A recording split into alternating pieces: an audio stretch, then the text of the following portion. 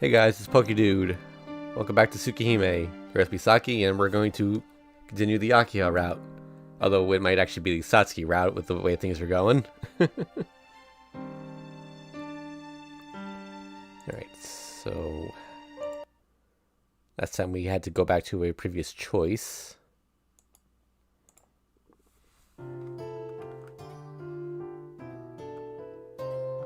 Alright, so this time we have to go look for her.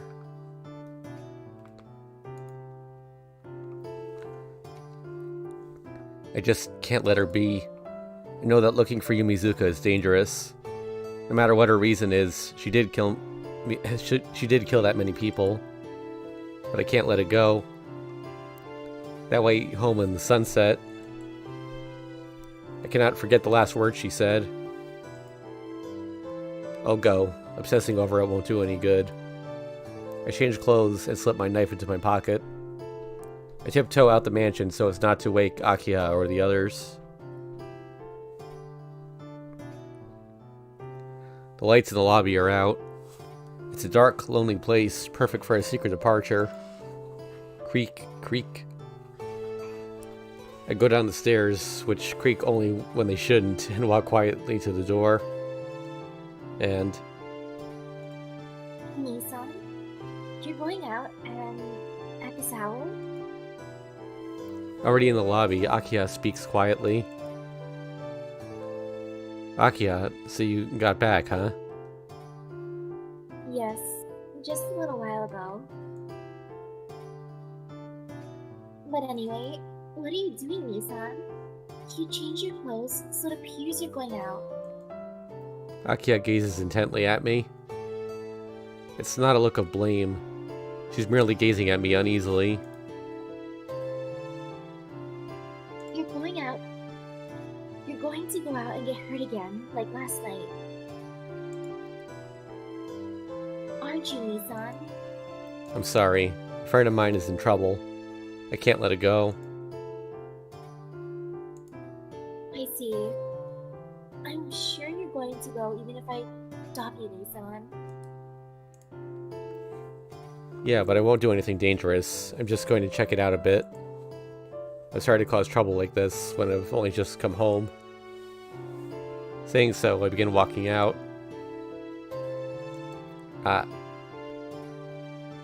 Soft voice comes from behind me. Nissan. A weak voice, so unlike Akiha's usual tone. It's just like her voice from 8 years ago, tinged with unease. Akiha? You'll come back, won't you? Akiha's weak, vulnerable face. It has none of its earlier coldness, but like Akiha's childhood face, it's close to tears. What are you talking about? I'm only going out for a moment. You shouldn't make a face like that. I know, but... It's okay. I'll come right back. I'm sorry, Akiha. I've always been causing you trouble. Nissan. Ignoring Akiha's voice behind me, I leave the mansion. Outside, a moonlit night. Perhaps because I saw Akiha's unsettled expression. For some reason, I feel I may never return here. I arrive at the shopping district. If Yumizuka's anywhere, she'll most likely be here. Let's put a save down. It's because the murder victims are found near this shopping district. Damn it, what am I thinking? I curse my own logic. But at least it's more likely to find her here than anywhere else. Putting all that aside, I start to look around for Yumizuka.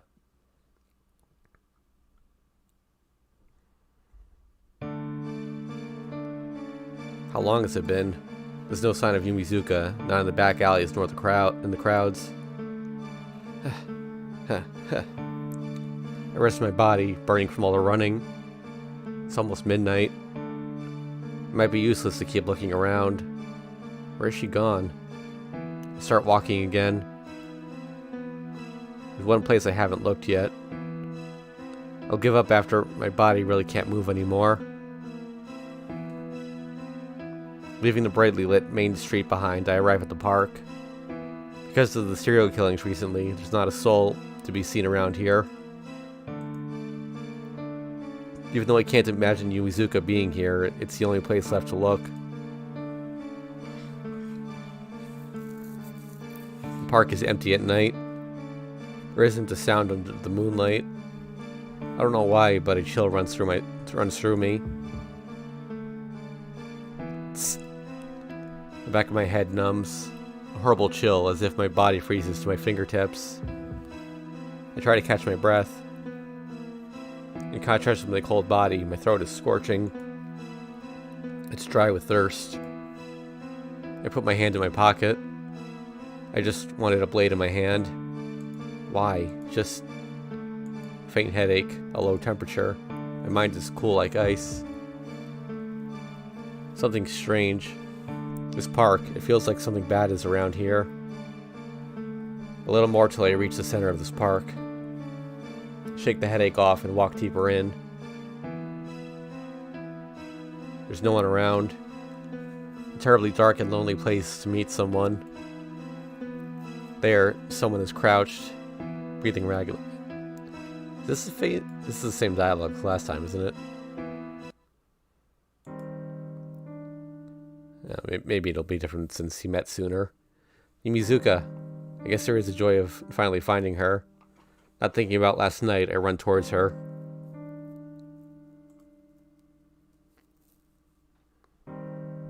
Wait. Yumizuka stops me with just a word. Wait, Chiki-kun. I'm glad you came, but I don't want you any near right now. Please, don't come any closer. Her breathing looks painful. Her body convulses as she speaks, as if she's about to collapse any second now. Don't be stupid. I'm not going to leave someone looking as painful as you alone. No, I'm okay. You came, so I'm fine now. Forcing herself up, Yumizuka smiles at me. It seems like a show of bravado, but I can't approach her. I do at least understand that Yumizuka doesn't want me near her. What's going on, Yumizuka? Why haven't you been home? What was that about yesterday? Why that? That what? Damn it, I don't know. I really don't understand anything, Yumizuka. Really? You saw what happened yesterday. I told you I'd kill those people, didn't I? She answers frankly. It's almost as if she's laughing at my feelings of denial. Then the recent killings in town were all you're doing, Yumizuka. I don't like to say it, but that's the way it is, yeah. What the hell do you mean that's the way it is? It's just the way it is. Kill those people, and I'll keep on doing the same thing. I can't just lie about it, can I? Yumizuka, you... Please, stop calling me that. I'm calling you Shiki-kun, so it's only fair for you to call me by my first name too. Yeah, this is all the same dialogue. Actually, look at the flowchart. They should have converged here too. I don't know why it didn't give us the skip there. So, I think we can skip ahead to the choice.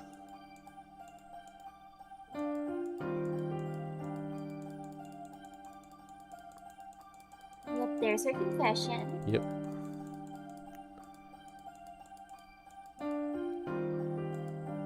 Speaking of the choice, I guess I should drop a save here since we're a little closer now.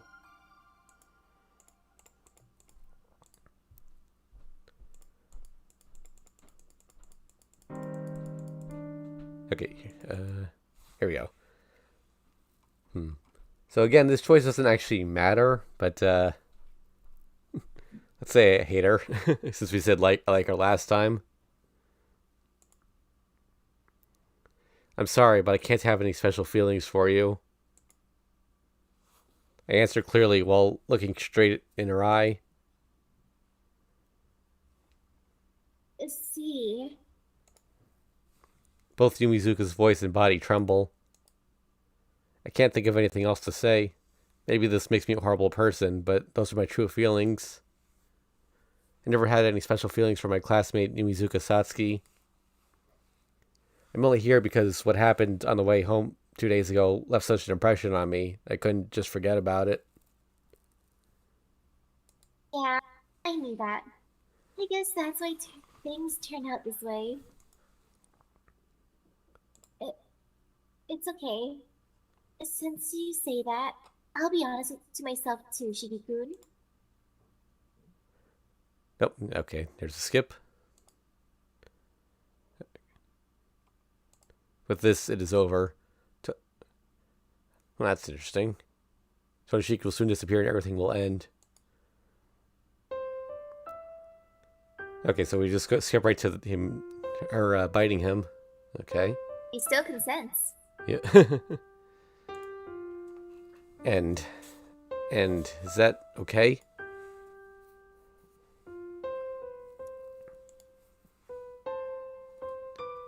Come back, right? Akiya said that. My sister I left alone for 8 years. The black-haired girl I have done nothing for as a brother. Always. Tono Akiya was alone in that mansion.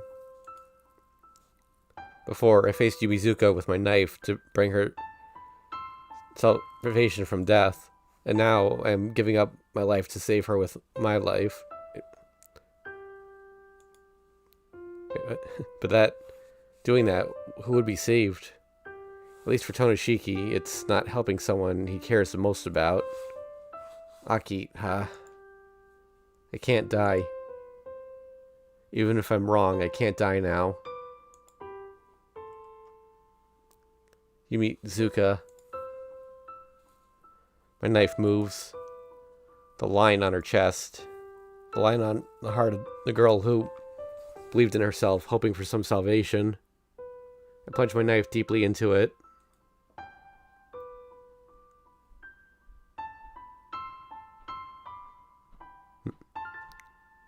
Shiki-kun.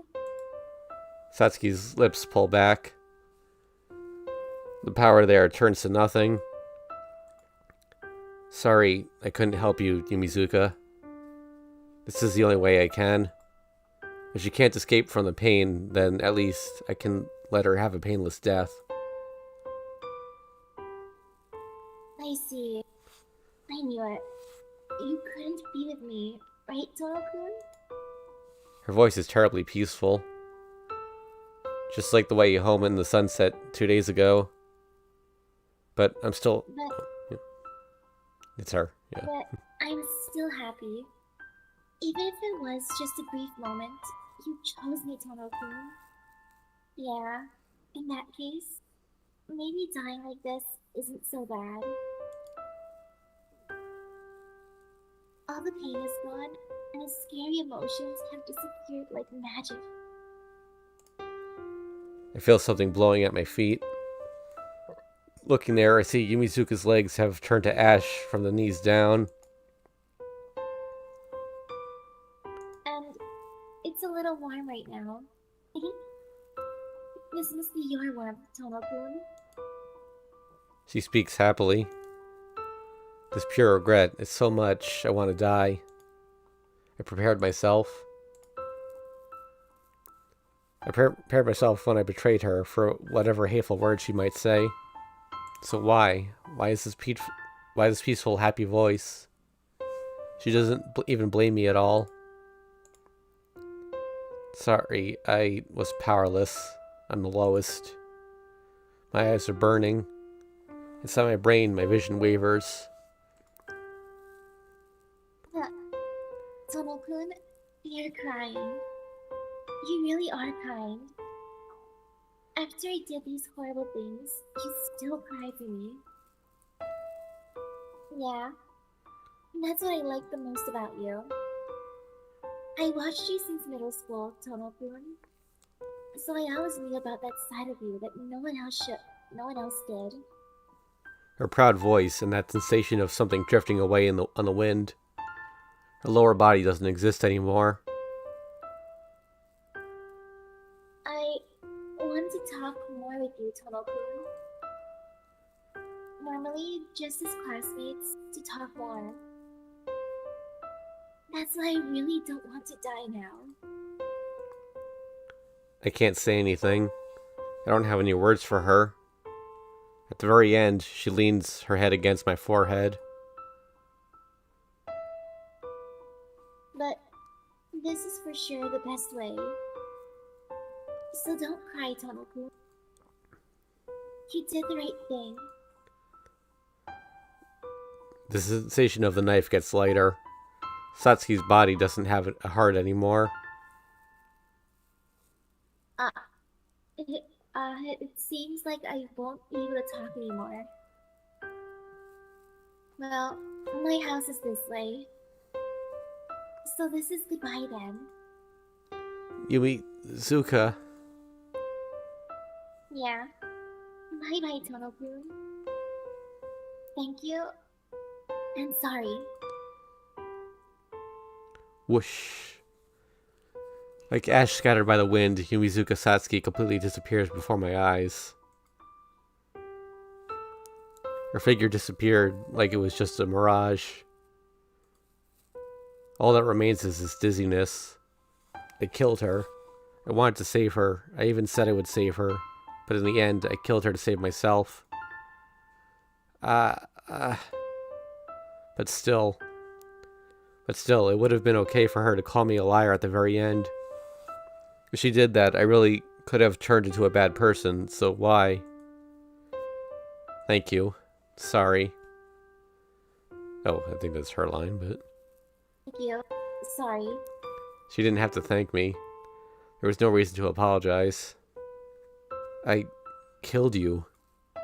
But still, she thanked me. That's why. I really did want to save her. My numb body stands up on its own. I can't think of anything right now. Are my mind and body separate things? Mercilessly dragging my body, I exit the alley.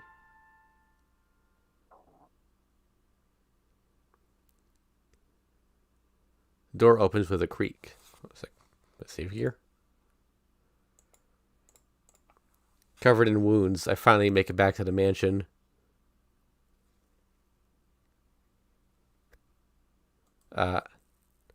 Akia is in the lobby. Was she waiting for me this whole time? Right now, I can't understand anything. What were you doing this whole time? What time do you think? Nisan, you look... Akia is shocked. Why? I can't even bring myself to want to think about what's so shocking for her. Nisan, hang in there. What in the world happened? You have all these wounds, and you look terrible. I don't say anything. No, I can't say anything. I don't even know what Akia is saying. Akia gasps silently and then walks towards me. Anyway, I'll have to treat you. Done? You won't? Yeah, I'm alive, so I can walk. I will treat your wounds, so come to the city room. And take a bath. That'll be impossible, so... and yeah, take a bath. That'll be impossible, so I'll have to wipe you with warm water. Akia disappears with quick footsteps.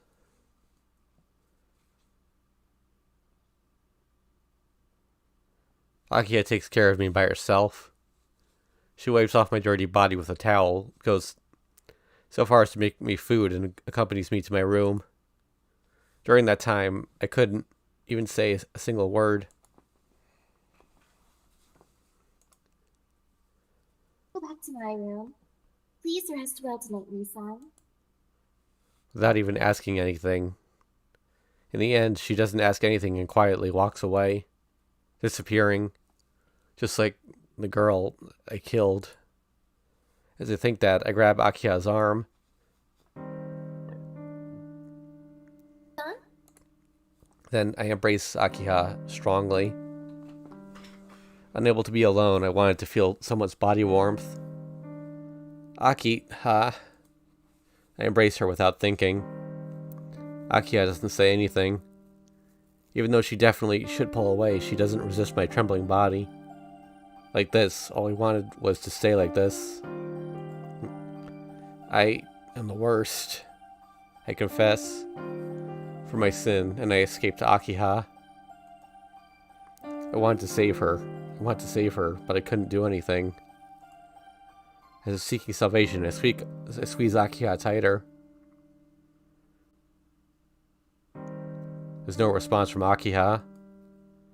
As if repelled by my weakness, Akiha pulls away.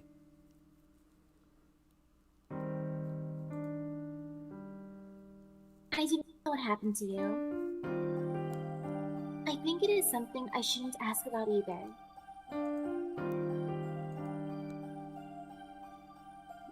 I cannot give you any answers. You have to solve your own problems. So, please do not run to me for something like this. Her words are really right on target. Her rebuke is so correct, I finally return to myself.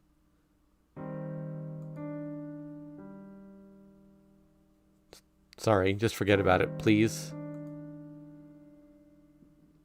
Akiha walks to the door without answering. She tried to leave, but suddenly stops.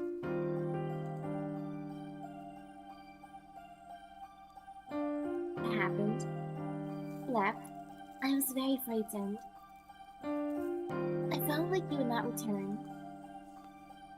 Like 8 years ago, I had the same premonition.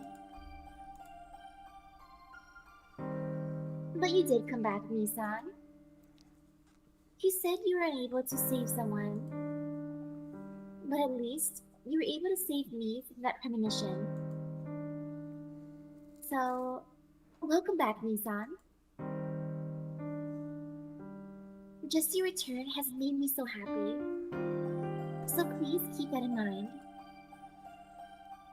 Saying that embarrassedly, she gives a quick bow. Akiha.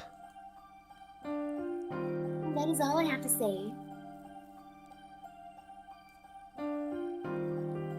I will be very clear so that my slow Nissan can understand.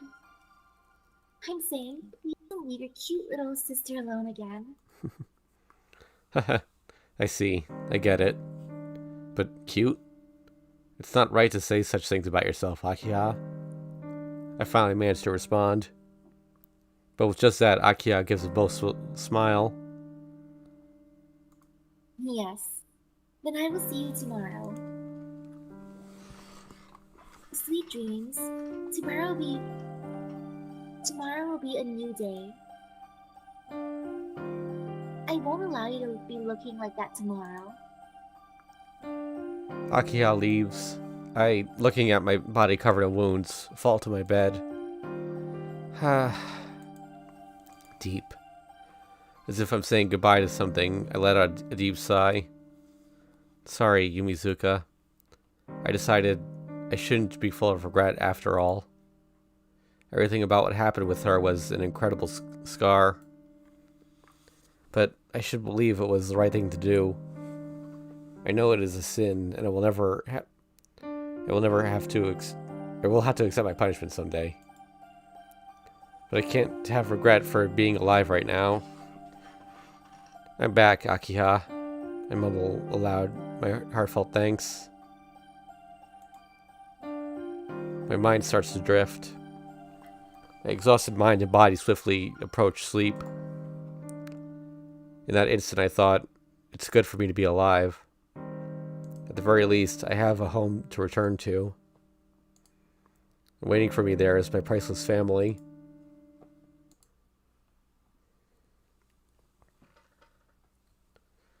Four, Dark Scar 1, 4th day, October 24th, Sunday.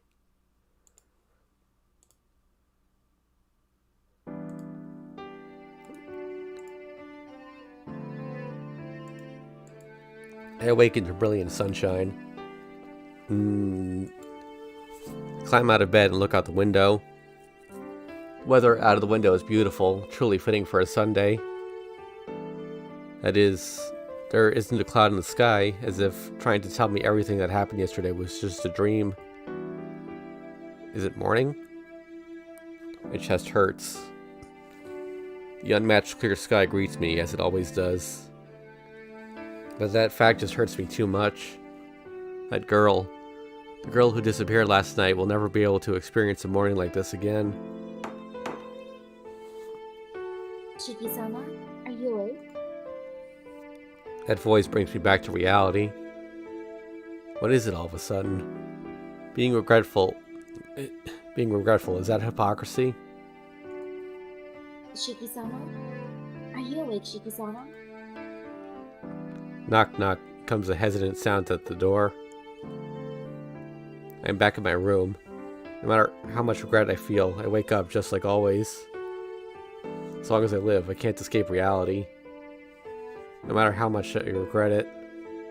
Yeah, I'm up. Come in. Please excuse me. The door opens with a clink and Hisui enters. Good morning, Shiki-sama. Did she come to get my change of clothes? She's carrying a clean set. Morning, Hisui. Has everyone had breakfast already? Shiki-sama, forgive my rudeness, but did you check the time since you woke up? The time? It's still morning.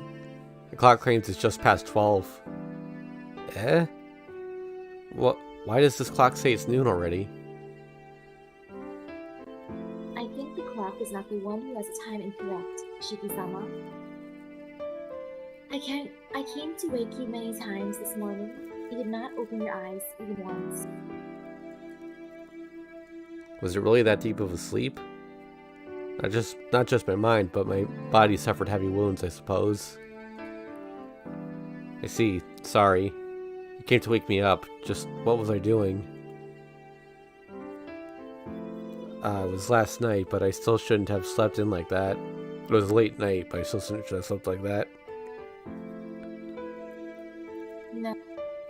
You do not have school today, so sleeping in was an option, but Shiki-sama, you intend to go out again tonight? No, not at all. And more importantly, I wonder how Akiha is. I think she was up late last night, too. Akiha-sama woke up at her usual time this morning. Hisui looks like she wants to say something more, but she answers my question. Oh, she really is different from me, leading that disciplined lifestyle. I think back to what happened last night. While I was still in a dazed stupor over what happened with Yumizuka, Akiha took care of me without asking any questions. After that, it's a little embarrassing, so I don't want to remember it. Hisui, is Akiha still here? She's an awfully busy person, so does she have a routine on her day off? Yes. She does have plans during her day off, but today she is still in the mansion. She has plans, but she's still here? I don't quite get it, but, well, I'll get changed, so please head to the sitting room ahead of me. Yes. Well, please excuse me. As usual, Hisui glides away without a sound. Hisui. Yes? And what is it, Shiki-sama? Yeah, I forgot to say something. Thanks for coming to wake me up. It's a little late, but good morning, Hisui. Yes. Please have a nice day, Shiki-sama. Staring up at the ceiling, I let out a deep breath. About Yumizuka Satsuki, that's something I can never forget for the rest of my life. But I will not let that control my life. I have a home to return to. Akiha is here for me, and I have an ordinary life to live. To protect all of that, I betrayed her. So, if I can't protect that, then everything will have been a lie. Is that just sugarcoating it? Maybe all I can do is deceive myself. Well, Hisui is waiting. I should change quickly and go back to the normal life waiting for me in the sitting room.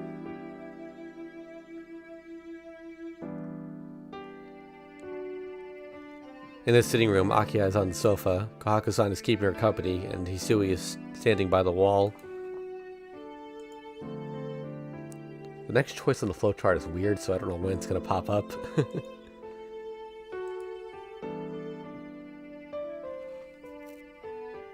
Shiki-san? Morning, Kohaku-san. Sorry to be a bother, but could you fix me something to eat? I'm a little hungry from all that sleeping. Yes, right away. I will get it ready, so please wait a little bit. Kohaku-san quickly patters away towards the dining room. That leaves Akiya and Hisui, who is standing wordlessly like a statue. Yo, Akiya, good morning. Akiya just looks at me with a dissatisfied look on her face and doesn't return my greeting. I knew she'd be upset about last night. I know I deserve it since I embraced her like that last night. Akiha, last night was... Nii-san? Sleeping in this late? Just what were you thinking? Well, sorry. Please, I'm not mad about that. It's your day off, and you've chosen to sleep in until now.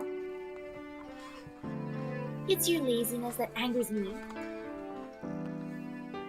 With a humph, Akiha angrily turns her face away. Well, it may just be my imagination, but peevishly is a better word than angrily. Well, I couldn't help it. I got in late last night and my body was just tired. You brought that on yourself. No matter what the circumstances, please obey the rules of this house. Irk. I hate to admit it, but since she went to sleep the same time I did and still woke up early, I really couldn't counter her argument. Besides, Nii-san, shouldn't you let Hisui wake you up in the morning?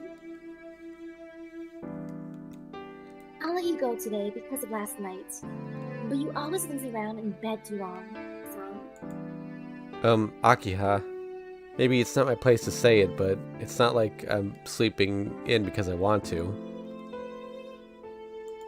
What?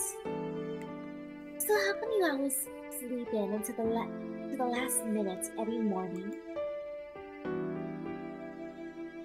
You don't know how I feel when I wait for you until the last minute, and... Akiya-sama.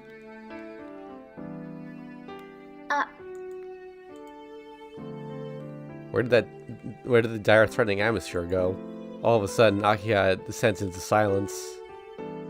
Hey, Akiha, I said so before, but waking up past 7 o'clock in the morning isn't intentional. Even I would like to get up earlier, but my body doesn't listen to what I tell it.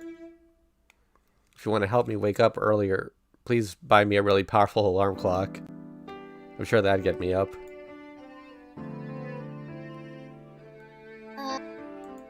Son? This may be a stupid question, but did you ever tell Hisui what time you wanted her to wake you up at? That's right, I forgot such a simple thing as that. Oh yeah, Hisui comes every morning to wake me, so it's alright for her to do that. So Hisui, could you please wake me up at 6:30 each morning? It would really help me out. Swing around to face Hisui. She stares right back at me. I refuse. Eh? Forgive me, but I refuse to wake you up, Shiki-sama. Well, I don't know what to say. The shock put my brain on hold. Looking at the situation, Akiya is also gaping at Hisui in surprise. What? Hisui, why can't you wake up Nii-san? I am unable to undertake things that I cannot do. I do not think I am able to wake up Shiki-sama with my own power. Unable? Why not? I unthinkably entered their conversation. Hisui continues staring at me. These past 3 days, all my efforts were fruitless. Shiki-sama, do you remember how many times I called your name this morning? No, I don't remember. I woke up from your voice? I thought I woke up by myself. That means there is no memory of me even calling out. Akira-sama, that is the situation.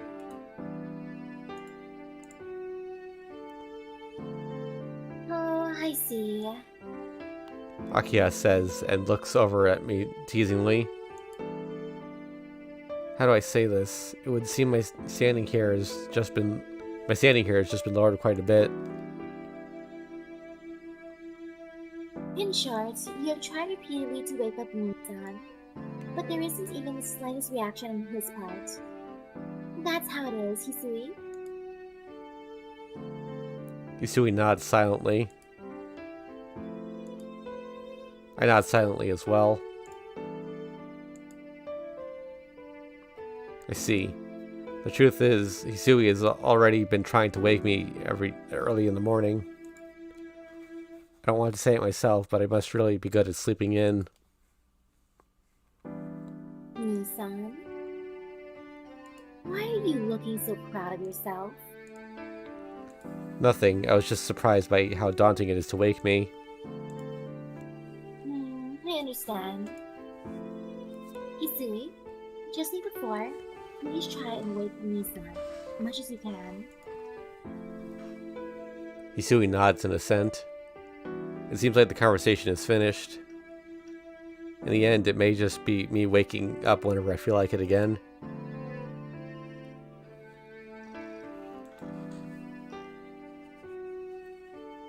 Hey, wait, who's talking? Yeah, it's the two of them. Hey, by the way, Hisui.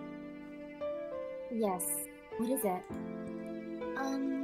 Does Nisan really not wake up? Even if I call his name, he doesn't respond? Yes, Shiki-sama's sleep is very quiet, and he sleeps like a statue. Like a statue? What? Oh? Nisan has a great sleeping posture, huh? No, that is not it. How do I say? Shiki-sama's like a completely different person when you sleep. I have never seen such a peaceful sleeping face. So when I first saw him, I thought he passed away and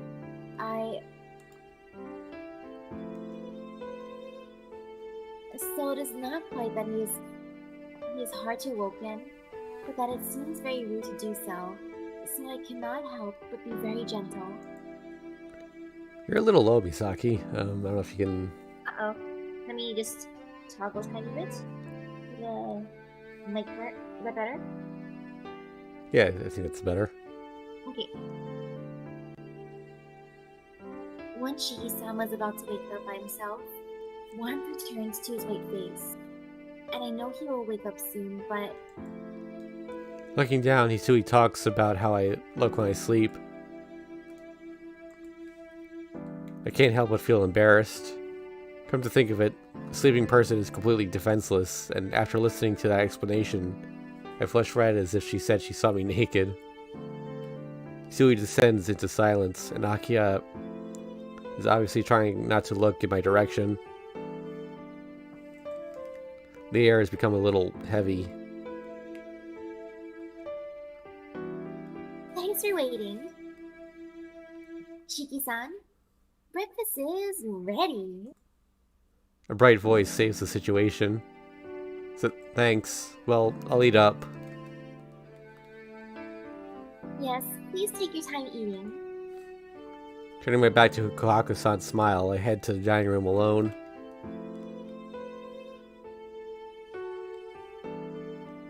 After I eat lunch, Akiha and Hisui are still in the sitting room. It wouldn't be good to ignore them and go back to my room, so I sit on the sofa across from Akiha. Here, Shiki-san. You prefer green tea, right? Kohaku-san places an after-meal cup of tea on the table beside me. Yeah, thanks. If you don't mind, then. No, not at all. This is your home, so please relax a little more. Kohaku-san must be trying to make me feel more comfortable here because she takes good care of me. Geez, I'm thinking I'm already used to this place. Do I still look a little strained? Yeah, a little bit. Your shoulders seem a little tense. I wouldn't say you should be like back then, but you certainly can relax a bit more. Kohaku, you shouldn't spoil Misan. He's been living like a sloth at the Arima's house for so long. It's probably good for him to be a little tense just at first. Akiya-sama, you really are strict with Shiki-san. Are you not? I don't want to be strict. It's just that he's always so spaced out. I have to watch out for him. Huh? I'm a little surprised. When Akiha talks to Kohaku-san, there isn't any hint of her usual coldness. Maybe it's because they're so close in age, but they seem to be really good friends. I glance over at Hisui. Since Akiha had dismissed all of the other servants except for Hisui and Kohaku-san, I think Hisui must be trusted by Akiha as well. But since Kohaku-san is the complete opposite in personality, I have a feeling that there isn't much talk between Hisui and Akiha. May I be of service, Shiki-sama? Hisui realizes I was looking at her and asks me if there's anything she can do. No, it's nothing. I was just thinking that you're really calm. Yes. It is something that Makihisa-sama taught me. She answers very distinctly. The answer is so distinct I can't continue the conversation. I get a little uncomfortable and go silent. It seems Kohaku-san and Akiha are still talking. Shiki-sama, is it okay if I ask a question? Yeah. What is it? It seems like you departed the mansion last night again. So I would like to inquire if you had some usual schedule routine to take care of every night. No, I don't have anything like that. The past 2 days were just something special. I steal a glance at Akiha's face as I say this. Akiha is just quietly watching the two of us. It would appear neither Hisui nor Kohaku-san know about my run-in with Akiha last night. It's alright, Hisui. I won't go out late at night anymore. Besides, I'm not a kid anymore, so it's not like there's any danger in going out at night.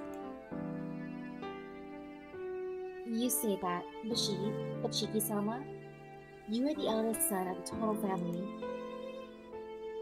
Please refrain from doing anything careless. Yes, just as Hisui-chan says. Your personal physician told me that you should not strain yourself. Besides, you have anemia. That's true, but it has nothing to do with going out late at night. If I can't walk by myself, I shouldn't be going to school either, right? Well, yes. But during the day, it is bright outside and people could help you, right? But at night, it's different. There's been all these vampire murders recently, so if you go outside and collapse, what do you think will happen? Without thinking, my body shudders. Killer vampire. The killer indiscriminately killing people on the streets at night. Last night, the classmate I killed with my own hand. No, it's okay, Kohaku-san. There isn't a vampire out there anymore. Those incidents, they won't ever happen again. That's what you said about Nero in the other timeline. Yep. But because Yumizuka Satsuki is no longer in this world. Oh, is that true, Akiya-sama? I haven't heard anything about it. The one to ask is Nissan, since he seems to know something about it. Oh yeah, there was a victim from your high school, Nissan. Year 2, class 3 is your class, right? Eh? There wasn't a victim from my class. Shiki-san, he didn't see the news this morning. Last night, they found a large quantity of blood from someone named Yumizuka Satsuki in an alley off the main street. Wait, the authorities have her DNA? Like, they were able to identify it? I guess so. The blood seems to have been there for a while, but from the amount of blood there, they say she's more likely than dead. She's more than likely dead. My heart starts to throb violently. The fact that Yumizuka Satsuki is dead, I know that better than anyone else. But when they say she's dead, it sounds like you killed her, didn't you, to me? Nissan, what's wrong? You're really pale. I can't say I'm alright. Her death. I've said that her death was publicized in reality. I could not say it's something just in my heart. Did you see that image flash on screen a second ago? It was very, like, super fast, though. Yeah, I couldn't see what image it was. Like, was it just her in the sunset? I said I wouldn't regret it, but as a shadow, it envelops me as soon as I think about her. And then... Everyone, let's have a welcome party tonight. Okay, so here's where that choice was. Kohaku-san suddenly makes a loud announcement. Huh? Akiya and I say the same thing aloud, and even Hisui tilts her head. A welcome party for Shiki-san. Everyone is here, and we haven't even celebrated Shiki-san's arrival yet. So, tonight should be Shiki-san's welcome party. Right? Kohaku-san looks at me and smiles. Crap. I must have looked really depressed. Akiya-sama? Is that acceptable? If you allow it, we can start the preparations right away. Yes, Nissan has finally come back, and we haven't even done anything. I think it's a good idea, but Hisui? You agree, right? Yes. If it is acceptable to Shiki-sama, I do not think it'll be a bad thing. The three of them turn to stare at me. Okay, so gotta take a close look at this flowchart because, again, it's another weird one where things jump around a lot. This may take a second. Bear with me.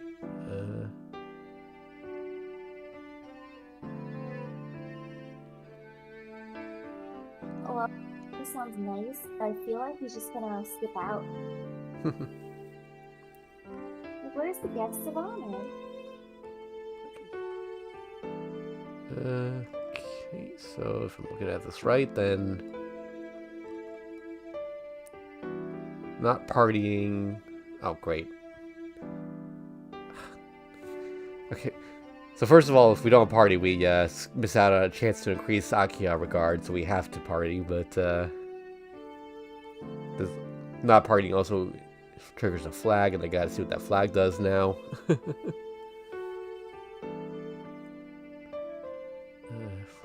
H. Wait, what? No. I gotta do a Control F now because I'm lost. Oh my goodness. Why is this choice so important?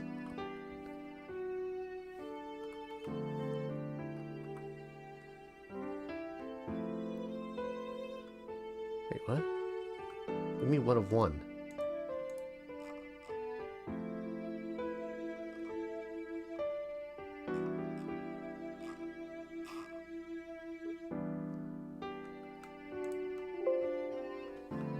Okay, apparently that flag doesn't do anything at all? Is that possible? Or am I something wrong with the...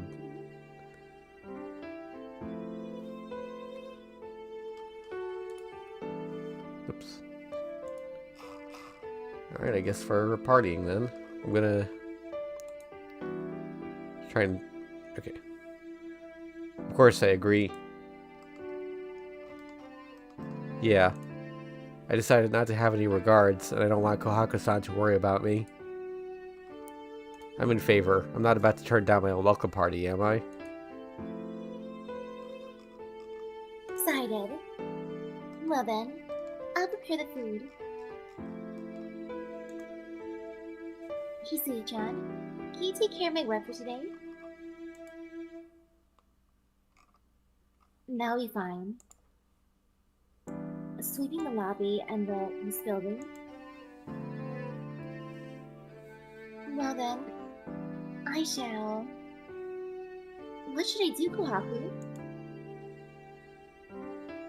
Akiya-san and Shiki-san should rest in their rooms. I'll prepare dinner early to make time for the party. So if you have anything you need to do, please try and be done by then, okay? Kohaku-san goes into the kitchen, Hisui out to the courtyard.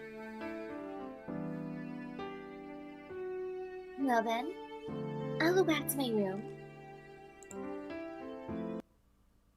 So, what should I do? Oh, sounds like another choice. Okay, remember number 10 is important, just in case we do have to go back to that later, because I don't think it triggers anything, but maybe I missed something. Okay, so what should I do? I guess if I try to help Hisui, I just get in the way. Since Akiya is actually home for a change, I guess I'll pass time talking to her. Oh, okay, so because we triggered a flag earlier in the story, we skipped a choice there and went to the... Okay, right. I'm trying to analyze the flowchart here. Triggering that flag forces us to go to the Akiya regard route, but if we didn't trigger that flag, we'd have a choice for Hisui or Kohaku. Alright. Akiya, are you here? Me-san? Hurried sounds could be heard from within. I just wanted to talk for a bit, if that's okay. Yes. Hello. I put my hand on the doorknob. Thinking about it, this is the first time I've ever been in Akiya's room. I opened the door a bit tensely. I guess the room is exactly what I was expecting. What is it, Nissan? Is it something important to make you come to my room? No, not at all. It just felt like talking for a bit. If you're busy, I can come back later. Well, I am busy, but I can put that off to make time to talk with you. Akiya tidies up the notebook on her desk. Oh, you were doing homework? Then I should go. I shouldn't interrupt your studies. No, I was just about to start, so I can leave it for tonight. It's fine, so please sit down. I shall make some tea. Alright, but no tea, thanks. I wouldn't want to spoil my appetite today. That's true. Then I'll do the same. Akiya sits on the chair of her desk. Lower myself to a suitable chair and glance around Akiya's room. It's amazing, but of course it's not really my type of place. I haven't even been able to settle into my own room, and it has just the bed and the desk. If they'd given me a room decked out like this, I might have fled. Hey, Akiha. Yes? What is it? It's just something I've been wondering about for a while. Why'd you call me back? The old man died, and while I am the eldest son, that doesn't seem like much of a reason. What do you mean, not much of a reason? This is your home. It's only natural for you to come back here. There doesn't need to be a reason. Well, it's true, but don't you have a grudge against me? I left you here for 8 years. Yes, of course I have a grudge. It was Father's fault you were sent to live with the Arimas. But it really made me mad that you didn't send even a single letter during that time. No, that was... That was what? Come on, Nisan. What is it? You come in here to remind me of things I almost forgot. Do you enjoy making me angry that much? No, of course I didn't do it to make you angry. The thing about the letter, I didn't do it because that old man forbade me to do it, so... I know that. I'm angry because you brought it up. I'm sorry. I just wondered. I shouldn't have mentioned it. Indeed. Please don't talk about such trifling matters. With a sound of annoyance, Akiya looks away. Really, what am I doing? After I took the trouble to come talk to Akiya, why am I talking about such unimportant things? Well, I guess it's like you to carry such small matters forever. Wahaku said so too, right? This is your home. You should be more relaxed. Yeah, I think I'll get used to it gradually, but... But what? Well, no, it's just... there's no nostalgia. I remember life in the mansion, but I'm confused because none of this matches my memories. Well, I guess I've been away for 8 years, so it's natural. Hmm? What's with that expression? Like I said, I don't have anything against... Oh wait. Oh. What's with that expression? Like I said, I don't have anything against the mansion. Don't worry, I don't want to leave or anything. Yeah, I'm glad that... Akiya looks away for some reason. Nisan, I have a question I forgot to ask too. It's about the injury from your accident 8 years ago. Injury from the accident? You mean the wound in my chest? Yes. Kohaku said it hasn't completely healed yet, but does it still trouble you? I don't know. The actual wound itself healed ages ago, but there's some unstable organs that got damaged. Heard that some of those would heal in time, but some would stay unstable. I guess my incessant anemia is a result of that, in addition to some emotional damage from the accident. Does it, hurt me some? Akiya murmurs a question, looking away. Nah, it doesn't hurt anymore. I just feel a little dizzy when I wake up. No worse than that. Well, perhaps it hurts occasionally in the dead of winter. The dizziness has faded lately, and I'm sure the anemia will go away in a few years. Anyway, it's nothing to worry about. There are people out there with wounds that won't recover for 20 years, so my wound's nothing in comparison. Akiya says nothing, still looking away. Damn, the atmosphere has become heavy again. Akiya is completely motionless. Somehow it seems unnatural. Hey, Akiha?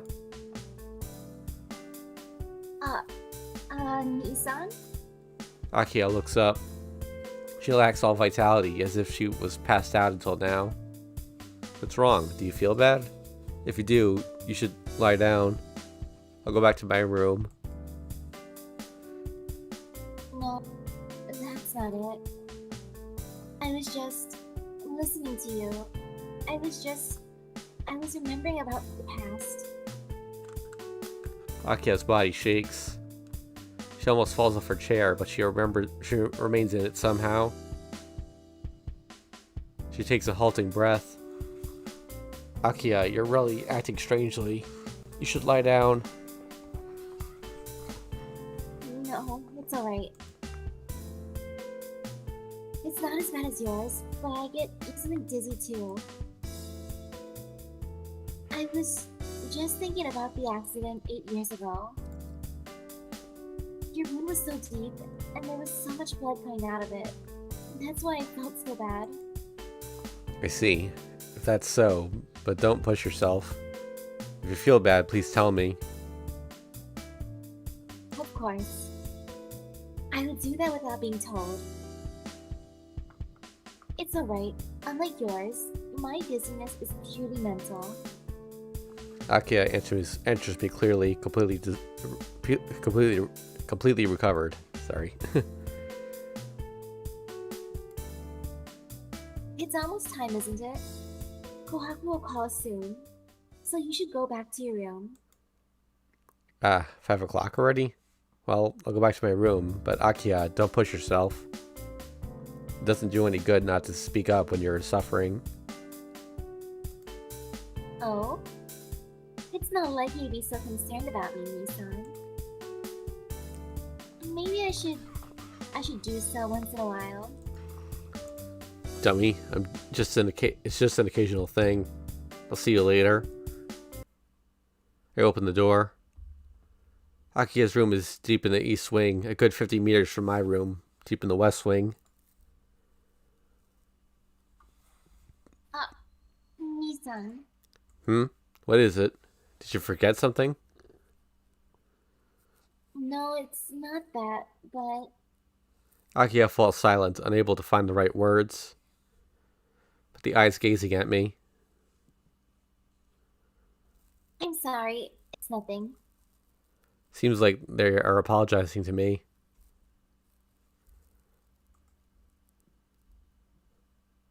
I'll see you in the dining room later.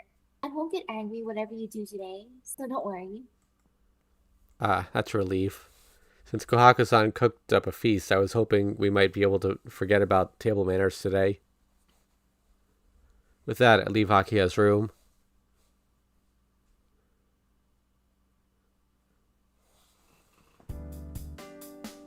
Well then, the toast to Shiki-san's homecoming. Everyone, please take whatever you would like to drink. Let's save here. Kohaku lines up drinks in front of us with a full smile, entirely free of malice. Most of the drinks didn't happen to be juice or anything like that, but proper alcoholic beverages. Akiha? What is it, Nissan? There's a gurgling as Akiha fills her glass with a tawny liquid, then adds a little orange juice. That wouldn't be whiskey, would it? It would. Is there something wrong? It would? Akiha. Aren't we all too young to be drinking? This is your welcoming party. We have to have alcohol, don't we? Or, Nissan, you're weak when it comes to alcohol. Akiha seems somehow delighted.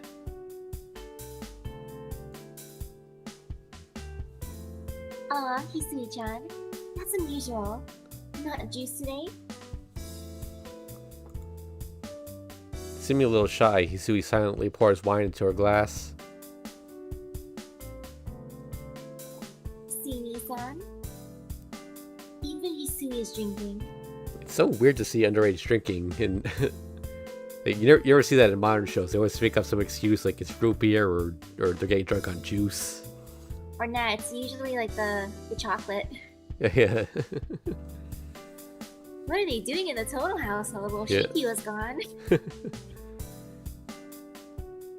Surely, you don't intend to be the only one drinking juice. Jeez. Really want to get the most out of this party, don't you, Akiha? Yes. I don't usually like parties, but today's an exception. Huh. Well, it can't be helped. A lot of alcohol isn't good for my body, but a little bit should be okay. The weakest drink laid out on the table is the wine, it looks like. Well then, everyone, raise your glasses, please. Cheers! With a clash, our glasses come together. Kohaku tosses hers down in a single gulp. Akiya takes her time, and Hisui sips hers quietly. Oh man, I'm not responsible for this.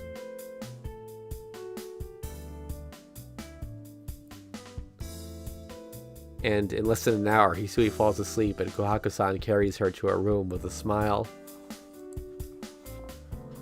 Not being used to alcohol, my mind is a little fuzzy. Akiya sits nearby and is still drinking eagerly. Doesn't bode well for the rest of the evening. Akiya, you really have some tolerance, don't you? I'm not drinking it straight up, so I think it is about normal. They even drew her holding it. That's not the point. I'm saying she's pretty used to drinking for being a minor.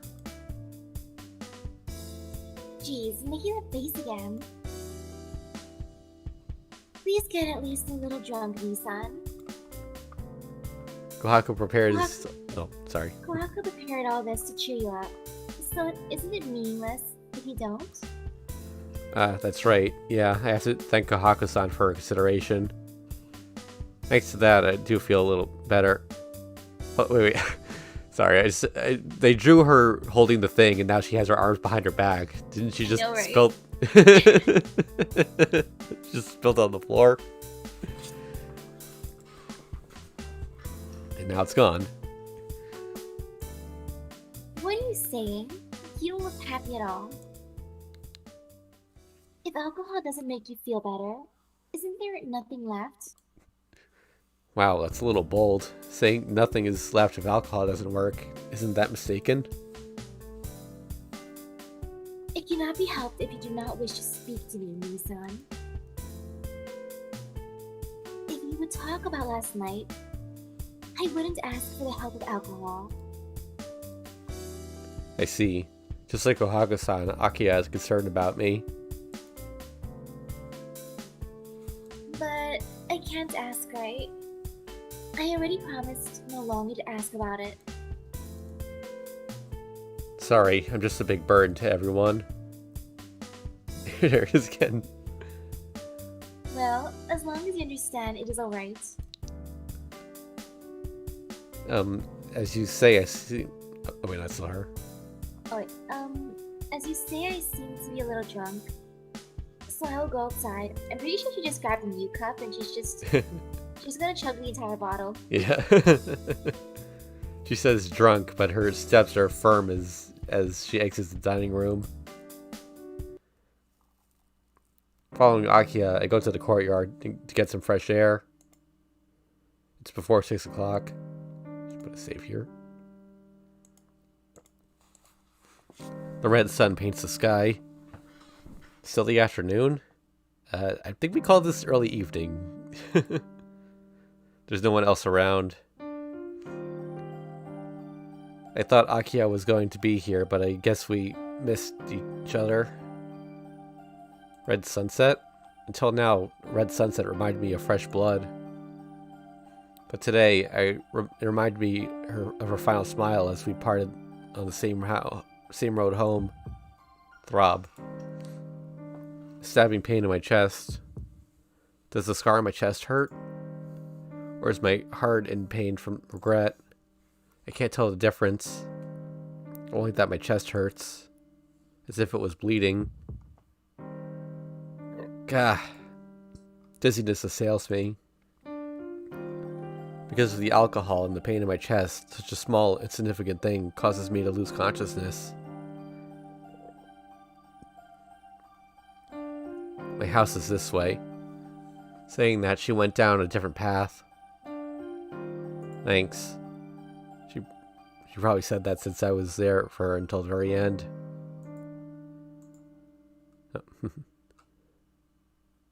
Yeah, it was her line. Sorry. Yeah. She probably said that since she knew I would carry this regret from now on. So it's okay to forget. It felt like she whispered those words in my ears. Isn't that just... Wait, I don't know who's saying that.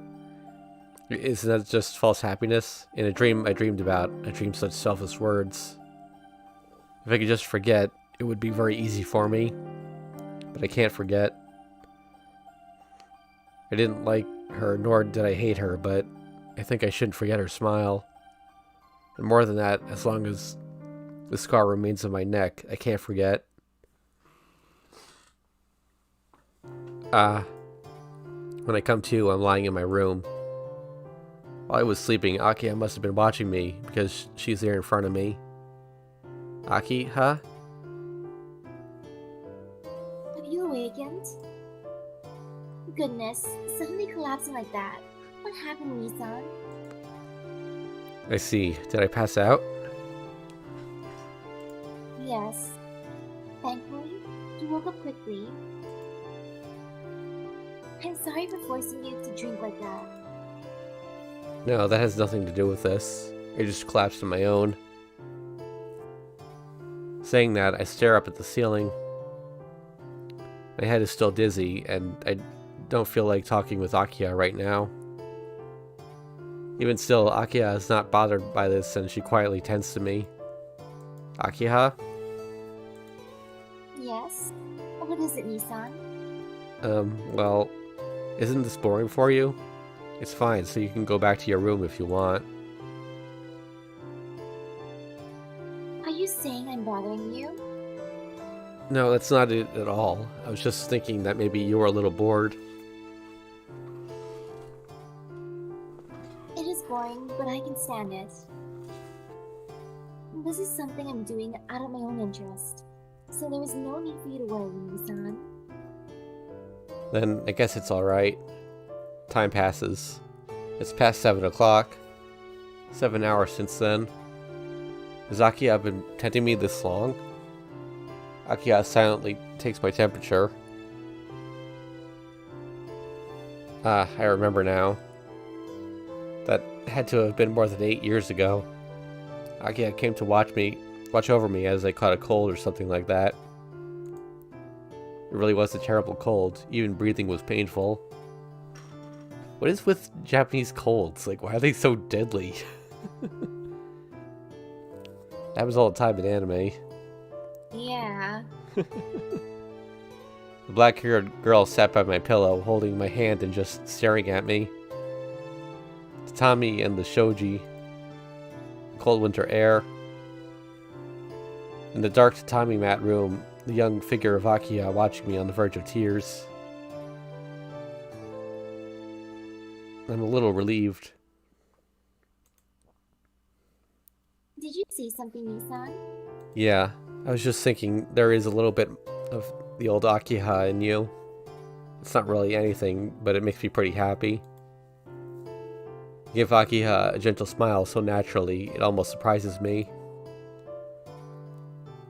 That is fine, but you haven't changed at all, Nisan. Causing so much work for others.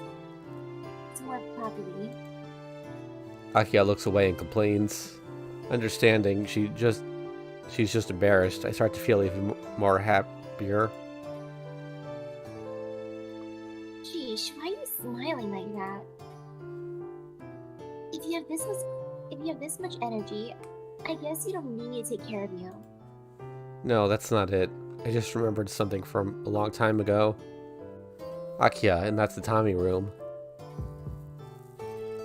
Tatami room? What is that all about? I understand Akiha taking care of me, but why was she in the tatami room and not my room? There's something not quite right. Akiha, is there a room with tatami in this mansion? No. There are no Japanese rooms in this mansion. Yeah, you're right. It's nothing. I just thought it was odd. Don't worry about it. What is so odd about not having a Japanese room? Oh, you know, this mansion is so big, I thought maybe there was at least one. There is a detached Japanese-style building, however. You gotta mention that. Oh, God. Yeah? Now that she mentions it, of course.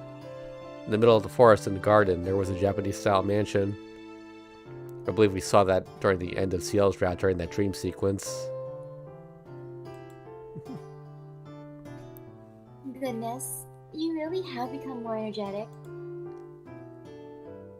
I think I'll only be in the way if I stay longer, so I will return to my room. Standing up from the chair, Akiha goes to leave the room. Thanks, Akiha. Sorry for making you stay here this whole time. Please don't mind. Starting tomorrow, your daily life will become more like this. After saying something I don't quite understand, Akiha exits the room. She's gonna make him pass out from drinking more often? I turn off the lights and rest in bed. Thanks to Akiha taking care of me, I feel more relaxed. At this rate, I should be able to dream peacefully for the first time in days. I'll take a deep breath and slowly close my eyes. Right before I fall asleep, the memory of myself being tending by a young Akiha freshly surfaces in my mind. The dark Japanese-style room where no one can see me. Did she sneak away from Makihisa? Akiha snuck in and cried as she held to my hand. I'm sorry. She was saying. I don't know why, but the black-haired young girl kept repeating, "I'm sorry," over and over. I remember about the proud eldest daughter of the Tono family, who was the only one to care for me. The young girl always crying in the dark Japanese room. I bit my tongue in frustration while being dizzy from fever. I wonder why she was crying. If it was me, I would never let Akiha cry. I'm sorry. Oh wait, no, it's her. I'm sorry. I'm sorry, Shikimi-san. Her tears were simply beautiful. Since that time, I vowed to be her real brother.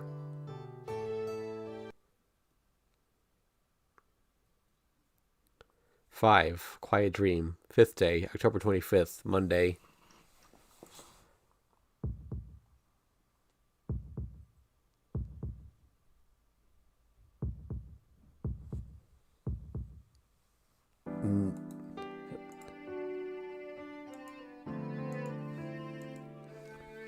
I wake up with a sudden ache.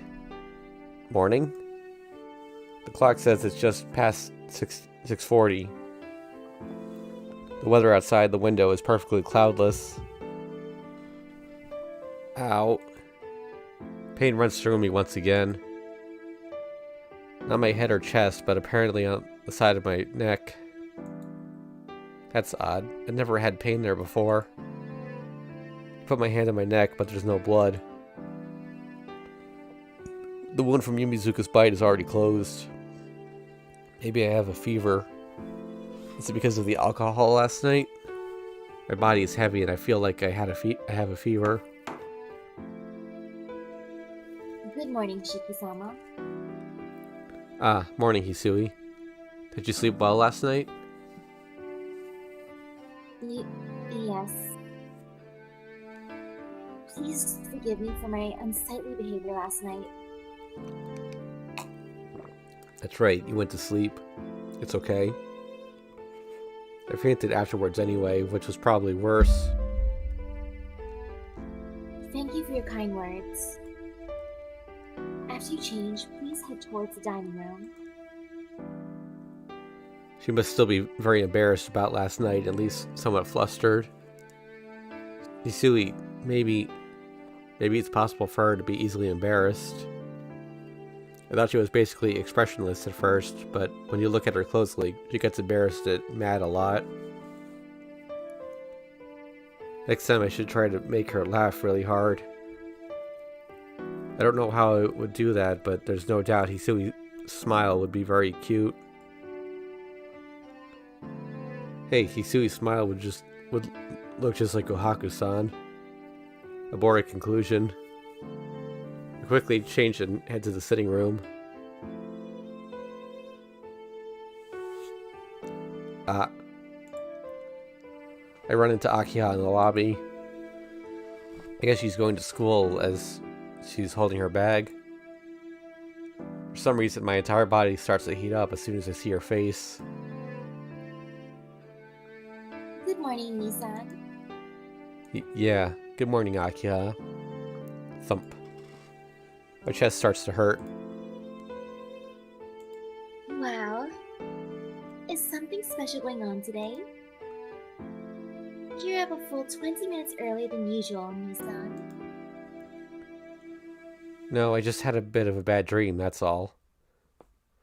Just a whim, don't worry about it. I don't understand what I'm saying. Is it because of my dream? Suddenly remembering her young face, I can't look at Akiha directly. Nisan? Your face is red. Do you have a fever? No, it's not that. For some reason, I just can't return her gaze. She lifts an eyebrow suspiciously and comes near me. Excuse me. She brings her hand to my forehead. Thump. My heart beats. Akiha's palm is not any different from back then. Cold, soft fingertips. Thump. Thump. Her fingers touch me for only a matter of seconds, but my heart strangely begins to pound harder. If I were to glance down, her face would be right there. Her thin, strong eyebrows, which show her strong will. Her clear black pupils with her matching long black hair. It really is a beauty unrelated to the name Tono Akiha. Thump. My heartbeat. I can just imagine how red my face has become. Hey, Akiha. If she doesn't pull back, it'll be troubling.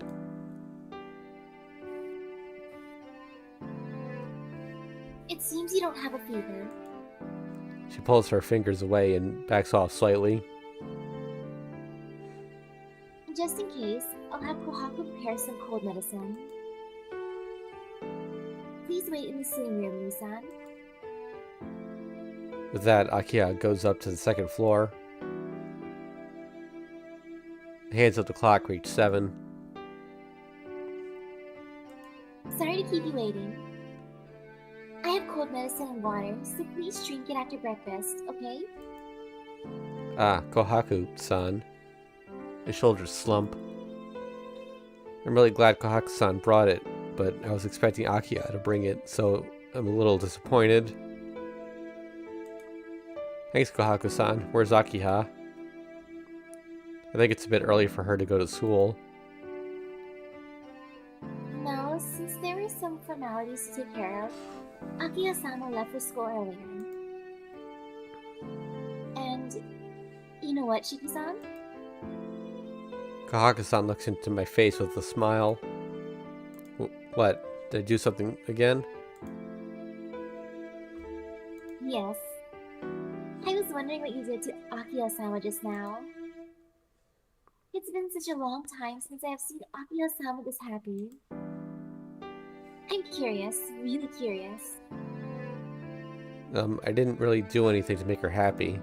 In fact, it's more like I'm the happy one. But Akiha did seem to be in a good mood, didn't she? She was smiling when we ran into each other, and for Akiha to take my temperature just isn't like her at all. It would have been fine just to leave that to Kohaku-san, so that was odd enough.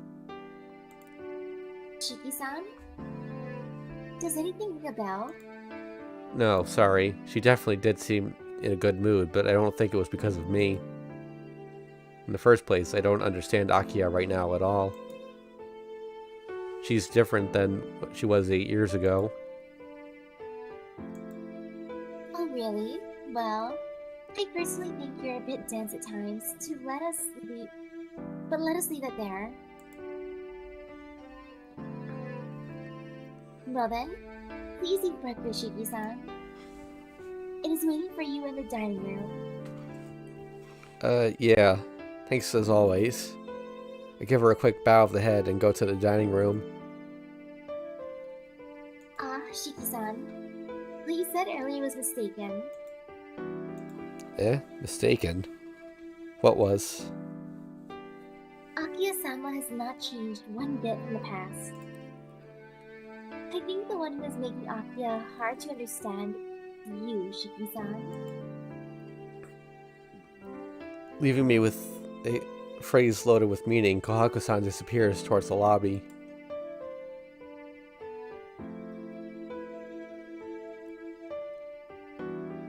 Shiki-sama, what time will you be returning today? In the evening. I don't have anything special to do, so I'll be back by 4. I understand. I will no longer be able to wait for you there. But please call for me if you need anything when you return. Unable to wait by the gate? What does she mean? Please have a safe journey, Shiki-sama. Yeah, I'm off. Raising a hand to the Bao Kisui, I exit the front gate of the mansion. Since I woke up early, I can take my time going to school. I walk leisurely down the road to school, which I normally jog down. I walk slowly and arrive at the gate 10 minutes before it closes. It's the time when all the students who don't participate in clubs arrive. In a high school preparing for general entry like mine, the only clubs participating in the morning are the athletic clubs. It's only natural for the school gate to be this crowded. Ah, Senpai. I see Ciel Senpai walking a little bit ahead of me. Senpai. I call out to stop her. Good morning, Tomo-kun. It's rare to meet you by the entrance here. Yeah, I saw you from behind, so I ran up to meet you. Do you always come at this time? Yes, I am bad at getting up early, so I always just barely make it. Did you oversleep today? No, I actually woke up earlier. You know, I normally make it right as the gate is about to close. Wow, you mean you're a late riser, Tomo-kun. Huh? I might have something on my face as Senpai stares right at me. Senpai? Tomo-kun? Did something happen over the weekend? No, not really. Why do you ask, Senpai? Oh, it's nothing. I was just playing around. Please forget about it. Yeah, so random thought, actually, I forgot to mention this earlier. What does happen after he gets bitten by Satsuki? Because he's still got Roa in him, right? So, like, does he fully become Roa, or something completely different happen? Fighting off Yumizuka's stuff. Yeah. Wait, then again, wasn't Roa the one who bit her? Most likely, but I don't know if we know that for a fact. It could have been Nero in theory, but... No, Nero is yeah. free. So I guess nothing happened since it's like, this is basically my blood just entering me again. Yeah, I guess so. I'm a little bewildered. And then, at that moment, I see a familiar face running vigorously from the entrance. I think that's Ciel's line. That's Inui-kun. Senpai says this calmly. Yeah, it's Inui. I try answering her calmly.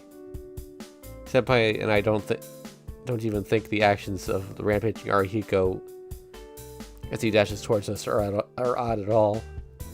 In other words, we're used to it. Tono! A cloud of dust kicks up behind him. He does not stop. Even though we're right in front of him, Arihiko launches a drop kick in my direction without even pausing. Crash, roll, roll, roll, thud. I can't believe it. This person throws a kick full force into me, and we suddenly crash into the ground and roll 3 times. I get up and shake off all the dust on my clothes. Arihiko also stands up and pats his uniform. Arihiko. Tono. After a 3-second interval, we face off directly.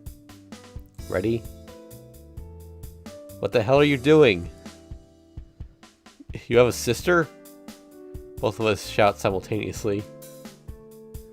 What? Wait a second, how do you know I have a sister? What? You do have one after all. Arihiko holds his head in his hands and twists his body. It's so ridiculous looking, I would deny knowing him even if he owed me 1,000,000 yen. Hey, cut it out, Arihiko, please. We'll end up being the laughingstock of the school. Screw that, I don't care. Arihiko looks up with a glare. You traitor. I'll call you Oni-san someday. Leaving such an incomprehensible parting shot, Arihiko runs off. Not towards the school building, but to the front gate. What's he doing? There isn't even 5 minutes until homeroom starts.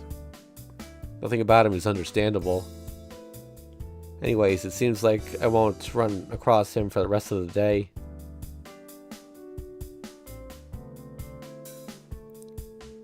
During the break after second period, Arihiko suddenly returns.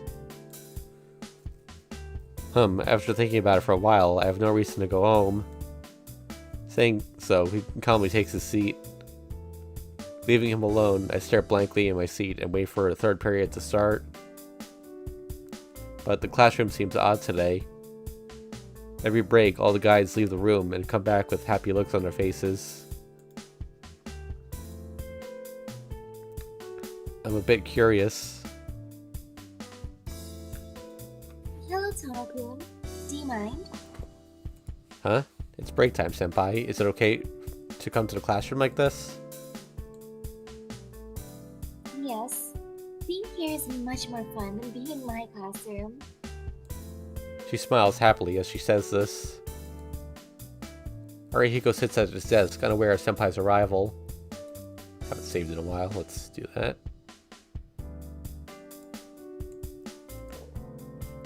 It is quite the ideal situation. But the second-year classrooms are pretty noisy too. The third-year boys have also been making a fuss, and I imagine the 4th floor is overcrowded by now. Huh? Third-year boys making a fuss? About what? Oh, you're not making a big deal out of it. Well, there's no reason for you to go look, Tono-kun. I don't quite understand, but it seems there's no reason for me to go look. What do you mean? Go see what? The new first-year transfer student. All the boys in every class are taking turns to go see her. Apparently the hallway outside of her classroom is very crowded. She's awfully popular. Transfer student? In other words, that's where all the guys in my classroom went too. Oh, that means she's really cute, the new transfer student? I don't know, but that's what I've heard. They say a girl in the first year transferred from the famous ladies' academy.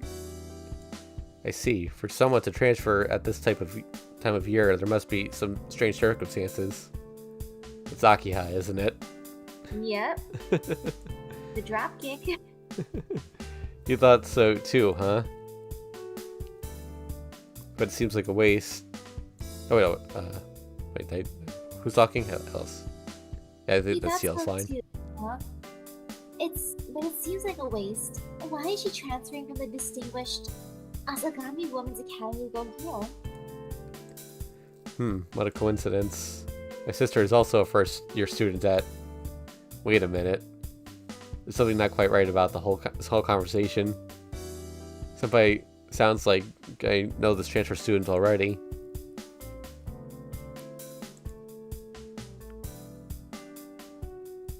Please don't mind. Starting tomorrow, your daily life will become more like this. Since there are some formalities to take care of, Akiya-sama left for school earlier.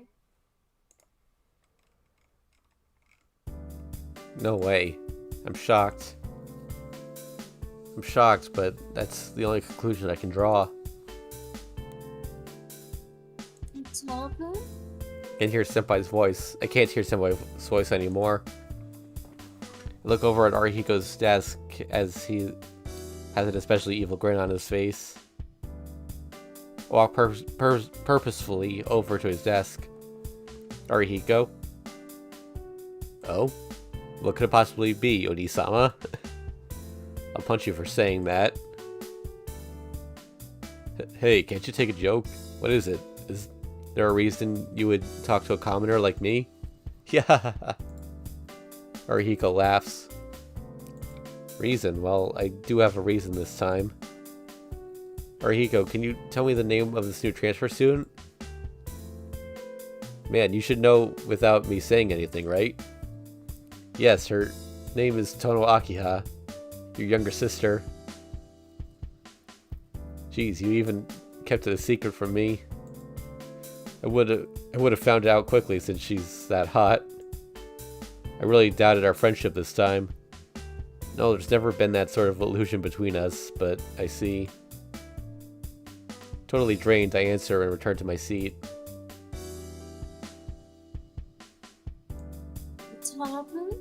Senpai is speaking, but I just don't feel like responding. You seem to be having trouble, so I will go back. Senpai walks out of the room lightly. Akiya has transferred to my school. What is she thinking? Muttering aloud in astonishment, I fall into my chair. Third period starts and English class begins. The sound of fluent English goes in one ear and out the other. My head is only full of thoughts about Akiya right now. This English is just noise to me. As always, Akiha is Akiha. If she's going to transfer to my school, couldn't she at least tell me? No, more importantly, she transferred to my school when there's no advantage for her to do so. Pain again. Sharp pain in my neck. I fall into my desk. This is bad. I can hardly move. Is it anemia again? And it's just as always. It's normal. It'll pass. I'm in class. I have to recover. Look, the English teacher is reading aloud. The blackboard. Chalk. Chalk dust. English. The sound of chalk scraping. Teacher. Teacher. Adult. Podium. The creaking podium. Desk. 36 desks. Student. Students. 36 students. 3 days ago, there were 37. Window. Sky. Schoolyard. Sun. Unpopular. Lonely. Cold. Frightened. Uneasy. Something. Desire. Desire. Desire.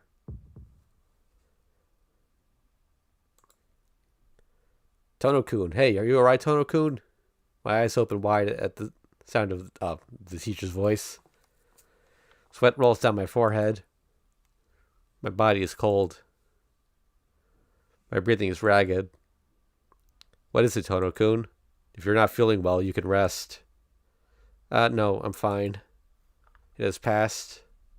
I see. Well, don't push yourself.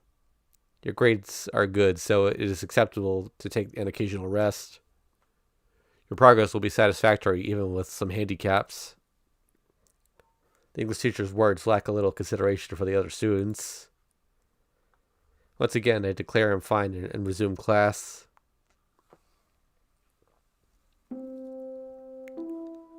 At lunch, the classroom gets frantic. I take a deep breath. I've been hot since this morning. Maybe I have caught a cold. My whole body feels languid. What, Tono? Are you still sticking around here? Yeah, I don't feel too well today. I can't go back to the cafeteria, so can you please get me something?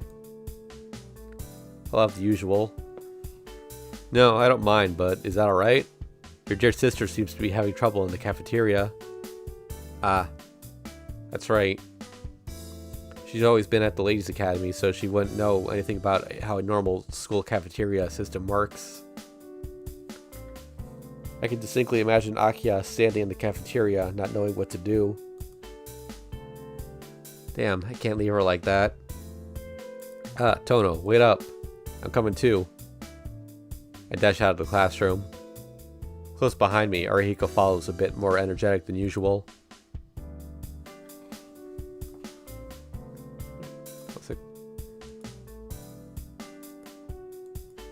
Akiya stands aghast in the center of the crowded cafeteria. She looks as if she does not know what to do. Jeez, what is she doing? I hurry over to Akiha. Akiha. Son. In that instant, I see her face on the verge of tears, and my chest starts to hurt. Come on over here. You don't like crowds, right? Yes. Not wanting to see her almost crying face a second longer, I strongly pull Akiya out of the cafeteria. You should be able to relax here. I'll go buy us some lunch, so just sit at this bench. Yes. I apologize for the trouble, Nisan. It's alright. I'll hear about it later. Arihiko, I'm going to get lunch, so take care of Akiya, okay? Why are you asking me all of a sudden? Look, I'll go buy lunch and you keep your sister company, Tono. What's the matter, Arihiko? Aren't you going to call me Oni-san? I'll tell you right now, but I won't give you a chance like this in the future. I whisper to Arihiko. He whispers back, maintaining our secrecy. Right, but I can't be with her alone all of a sudden. If it was any other woman, I'd agree, but your sister is just too high class. This isn't like you at all. Are you scared of Akiha? Yeah, to be honest, I am. Since she's the type I never went against. I like to concentrate on getting information in the first round. Why is he always this funny at strange times? Alright, then can you get lunch for the three of us? Leave it to me. What does your sister want? I'm too scared to buy her ordinary cafeteria bread. As if I would know. She transferred here, so curry bread and coffee milk will be good enough. Roger. I'll be back in 5 minutes. Arihiko returns to the building in a dash. You seem to be very good friends with him, Nisan. Huh? Where did all of her vulnerability go? She's suddenly back to normal. Yeah, we get along especially well. More importantly, Akiha. Please don't yell like that. Go around, those are surprised. What? More importantly, can you answer me? That person, what is he to you, Nisan? What is he? He's just an unwanted but inseparable guy who's been with me since middle school. No, that's not what we're talking about. Oh. Okay, this choice. Check flowchart. Ask why she transferred triggers a flag. Let me see what that flag does. Doesn't look like it does anything important. Just alters another scene in a little bit.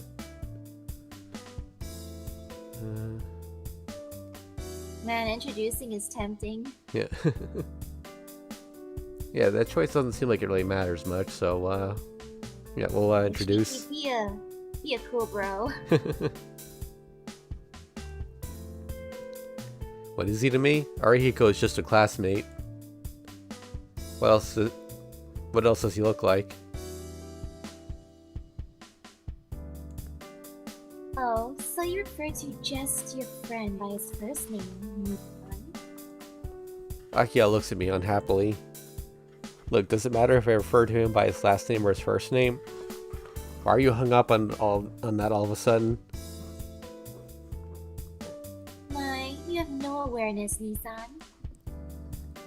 Maybe for women, but it's not normal for two boys to refer to each other like that. Unless they were brothers or relatives. Well, maybe you're right. Even I tilt my head to the side as I think about it. But since the very beginning, I've always called him Arihiko. Besides, we've known each other so long that it isn't that odd.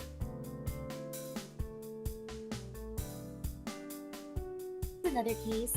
Don't tell me you have that sort of relationship with them, Nissan. That sort of relationship? What do you mean? I respond seriously, not understanding, but Akiya shifts her gaze. It's nothing. I was being sarcastic, but you don't seem to get it, Nissan. Akiya slumps her shoulders. I start to get more and more confused. Akiya, I've known him since middle school, and he's always helped me out. He might not look like it, but he's a good person. I don't know what you don't like about him, but don't think bad of him. Is she not satisfied about something? Akiya starts to sulk. Akiya, are you listening? Yes, I hear you. This is the first time I've ever heard you defend someone so eagerly. He really must be special to you, this cool friend of yours. She puffs out her chest and turns her head away. Jeez. I don't know why she decides to transfer here all of a sudden. Now I don't even know what's with her. Oh, here you go. Lunch for 3 people, huh? What, am I interrupting something? No, nothing of the sort, Senpai. You are a friend of Nissan? I am Tomoshiki's younger sister, Akiya. It is a pleasure to meet you. Akiya bows softly. Not at all. The pleasure's mine. I mean, you knew we are Arihiko. I've known Tono since junior high, but today was the first time I found out about you, Akiya-chan. Maybe he's still holding a grudge against me for not telling him about her, as he says things he doesn't have to. Alright, Arihiko, let's eat. Lunch break is short, so there's no time for chit-chat with Akiha. I ignore Akiya glaring at me, and I accept the lunch from Arihiko. Here, Akiha, here's curry bread and milk, and you can eat them here. There isn't much time, so you can't take too long over them. I know that. I'm not a child, so you don't have to explain every little thing to me. That's right, Tono. Aren't you a bit mean to Akiya-chan? Arihiko boos at me. Ignoring them, I open my bread and stick a straw into my milk. Munch, munch, munch, munch, munch, munch. Right, lunch is over, so it's time to go back to class. Nissan. Akiya speaks up timidly.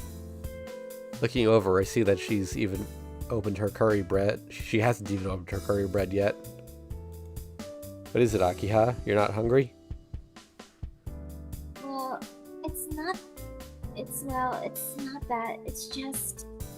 She glances upward like she's embarrassed or something. Could you teach me how to eat these? She glances hesitantly towards me. And what am I supposed to say? What? Actually, I just realized I haven't saved in a bit. Let's do that.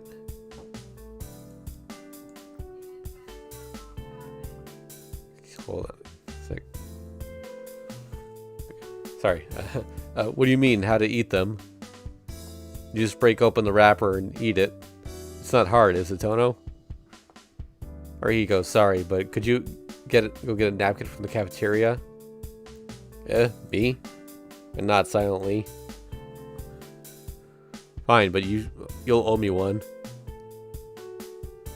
Arihiko runs off towards the school building again. Alright, give it to me. You open the bag here, like this. And you just bite into it. It's okay, but don't expect too much for the taste. Kohaku-san's cooking and this are like heaven and earth. Really, Nissan? I'm not kidding. Or what are you going to say? Don't tell me that even though you've transferred to our school, you can't eat our food. I don't want to think less of you. No, it's not that. It's just this bread. It's so good. I don't think I could get into my mouth. No one said you have to eat it all in one bite. It's bread, so you bite off a bit at a time. You'll get crumbs around your mouth, but Arihiko's bringing you a napkin to wipe it, okay? Yes. Thank you, Nissan. Saying so, Akiya starts to bite into the curry bread. I don't think there ever was a girl getting this nervous to start eating curry bread. It's a few minutes after Akiya finished her lunch. Arihiko's appearance doesn't seem to bother her, as they are engaged in pleasant conversation. So, Inui-san, you've been a friend of Nissan's since junior high school? Yeah, I've known him for about 5 years now. He's been a bothersome guy since the moment we met. Helped him out with all kinds of stuff, and before I knew it, he kind of grew on me. Arihiko, that's the wrong word. You should call it extortion. Whatever you want to call it, we're stuck with each other. Arihiko laughs. Yeah, kind of like how stuff sticks to the bottom of your shoe. I guess we both give each other a lot of trouble. I return Arihiko's laugh cynically. Somehow, Akiya seems to have trouble stomaching Arihiko and myself. Oh, by the way, Akiya-chan, can I ask you something? Certainly. If it is something I can answer. Well, I've been wondering for a while. Tono has chronic anemia, right? Was he always like that? The amazing thing about Arihiko is how he's so straightforward when asking awkward questions like this. Yes, Nissan has been anemic since birth. But other people of the Toll family have similar problems. His is not a special case. Really, Akiya? Yes, father suffered from manic depression. Divergent identity disorder, to give it its full title. That is very different from anemia, but okay. Yeah. What? Divergent identity? More commonly called split personalities. Though father's wasn't severe enough to cause muddiness of memory. I didn't know, but looking back on it, Tono Makihisa's character did seem to switch often from tenderness to brutality. So it's a medical condition. That old man. Looking at it like that, everything becomes clear. Before the accident, I always felt father was a tender man who kept his distance. But after the accident, Makihisa clearly hated me. Looking back, it may have been because of his condition. Our lunch break's over, Tono. Don't complain to me about it. Come on, Akiha, you should hurry back to your classroom.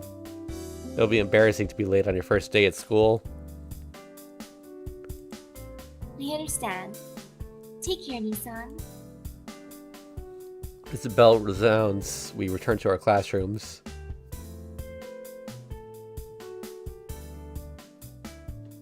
A full day of ups and downs finishes. Oh. Okay. Flowchart. Go to Akiha. That increases regard with her. Let's put a save here also.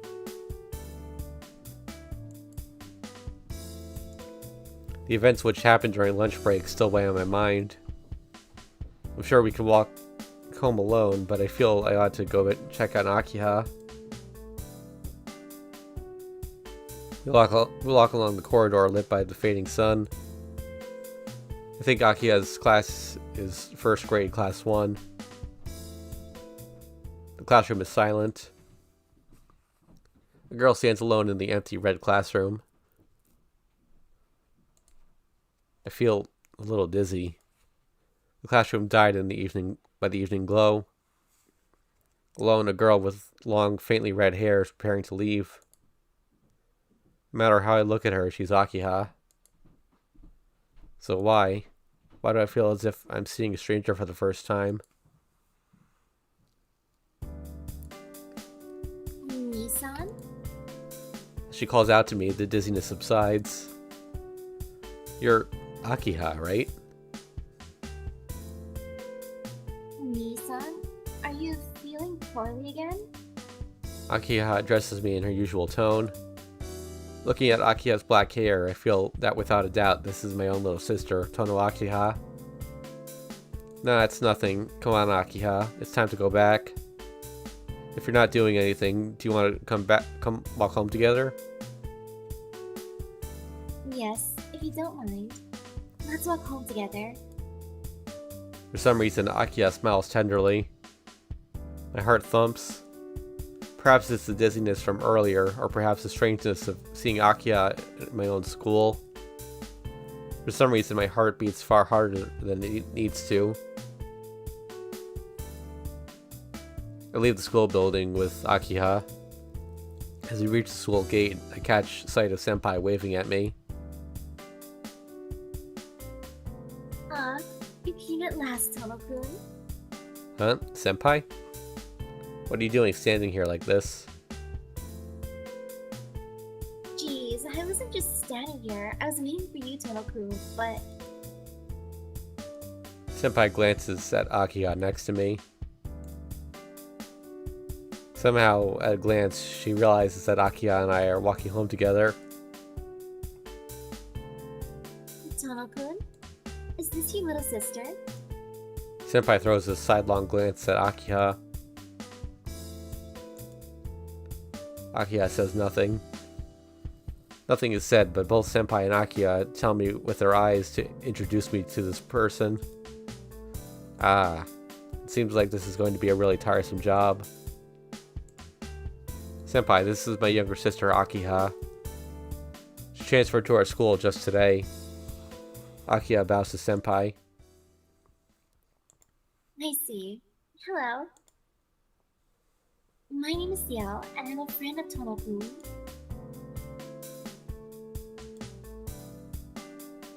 What is it? Senpai and Akiha just stare at each other, saying nothing. Senpai, you sounded like you were waiting for me. What's going on? Well, it just happened that I wanted to spend a little time with you, but since it's already late today, I'll leave it for another time. Bye, Tono-kun. See you tomorrow as well, Akiha-san.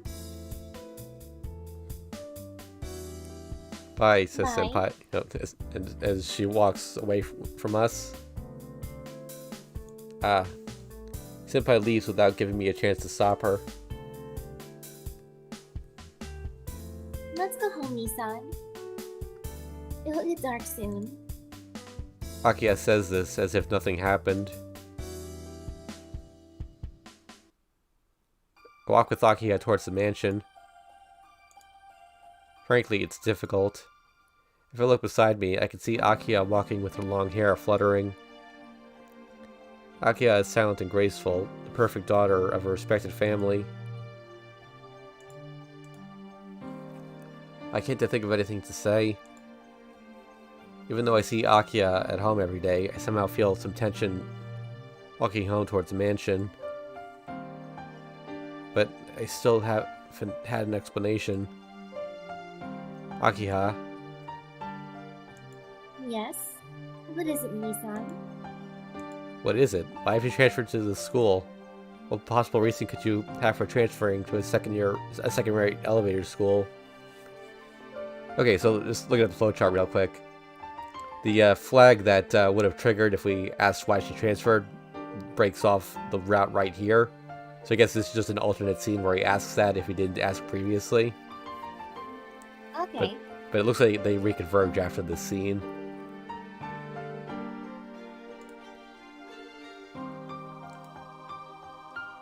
So you say, Nissan, but I can go to school wherever I choose. I do not need to explain myself to you. Don't be stupid, I'm your brother.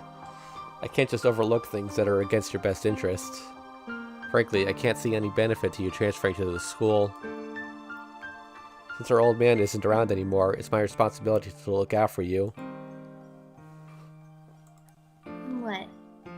It's not fair to say things like that at times like these. Not fair is my line. What were you thinking, transferring without even telling me? I won't accept this transfer until I hear a good reason. If I'm not satisfied with the reason, I'll send you right back to your old school. So tell me, Akiha, why'd you change schools? Akiha falls silent and looks down. A very brief moment later, she raises a brave face. I was worried about you, Nissan. Is that not sufficient? Is that not a sufficient reason? Eh? Hang on. What do you mean, worried about me? What sort of reason is that for transferring? Well, looking at your unruly behavior recently, I decided that in order to prevent you from disgracing the Toll name, I would have to keep a close eye on you. Akiha explains clearly. When she says unruly behavior, I can't help but nod. It's true, my everyday life since coming here has surely been an annoyance to Akiha and the others. But transferring is still a bit much, isn't it? What about your friends? That's none of your concern, Nissan. If you feel even a little bad for me, then all you have to do is change your ways of thinking from now on. Akiha turns sharply away. Well, this is just the way she is. Alright, do as you please, but one day you'll regret it. That's fine. I wasn't thinking of having you worry over me, Nissan. With a sound of exasperation, Akiha starts to sulk. We fall silent and continue towards the mansion. We arrive at the mansion. Akiha steps forward to open the gate, but as if remembering something, turns to me. Save down here?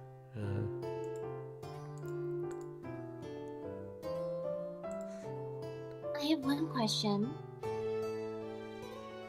How close are you to that person called Xiao, Nissan? Abruptly, she asks an extensively forward question. Not especially close. We're just friends from school. She feels like someone I can talk to. Really? Akiha says, turning away and going through the gates. We cross the courtyard and arrive at the door. As Hisui is not waiting at the gates and Kohaku is not sweeping the garden, there's no sign of either of them today. Ah.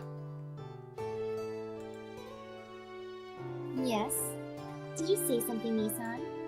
Well, nothing much, but I'd like to go take a look at the Japanese-style building you were talking about, if that's okay. The detached building? Murmuring, Akia's brow creases with concern. Please do not. It was sealed up many years ago. Nisan, even if you are not permitted, even you are not permitted to go there. Having stated this, Akia goes into the mansion.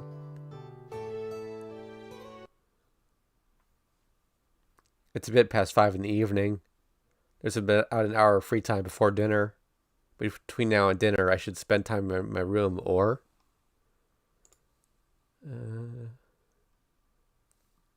Oh, great. 2 of these trigger flags. Okay, what is this mess of a... Oh, boy. Alright, I gotta parse this. Give me a second. Okay. Alright, let's see.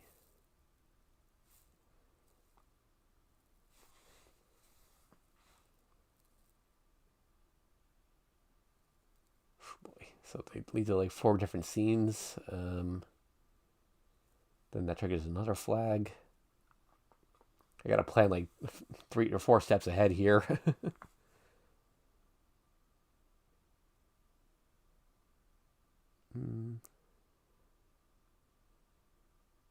What is flag? Oh, hold on a sec. Okay, so...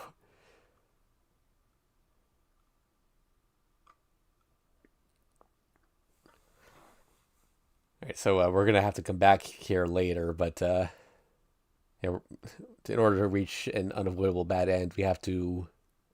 Actually, no, wait, no. Never mind. We can manually trigger that bad end, too. So, yeah, we don't need to trigger that at all. So, ultimately, this choice doesn't really matter. Okay. I mean, it'll lead to different scenes, but they'll reconverge. Man, sneaking around is tempting. Yeah, let's do it. Go to the detached building. It's bugging me how Akia said that. She said not to enter the detached building under any circumstances. The way she said it gets me more curious. Besides, if a Japanese-style room is only located there, I do feel like I want to take a look at it. I guess it's alright if I don't get caught. I silently apologize to Akiha and decide to walk to the exit quietly.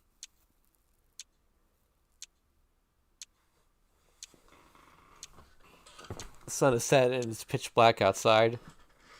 I walk through the woods, which seemed more like a forest. I don't quite remember where it was, but as I enter the forest, my mind feels automatically... My feet automatically head towards the detached building. Even if I forget where it was, I guess my body remembers how to get there. At any rate, I'm able to get to the detached building without getting lost.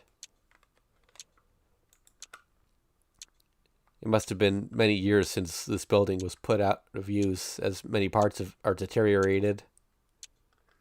As I put my hand on the door, I notice that it's unlocked. It's dark inside, as expected. I smell the tatami mats and the shoji, and somehow feel comfortable even though I can't see anything. As I enter the Japanese-style room, a chill runs through my spine. I know this place. I guess I came here as a kid since this Japanese-style room was interesting. But it's weird. I feel the same sense of incompatibility I had when I first showed my room. But it was first shown my room after I came back to this mansion. Maybe because the Arima's house was Japanese style. I feel like I've lived here all my life. Or maybe, if I recall, in the past, when we were playing in the yard, maybe it wasn't just me and Akiha. Ouch. I feel a pain in my neck. It might be anemia, but my body feels like lead. This is bad. I have to get back to my room. I shake my head lightly and decide to go back to my room before I really faint. Oh, hello, Shiki-san. What are you doing in a place like this? Kohaku-san suddenly enters the room. I look around to see what I can do. There's no place to hide. Besides, he's already seen me. Hey now, you can't come in here. Akiya-sama told us to never let you in here. Yeah, she told me today. She told me, but... You got curious? I understand. I'll let you go this time, but please don't come here again. This building is old and a bit dangerous. This building is old and a bit dangerous, huh? It's a weird reason, but it still makes sense. I'm sorry, but what was this building used for? You say it's not used now, but did someone use it before? Yes, this used to be the servants' residence. Before you went to the Arimas, this mansion had many servants. It was impossible to let all the servants live in the mansion, so Mahihisa-sama constructed this detached building. I see, this place was the servant's residence. It does make sense now that she mentions it. If you have a mansion this big, such a thing would certainly be needed. But why? Why is Akiya trying to get me away from this place? Shiki-san, we should go back to the mansion or Akiya-sama might find out. Oh, I'm sorry. I shake off the faint doubt remaining and decide to go back to the mansion with Kohaku-san. Dinner, as usual, is a quiet affair with just me and Akiha. Kohaku-san stands behind Akiha, and Isui stands behind me during our wordless dinner. The only thing different is the way Akiha is acting. Until now, whenever my tableware would make noise, Akiha would look up with a scowl. Today, however, Akiha makes quite a lot of clattering herself. In the end, is that me? Is that him? Yeah, I'm going back to my room. Please clean up my dinner. No, that's Akiya. Oh. I'm going back to my room. Please clean up my dinner. Saying so, she leaves the dining room behind. What's with her? She wasn't like that when we were walking back together. Isui says nothing. Kohaku-san collects the tableware, smiling as ever. And then, from the lobby, I hear the sound of someone falling. Akiha. Fearing the worst, I race towards the lobby. There, I see Akiha leaning on the stairs. Her breathing is irregular, and I can hear her wheezing from here. Her face is pale, and there are beads of sweat on her skin. I can see with a single glance that she's not okay. Hey, Akiha. Don't come near me. I stop. Leaning on the stairs, Akiha refuses me violently. What? Don't come near you? What are you talking about? I don't know what happened, but I can't just leave you like that. I'm fine. Just don't come any closer, Nisan. Akiha breathes heavily. Hey. My heart pounds. Akiha just breathes painfully. There's something wrong with me. For a moment, I feel it resembles the figure of Yumizuka Satsuki. Akiha. I'm fine, so please, don't come near me. If you come near me, there's no way I'll be able to, so don't come any closer. As long as you're not around, I'll be fine, so... With an audible sound, Akiha collapses once more. Akiya-sama? Kohaku passes me, running toward Akiha. She whispers something to Akiha and helps her up. With Kohaku-san's help, Akiha returns to her room. What was that about? I really don't understand. Akiha's tormented condition, telling me not to come near her, but she lets Kohaku-san help her. Shiki-sama. Hisui, what was that? Why was Akiha like that? At times, Akiha-sama lapses into sudden Dyspnea? Not familiar with that word. dyspnea. Just as with your anemia, Akiha-sama too is a member of the Tono family. Members of the Tono family do have such conditions. Akiha said that during lunch. It can't be. Akiha always seems so healthy. Akiha-sama tried her best to keep it a secret from you.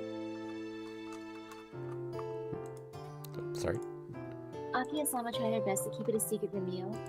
We were also ordered not to speak to Shiki-sama about it. Okay, so dyspnea is another word for shortness of breath.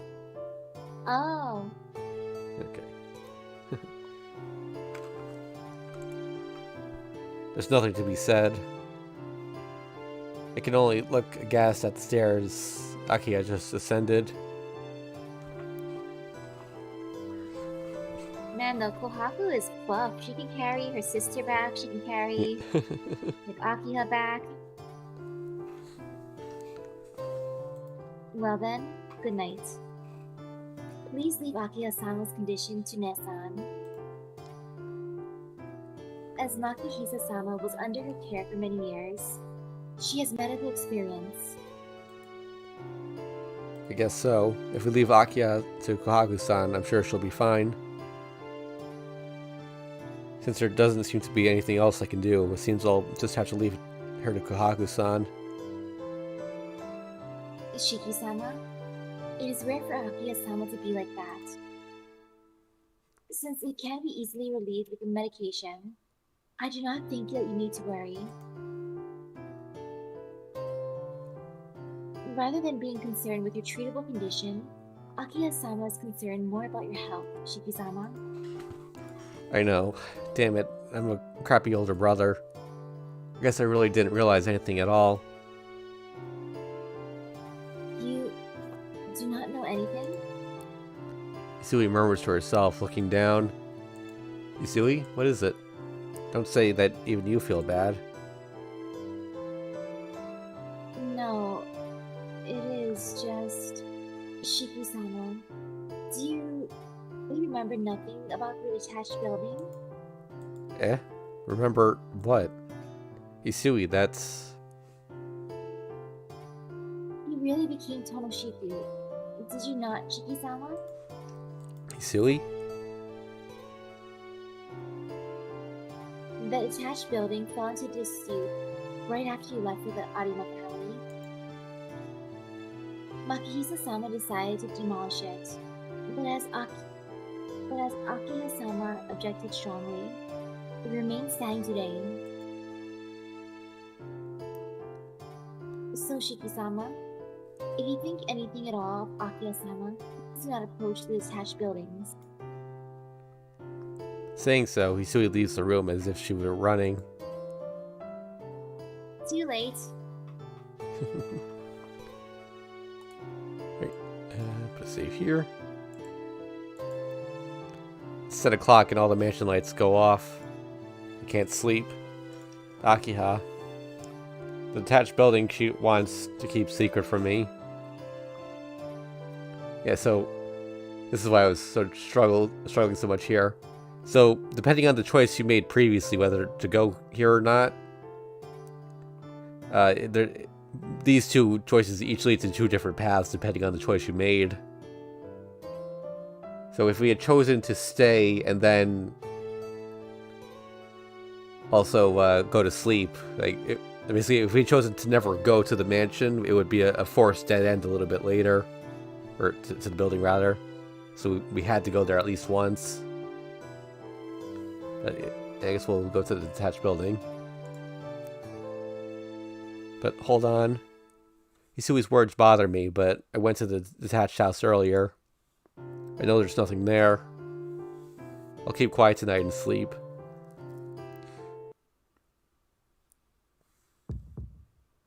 Hot. Hot. That's sweet. My throat, dry with thirst, hot. I can't sleep like this. I'll go and get a drink of water. It seems I went into town at night. Oh. How do you go from getting water to that? Yeah. It seems like I'm waiting with bloodshot eyes for someone to pass by. It is hot. Suddenly I see a face reflected in the window.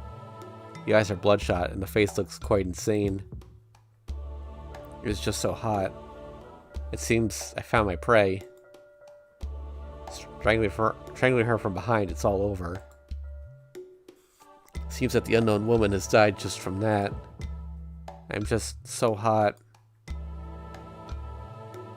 Taking the dead body, perhaps I bit into its throat.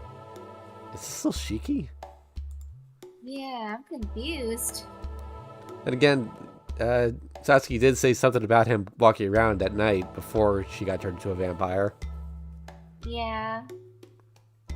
There's a gurgling sound. Drinking the blood flowing out from the reddened neck, my thirst is quenched. I don't understand. The sound of heavy breathing. Does this act really excite me so much?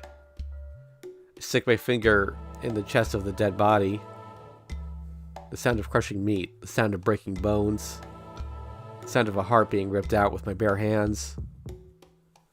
As I watch, my head fills with pure white. This, the ultimate pillage, the height of immorality. Just gazing at it, I feel hot. You might say it's negative pleasure, but for making one hot, it's still the same. You don't understand. Hot blood dripping from my mouth, I gaze up at the night sky, entranced. My long hair waves around. Okay, definitely not Shiki. It might be Shiki. Yeah. Above the spiraling sky, such a beautiful silver moon. And so, I don't understand. I'm just only hot.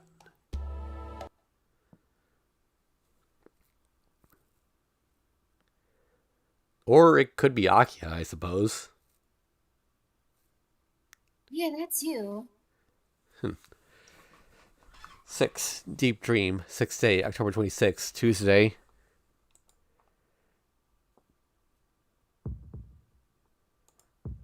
Unable to take it, I leap out of bed. I start to breathe heavily. I press my hand over my mouth and resist the urge to throw up. What was that? A dream. It was a dream. But what was that? Why did I have such a terrible dream of killing people and drinking their blood? I try and catch my breath. The thirst in my throat.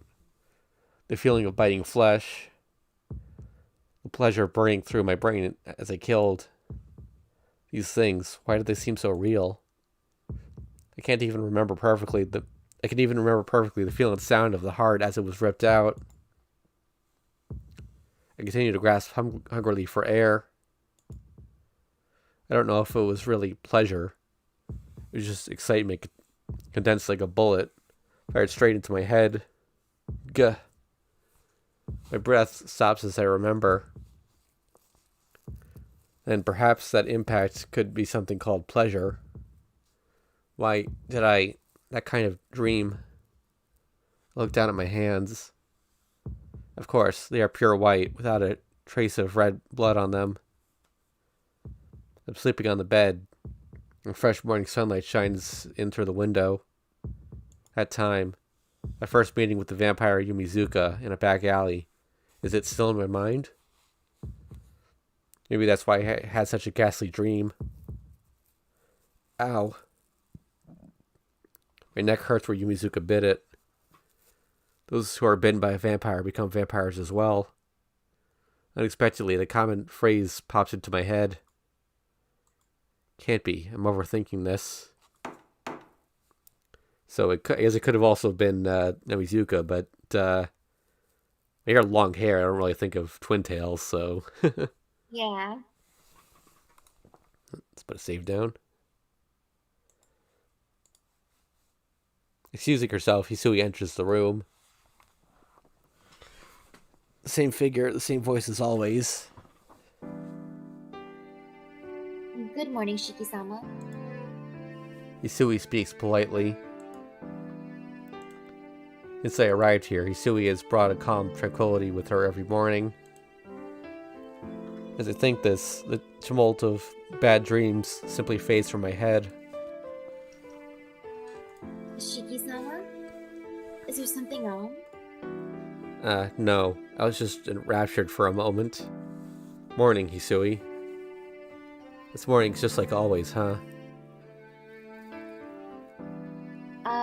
Yes. I'm sorry it's no better than usual. I don't mean it like that. I just feel since you're the same as always, today is as peaceful a morning as always. Alright, with vigor, I throw myself out of bed. I'll change and go up to the sitting room. You can go now. Very well. Please excuse me. Hisui leaves and shuts the door calmly. Right, stupid thoughts aside, I should go to school. Taking charge of my thoughts, I breathe deeply. It's 10 before 7. Like yesterday, there's no hurry today, so I'll...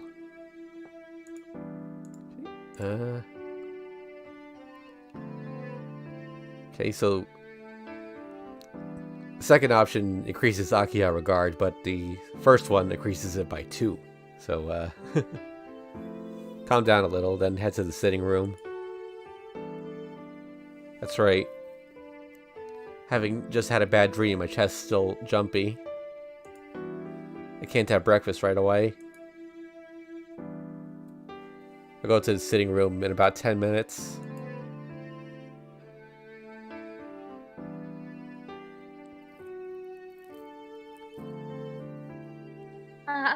Good morning, Shiki-san. Breakfast is already made. Seeing my face, Kohaku-san immediately greets me with a smile. Yeah, morning. Sorry, as always. I return the greeting and glance over at the sofa. And there's Akiha, looking like she has something to complain about. Morning, Akiha. You're up early again today. Good morning. You're up late again, Nisan. Looks like you've completely recovered, Akiha. I'm glad. She really does seem much better, mind and body. You're worried? It still seems like you didn't come to check on me even once. Hold on, Akiha. I did want to come watch over you. Don't you remember ordering me not to come near you? That was depending on the situation. I was having only a temporary fit, so you should not have really listened to what I said. Akiha's words are unreasonable. She seems to be in a bad mood this morning, so maybe she wants to yell at me for whatever reason. Shiki-sama, if you don't eat your breakfast soon, you'll be late for school. Crap, come to think of it, I was already running late. When I finish breakfast and return to the sitting room, Akiha is still drinking tea gracefully. Waiting for me. Is that the right explanation, I wonder? Akiha, will you be taking a car to school by any chance? No, wait a minute. To take a car to your school would be in poor taste. Even I can understand that. I guess it was that. After all. Well then, shall we go? This time we might have to run a bit, but it can't be helped.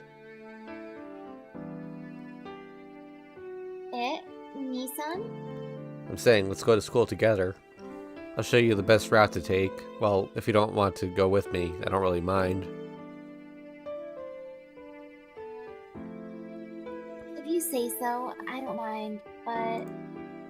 Then it's settled. Come on, you're ready, right? We'll be late if we don't hurry. Take Akia's hand from the sofa and pull her up. Hisui, we won't need to be seen off. We'll be back in school. I'll be back in the afternoon today, so take care. And so we come out of the mansion, descend the slope and run, and race onto school.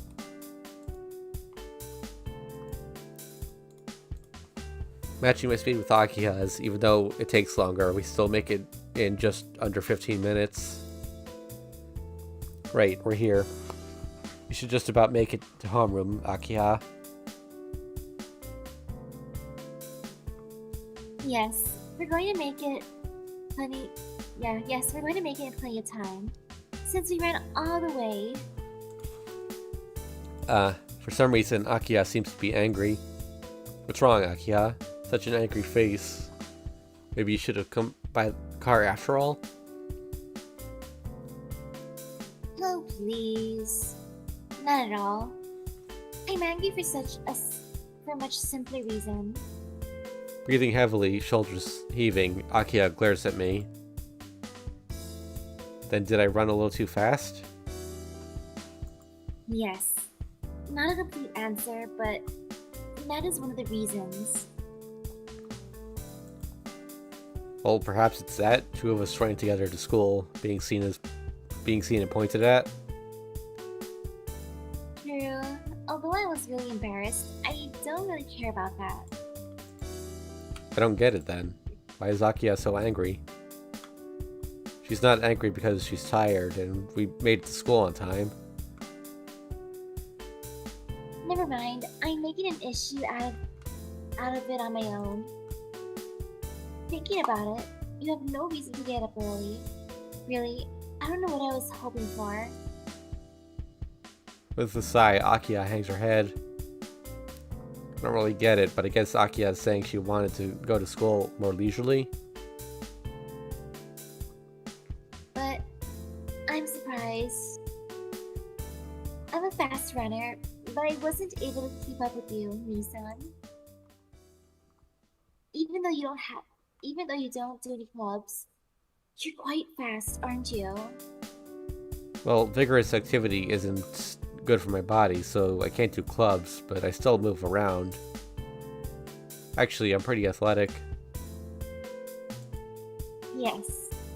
I heard from Hisui, but I wasn't expecting this. But I would still like to refuse going to school at such a pace every morning. Passing the main gate, we can't come to the entrance. Here, I part from Akiha. She goes to the 4th floor, and I go to my classroom on the 3rd.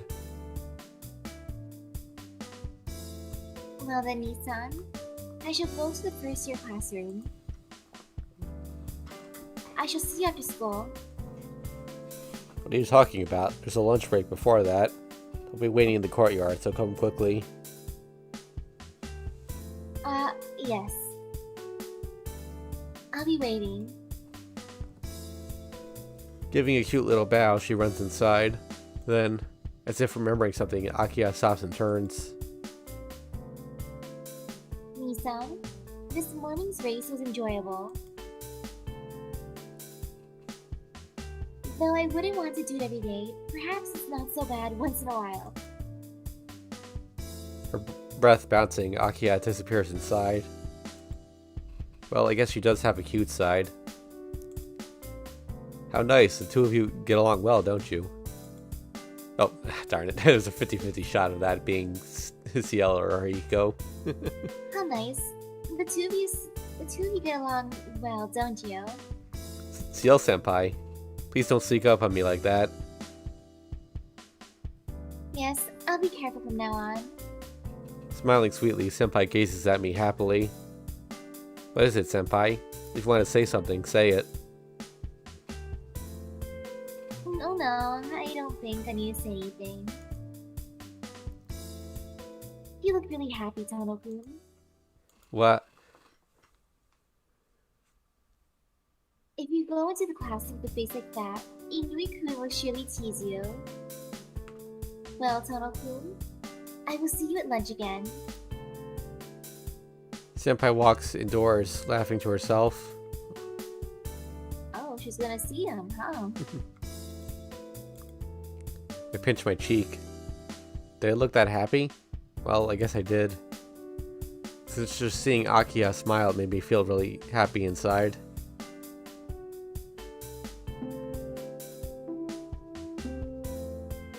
Fourth period ends. Lunch break comes and the school fills with noise. Right, Akiya should be waiting in the courtyard.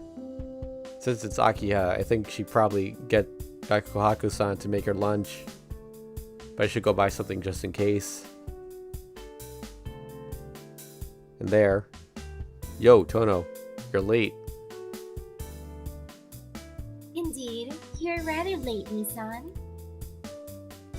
For some reason, it seems that Arihiko has come to the courtyard ahead of me and was keeping Akiya company. I was wondering where you've been all morning, Arihiko. I guess you've been here. Oh. I knew if I waited here after fourth period, it would be worth it. Arihiko boasts, puffing out his chest. If he's that happy, I guess I can't complain. So, Akiya, what'll we do for lunch today? Did you have Kohaku-san make you a box lunch? A boxed lunch? Never mind. I shouldn't have asked such a common thing. From the bread I bought, I offer her the best sandwich and strawberry milk. Here, today's lunch. It's better than yesterday, so eat it in comfort. Alright. Akiya timidly accepts the sandwiches and strawberry milk. I wonder uneasily whether Akiya will ever get used to having lunch at her school. Oh, nice, nice. Hey, Tono, nothing for me? Well, yeah, for some reason there is. I hand him a sausage roll and a suitable drink. Hey, what is this? Balsam pear drink? This stuff isn't even fit for animals to drink. Can't be helped, the rest were all gone today already. Well, there were some cactus mixers, but that's not what you would call a drink. Blech. Guess you still got a bit of compassion, Tono. I have loads for anyone but you. This makes us even from yesterday. Louis clicks his tongue in irritation. Arihiko puts the straw into the drink pack happily. I got a napkin for you too, Akiha. What a shock. Why is Akiha making such a face? What is it, Akiha? Is there a bug on you? It's nothing at all. I just thought Nisan and Inui-san seemed to be really close. Akiya-chan, you're giving us too much credit. Tono and I are best friends and bitter enemies, so just call us pals. Arihiko laughs happily, and Akiya looks at me as if wanting to say something. And then... You're all here then? Box lunch in hand, Senpai appears. Ah, it's Ciel Senpai. Today's the jackpot, right, Tono? Sorry, Arihiko, I can't be as easily pleased as that. That's because Akiya has a really scary expression right now. May I join you all for lunch? Arihiko nods eagerly. I don't mind, but No.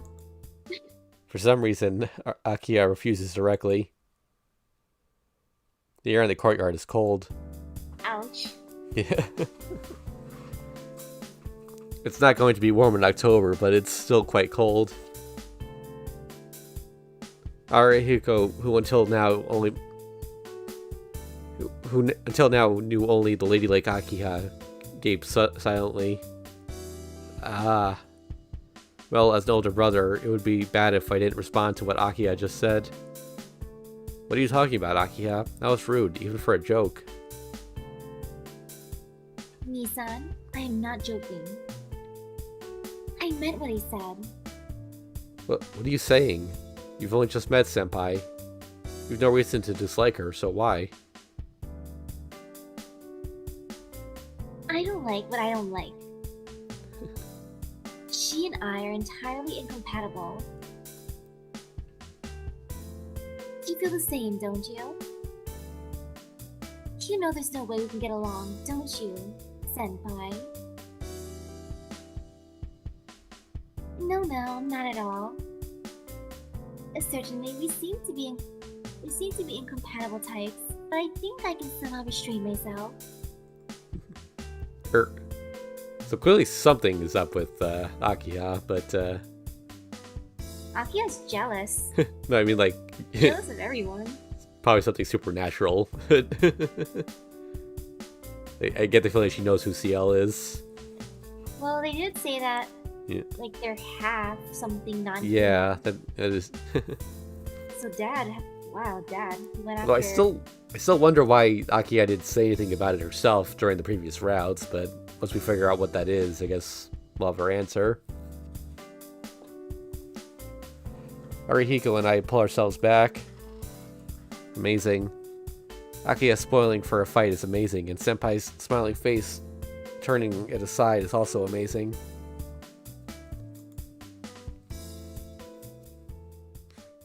So you're suggesting we merely counterbalance each other, then? To sum it up, yes, my business is not with you, Akiya-san, but with Tono-kun and Ayumi-kun. Sparks crackle between the two of them. It's like a face-off between a dragon and a tiger, as they used to say. At last, with the allegedly incompatible CL Senpai and Akiha, lunch began. But I never knew Tono-kun had a sister almost his age. I always thought Tono-kun was an only child. Huh? Didn't I mention that I had a younger sister before? Yes, I heard about a little sister living alone in a Tono mansion. What, so she already knew about Akiha? I did not know that Nissan's friends were like you either. When did you join the school, CL-senpai? Akiha-chan, Senpai's been here for 3 years. It's a shame that she graduates this year.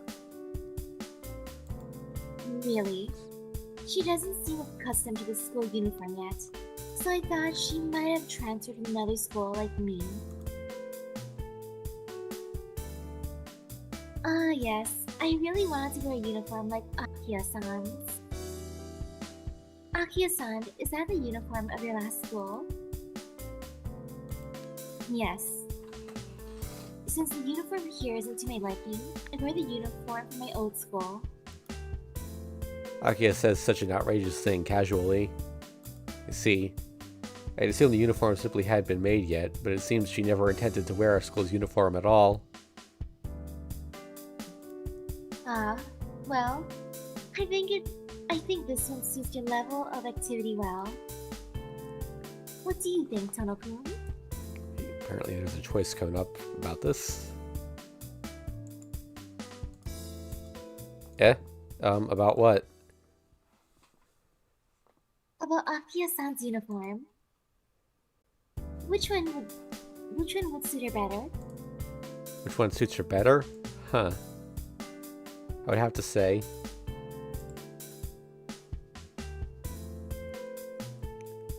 Okay, if we say the school's uniform, it decreases her regard, and saying her uniform increases it. Akiha's current uniform suits her better. I wonder. I think Akiha looks good as the way she is now. Since she has such beautiful hair, I don't think the bright colors would suit her. That's rare. Tono's praising a woman's appearance like this. First time, isn't it? Shut up. That's just what I think. I'm saying the sailor suit suits her, so I don't want her to be... I don't want her in a blazer. Arihiko grins at me. Ah. Damn it, Arihiko. Damn it, Arihiko got me. Glancing over, Akiha seems to be silently looking the other way. I see. No wonder Tono has no eye for women. Because after looking at Akiha-chan every day, the girls at her school must hardly compare. I'm sorry, Inui-kun. My hand slipped. Okay, I'd like to point out that Shiki doesn't know that they're not blood related yet. Yep, and neither does Inui. Yeah. Unless he has a special sense.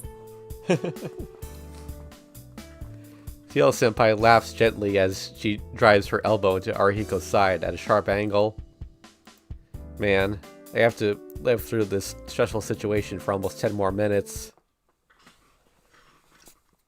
Well, Shiki, this is what you get for attracting a harem. School ends. Let's go meet Akiya at the first year classrooms. But just as I leave the classroom, I run into her. Nissan, you going somewhere? No, I was just on my way to get you. What about you? Are you on your way anywhere? No, I just thought I might go home with you, Nissan, so I came here. You see, it's lucky we didn't miss each other. Well then, let's go. Kohaku-san and Hisui are waiting. You're right. Let's go home, Nissan. Oh, that's right. There's a question I've been wanting to ask you, Akiha. A question for me? Yeah. Why did you have that dislike for Senpai? Did you know her already, by any chance? No, I met her for the first time yesterday. My dislike for her is simply psychological, so you don't need to worry about it. Psychological? What do you mean? I mean, I can't control how I feel. It's the same way as how you felt about father, so please don't worry about it. Hold on, Akiha. I just disliked the old man. I didn't hate him. I don't hate her either. I suppose I exaggerated things today. I'll reflect on it, so please look leniently upon the affair at lunchtime. Right. I guess that's okay then. Well, I guess it might not be a problem.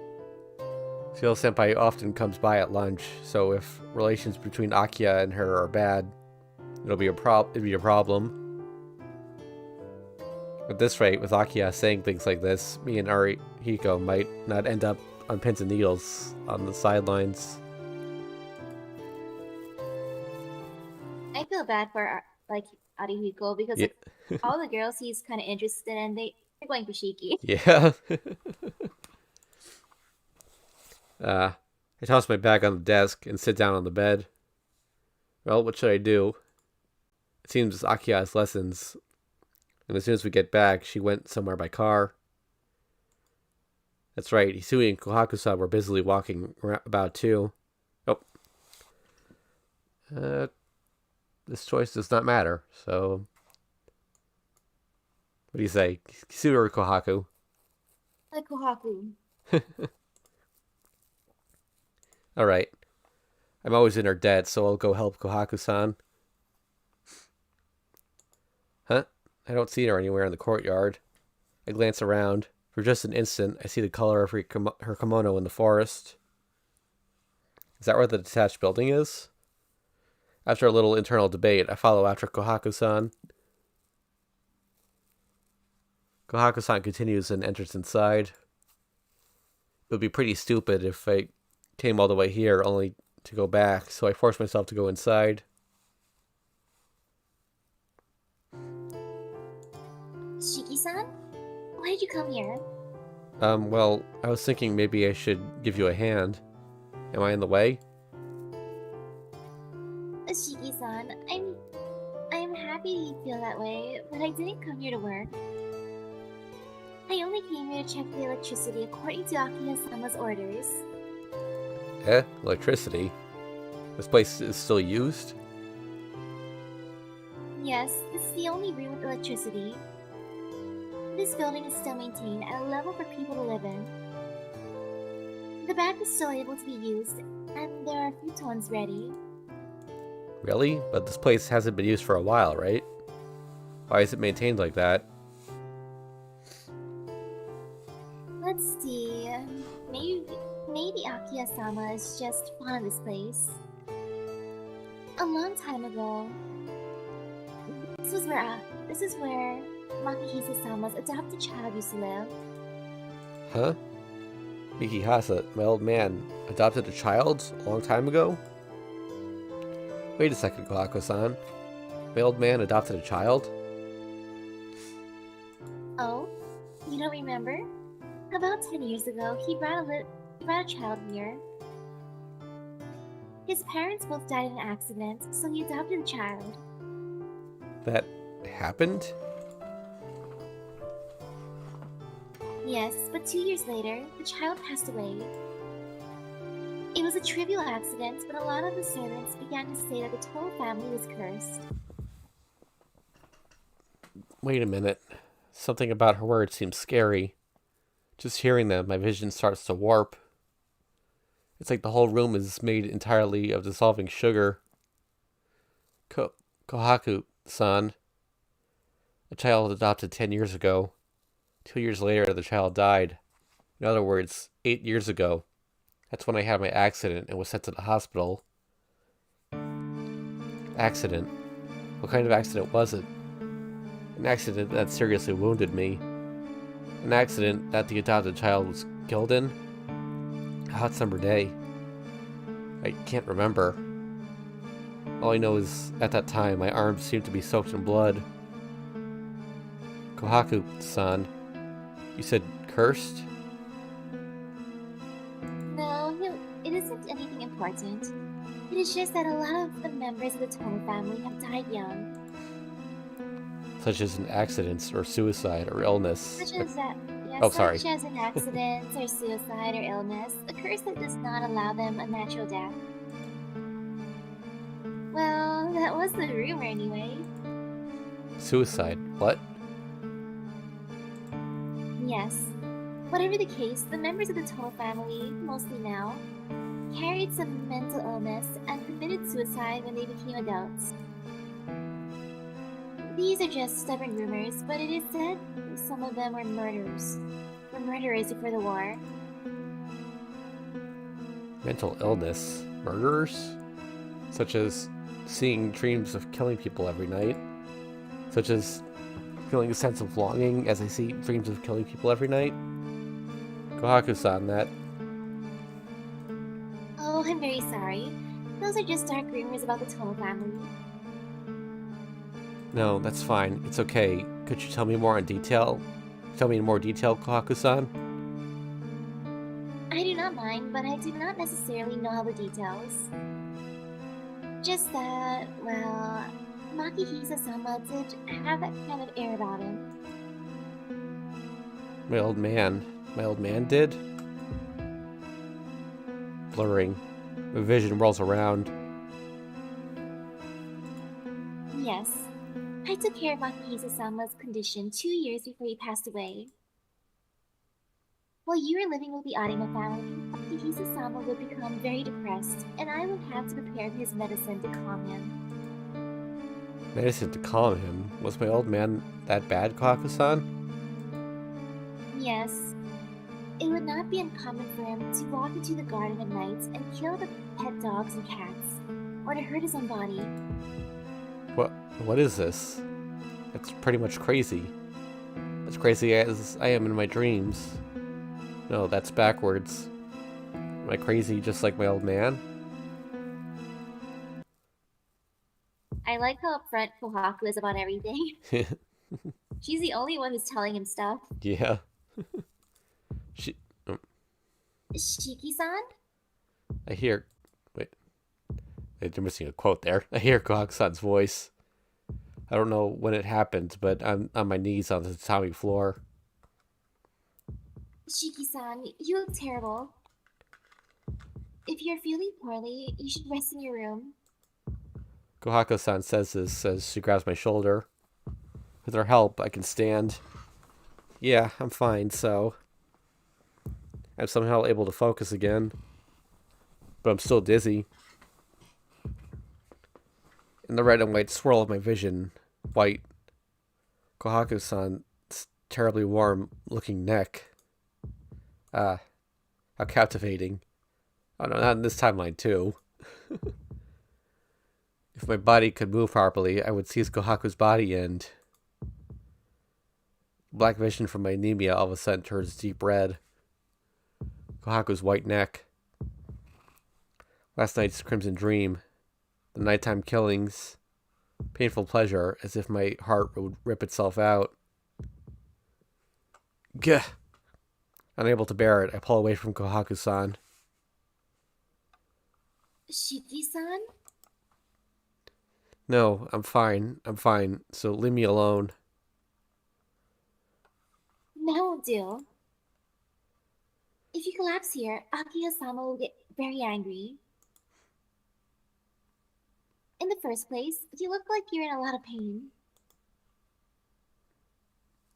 Kohaku-san says this and draws closer. This isn't good. It's scary. If she comes within reach of my hands, I'm afraid I don't know what I'll do. I'm fine. Just leave me alone, Kohaku-san. I can't, Shiki-san. Please calm down. Please stop. It's dangerous if you come near me. I told you not to come near me. Why? Why won't this woman listen to me? Why? Why are you getting in my way? Why are you like this? Not doing what I want you to. Shut up. Don't you understand I'm telling you to get away, Kohaku? Yeah. Thud. A thick sound. Kohaku slams into the wall, her face distorted in pain. Ah. Her expression causes my sanity to return. The dizziness fades quickly. After just a moment, all dizziness disappears, leaving only the feeling of guilt. Sorry, what was I... It is okay. Please do not worry about it. I only provoked you when you were in a bad mood. She gives her usual smile. You are no longer pale and seem to have recovered. Shall we continue our conversation? No, that's enough for today. Sorry, Kohaku-san. There's something wrong with me. Oh? You're a man, so I don't think it is unnatural to be a little rough. There's this thing called an abusive relationship, Kohaku. Oaku, you're my favorite. Do not do this to yourself. In fact, I think you are usually too calm, Shiki-san. She says that, smiling. Seeing that smile makes my chest hurt. Kohaku-san trusts me. But what was I about to do to her just earlier? Like you say, Kohaku-san, I'll go back to my room. I really am sorry about earlier.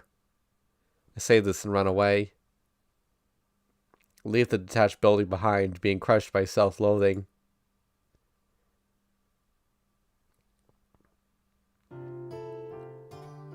After dinner, I return to my room. I collapse on my bed and remember Kohaku-san's face. I don't understand why I felt that way and why I did that. Back then, looking at Kohaku-san's neck, I was lusting. Just like in last night's dream, I wanted to bite into her neck. But I can't even think about that right now. Last night's dream and myself a while ago. I feel like there's something inside me that isn't me. I touch my neck. Those who are bitten by a vampire become vampires in turn, they say. That's stupid. I'm walking around in the daytime after all. Yes, it's impossible. It was just dizziness and my fading consciousness contributing to the imagination.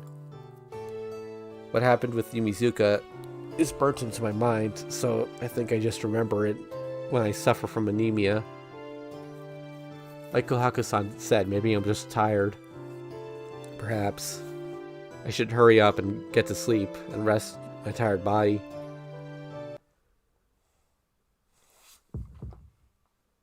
Hot. Hot. Hot. My body, once aroused, can't be calmed with something like sleep. So, tonight too, I shall relieve my thirst. It seems I went into town at night. It seems like I'm waiting with bloodshot eyes for someone to pass by. Again, suddenly I see a face reflected in the window. The eyes are bloodshot, and the face looks quite insane. The stream, again. It seems I found my prey. I bring it down without a chance to scream, without even realizing it had died. I'm seeing this nightmare again. Taking the dead body and the sound of biting into the throat, a gurgling sound. Drinking the blood flowing out of the reddened neck, my thirst is quenched. The same scene as last night. Getting bored with just blood, I take the hand of the dead body and bite off the fingers one by one. The same scene as last night. Getting bored with just the fingers, I take the limbs off the dead body and bite them off one by one. Same scene as last night. Then an obstruction appears. I throw the dead body aside and jump.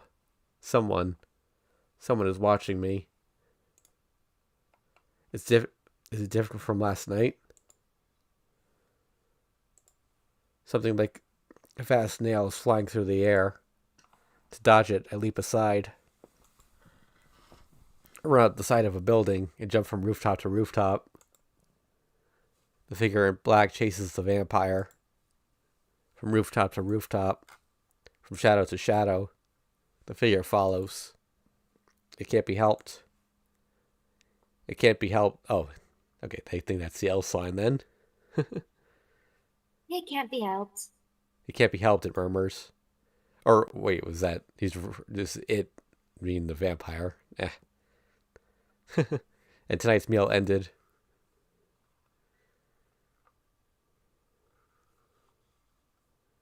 Seven, Deep Scar 2, 7th day, October 27th, Wednesday. Put a save down here.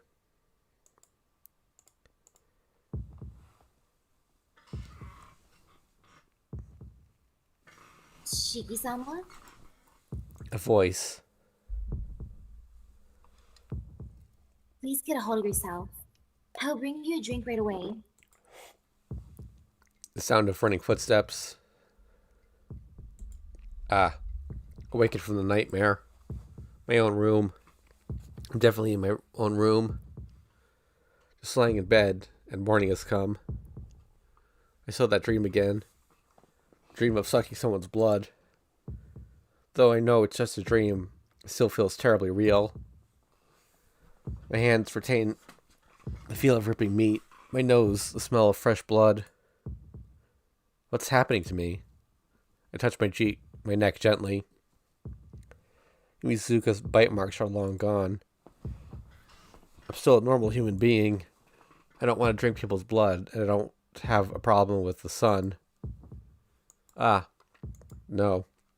Yesterday, what did I think when I saw Kohaku-san's neck? Her white neck. From the bottom of my heart, I wanted to drink the blood flowing in there. What am I thinking? No, I'm just tired. I still haven't forgotten what happened with Yumizuka. I'm not a vampire. I'm still a normal human being.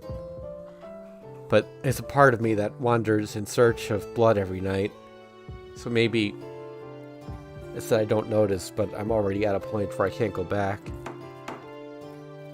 Sui? Sui enters with an urgent expression.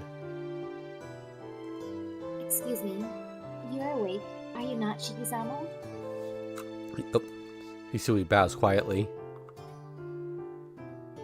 Her pure figure is so much the opposite of my earlier dream, it makes the uneasiness in my chest go away. No, don't worry, I was up already. Morning, Hisui. Thanks for coming to wake me up again today. Yes, good morning. Bowing again, Hisui approaches the bed. I have brought you a drink.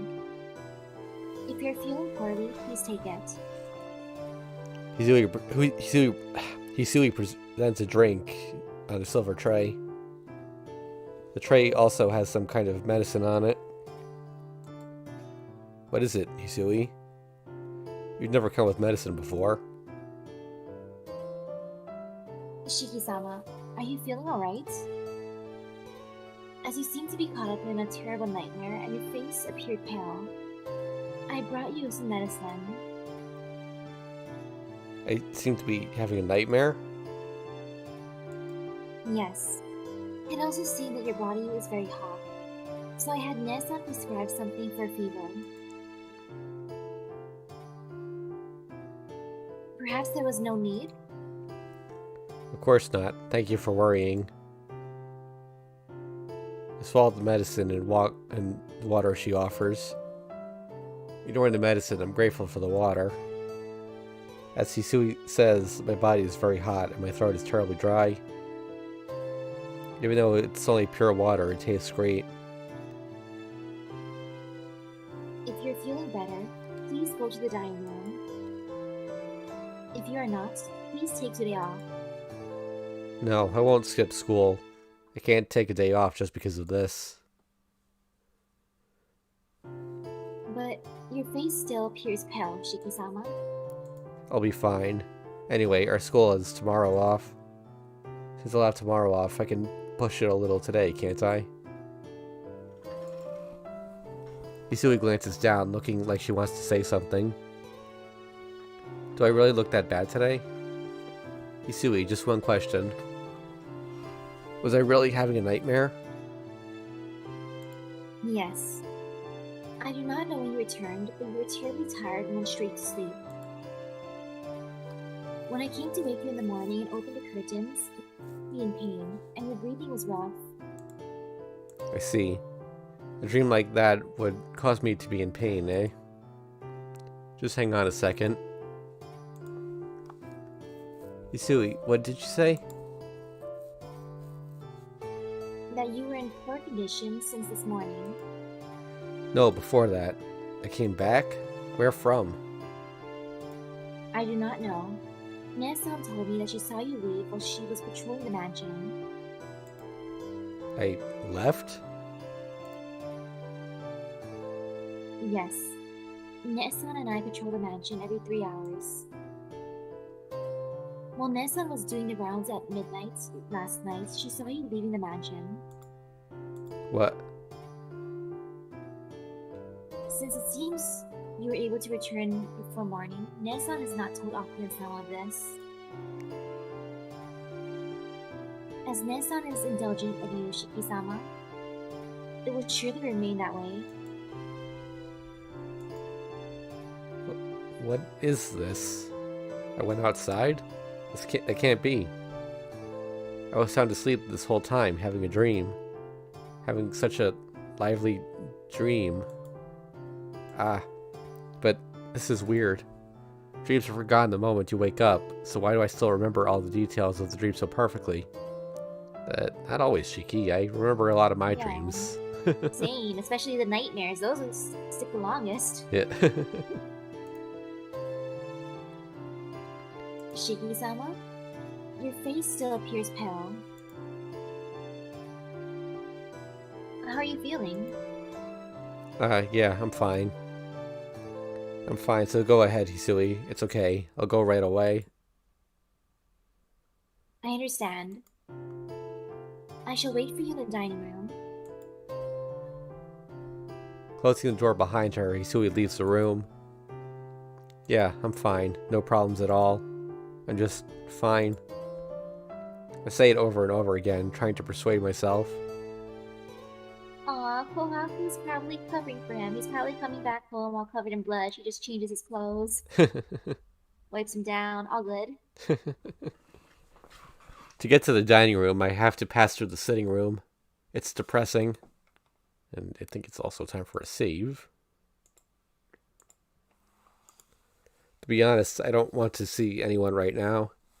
Hisui and Kohaku-san and Akiha. I'm not sure I can act normally. I'll...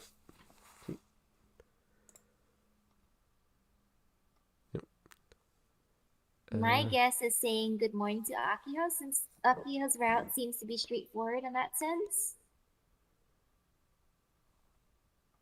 Oh, weirdly... Wait, what? Why am I... Okay. Or is it not straightforward this time? So, alright, so this choice is going to lead, like, directly into another choice, so it doesn't really matter. But, so I can at least say good morning to Akiha.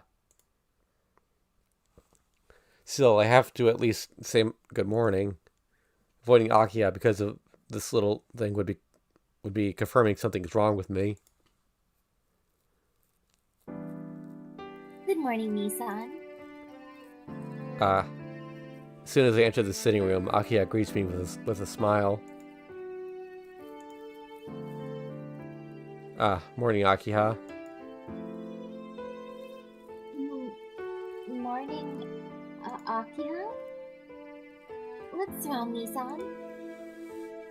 You seem really depressed. I just had a bit of a bad dream, but you seem to be in a good mood. Did something nice happen? Yes, quite. You got up early. Perhaps we might be able to go to school leisurely today? Having time in the morning always puts me in a good mood. I see. Well, I'm glad, Akiha. As I answer, my chest hurts. I might not be a person that deserves to be smiled at like that.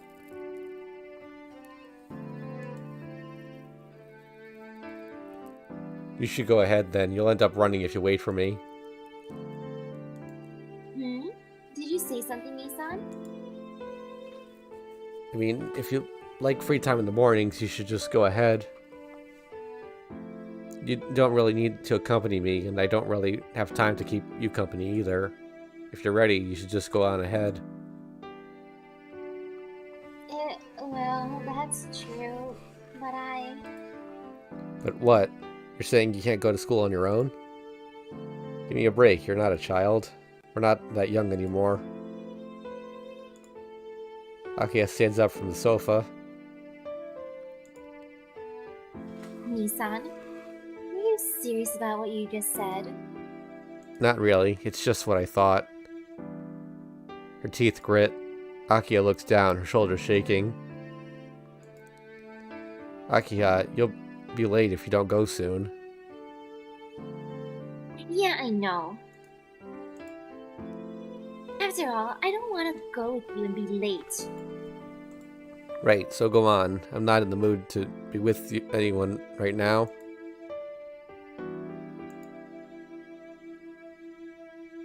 Akiha rushes out.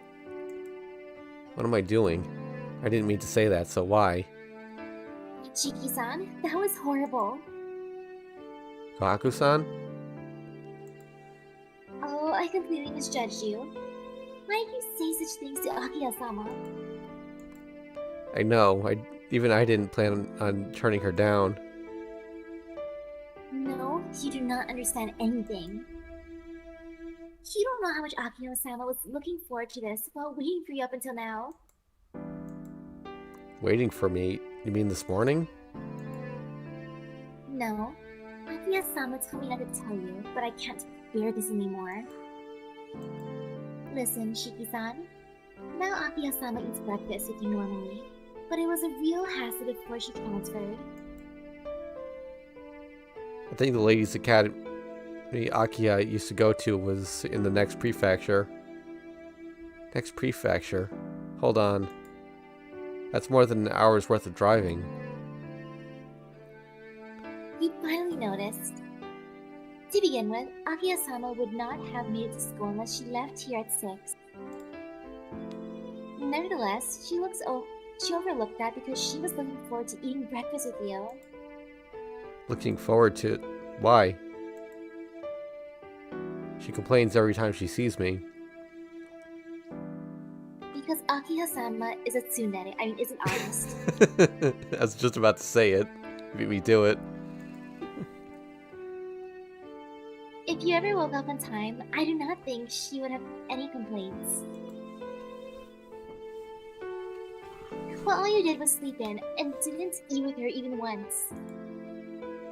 But Akiha-sama told me just seeing your face in the morning is good enough, and she never told us to go wake you up. Now do you understand? If you do, can you please apologize to Akiha-sama about earlier? I was going to do that already, but I don't get it. What do you want me to do, Kohaku-san? No, don't think too hard about it. You just act normally. But Akiha-sama isn't direct, so I just wanted you to be more considerate of her. Act normally. I think that's the most difficult thing for me to do right now. Oh, and all this is a secret. If Akiha-sama finds out I told you this, I will get into trouble.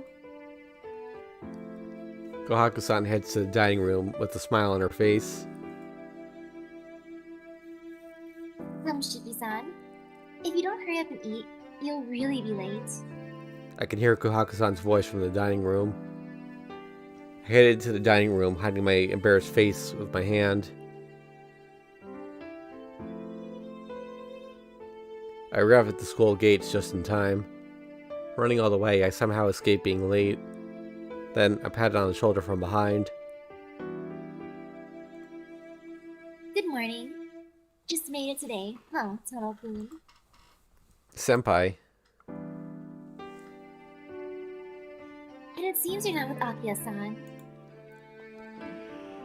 Perhaps you overslept? Something like that. I had a bit of a fight with Akiha. Oh, it's no good for siblings to fight. Tono-kun, you're the older brother, so you should go and apologize later. You're right. We're in the same school, so I should go and apologize before lunchtime. On top of that, it was my fault to begin with. I sigh. Certainly my problems with Akiha are important, but I should worry about my own troubles for now. Last night's dream. Even though I knew I was asleep, I seemed to have wandered out at night. Tono-kun, what's wrong? Are you worried about something? Senpai stares at me with concern. I'm grateful for her concern, but I can't rely on her for this. Just a bit, but it's my problem, so I'll work it out. Thanks for worrying, Senpai. Really? Well, if it's something you can't solve on your own, I'm always here to help. I'd be happy to do whatever I can. Yeah, if I'm in real trouble, I'll ask you then. As I speak, the morning bell begins to ring. Well, Senpai, later. Yep, I'll see you at lunch. Leaving Senpai standing leisurely as the first bell rings, I rush in the doorway.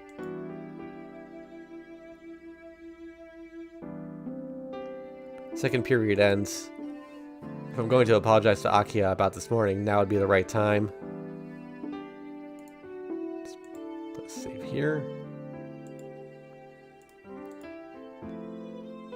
Alright, so if we apologize, we increase regard with her. So do that. Go to Akiha's classroom. I go up to the 4th floor. Akiha's class is first year, class 1. I speak to a student leaving the classroom and ask her to call Akiha. Tono-san, your brother's here. The girl I stopped calls out to Akiha quite directly. Tono-san, your brother's here.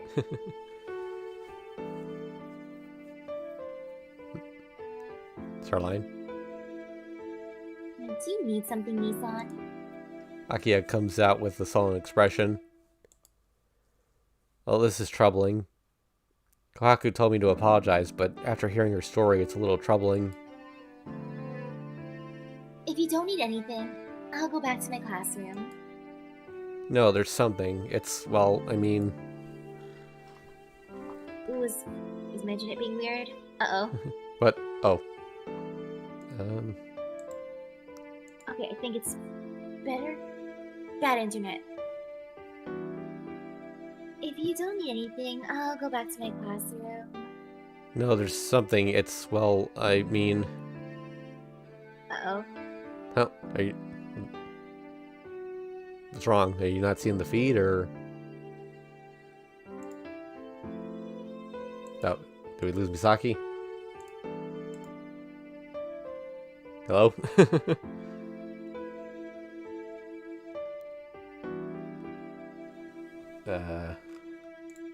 Things seem fine on my end, so I guess... Oh. Okay, now I can hear you again. Should we restart our call, or, Alright, I think it's fine now. It's kind of weird, though, because it was working up until now. Yeah, I mean, Probably. you seem fine on my end. I don't know what's going on your end. Yeah, I couldn't hear. But I can hear you. Okay. No, there's something. It's, well, I mean... What is it already?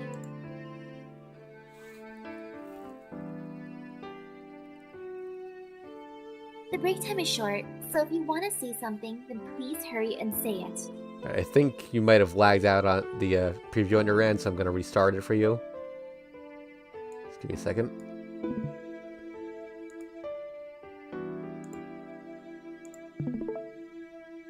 Okay. Well, it's just... Alright already. I've come this far, so I can't be shy about it. I'm sorry about this morning.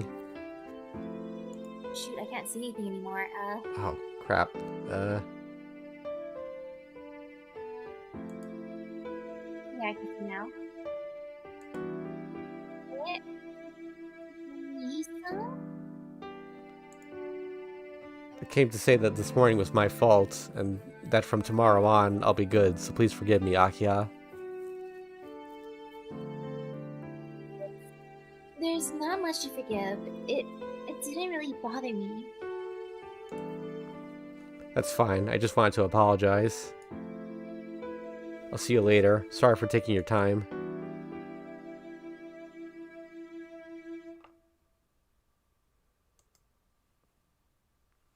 You, still not seeing it?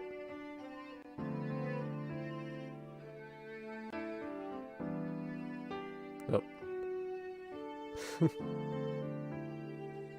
If you're not hearing Misaki, are you, What the heck is going on? Let's try restarting our Discord call. Yeah, that might help. Alright, so...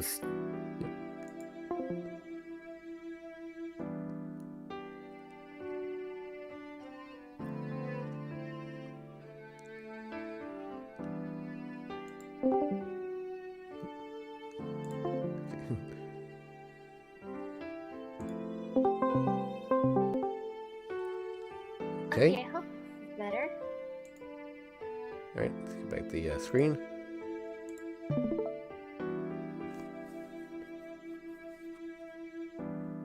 can see the game. Perfect. Okay. Hey, Nissan. Akiya calls after me. But right now, I'm too embarrassed to even look back, so I run straight back to my own classroom. It's lunchtime. Since I just went and apologized to Akiya, it feels kind of awkward to have lunch with her. However... Yo, Tono. Let's hurry up and go to the courtyard. Akiya-chan's waiting, says one guy. Besides, I can't leave her by herself. I let out a big sigh and leave the classroom with Arihiko. Akiya isn't here yet. Since Senpai will be coming soon, I guess we'll eat on the grass instead of on the bench.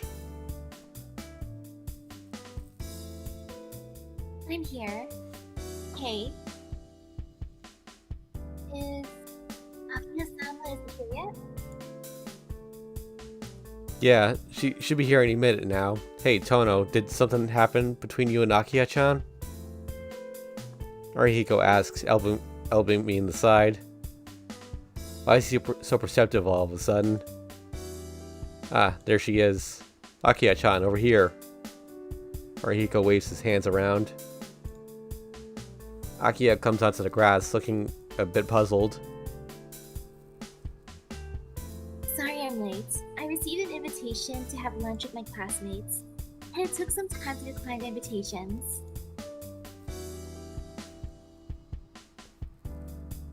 Don't worry, we just got here too. Here, sit here. Arihiko pats the grass.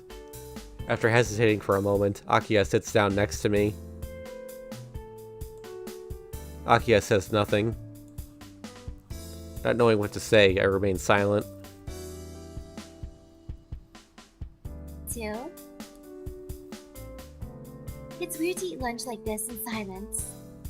I know that, I just don't know what to say.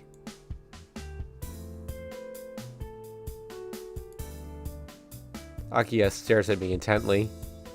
And then... It's lunchtime, isn't it, Nissan? she says something terribly normal. That's right, it's lunchtime. It would be bad not to eat anything at lunchtime.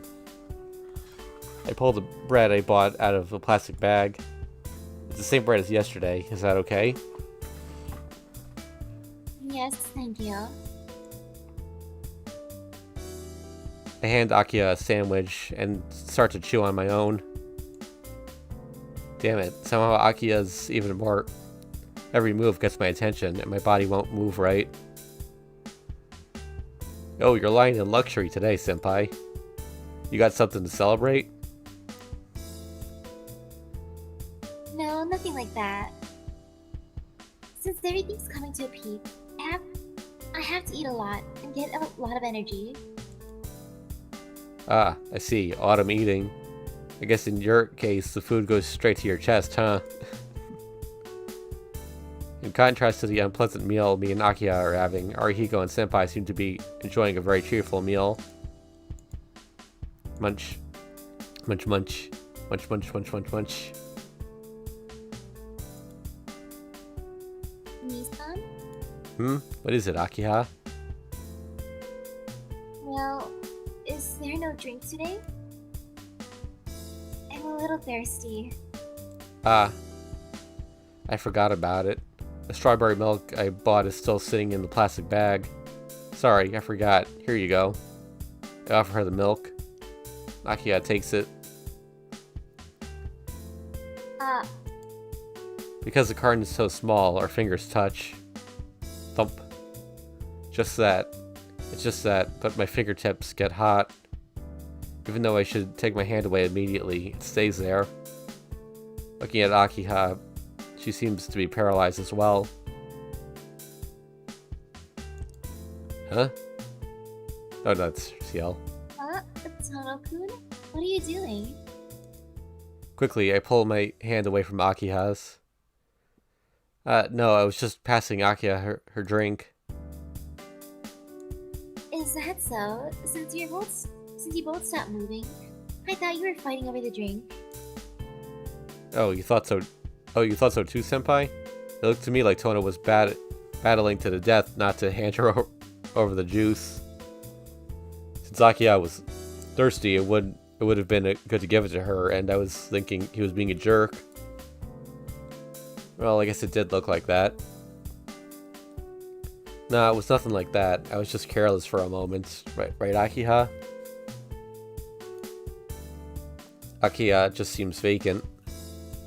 The expression is so unlike the Akiya I know. I'm dazzled for a moment.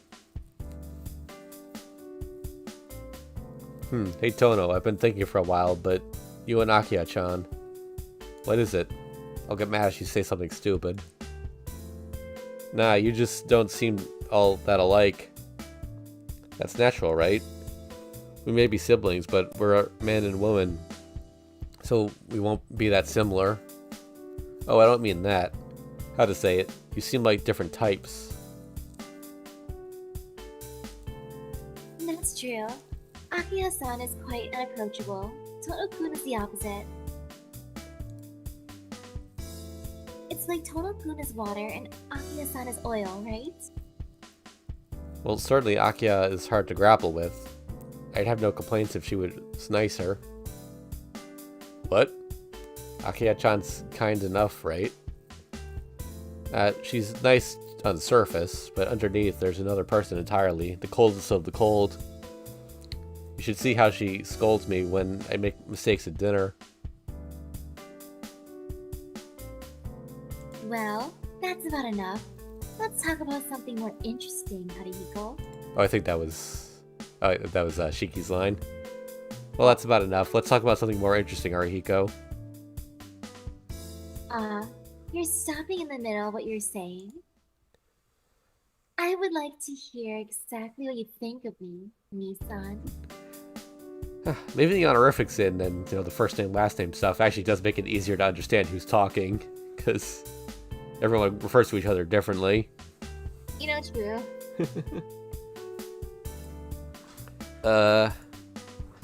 Akiya's gaze is painful.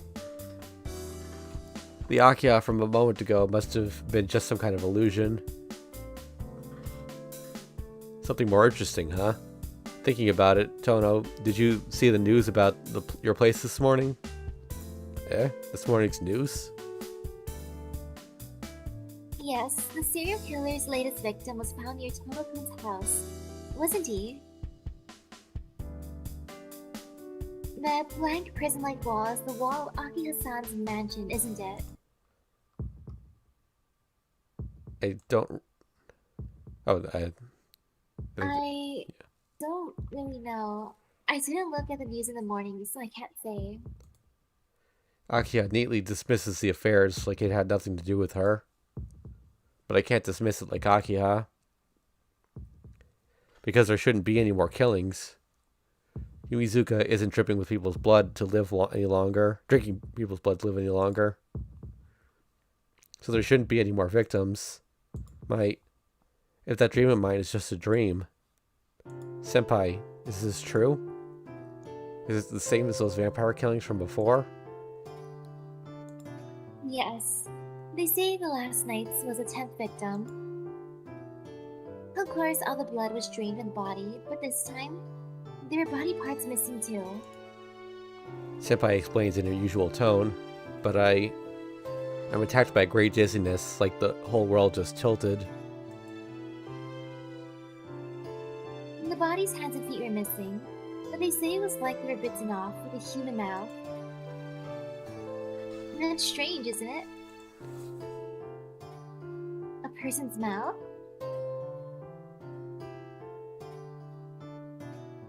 It's impossible to bite off human body parts.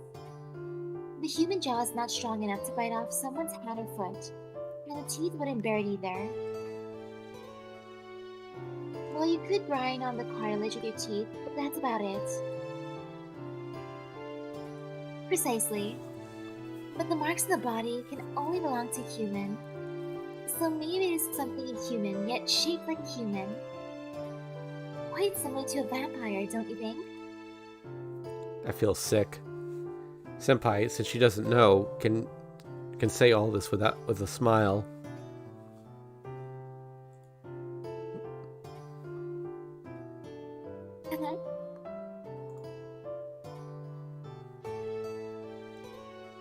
It's Ciel. Okay, Akiya-san? Have I said something funny? Yes. Since it was so funny, I laughed in spite of myself. Jeez, it's no laughing matter. Last night's victim was found near your house. I'm sorry if I was impolite, Senpai. But I didn't think you were a person to give such flights of fancy. Well, Senpai, perhaps you could tell us what you think about the vampires. You mean the vampires and legends? No, I mean your image of the vampire as a serial killer. Ciel Senpai is lost in thought. Well, I don't really want to hear Senpai's answer. I'm terribly interested in spite of myself. Really? The couple is just a person. I think he just has qualities and values different from others. From ours. I think we take those characteristics that cannot be distinguished by common sense and try to understand them by using the label vampire. In other words, Senpai believes a vampire is someone with a mental disability or a psychosis that prevents them from telling right from wrong. Yes, you don't have to use the term vampire, but anyone outside the customs of society is disowned by those within society, as society cannot understand the person's character. That's the defense function of ordinary common sense, isn't it, Akiya-san? You've thought about this a lot, Senpai. But it's difficult, isn't it? By your thinking, vampire cannot be said to have committed a crime. After all, the vampire has no qualms about his own conduct, does he? If there has been no crime, how can he be punished? Indeed.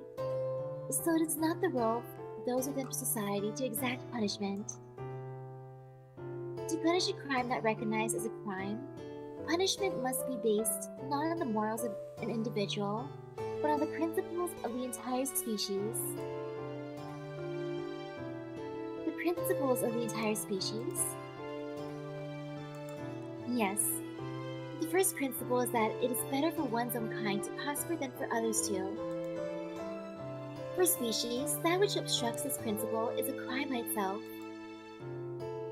Even if Vampire-san does not view murder as a crime, for the human species, it is not the murder, but the existence of the vampire itself that is a crime.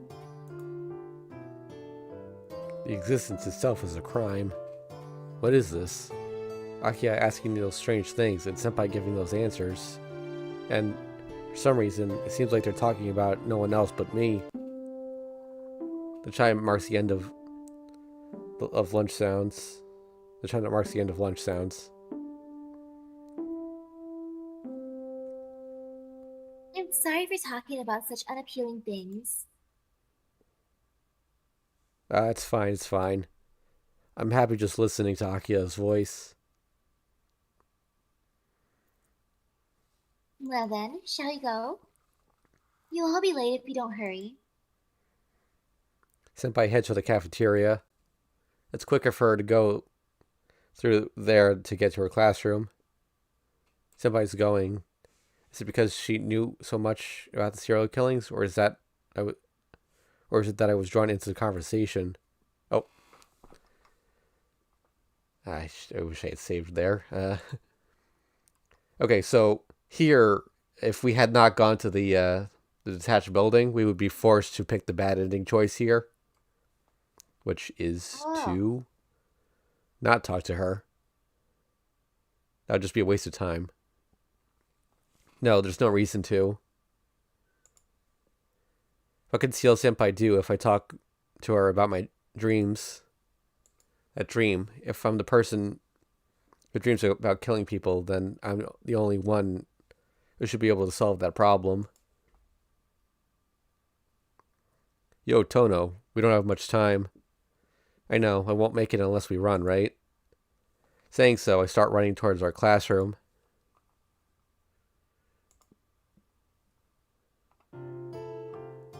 School is over now. I was confused about myself and Akiha, but today is about to end. Should I go back?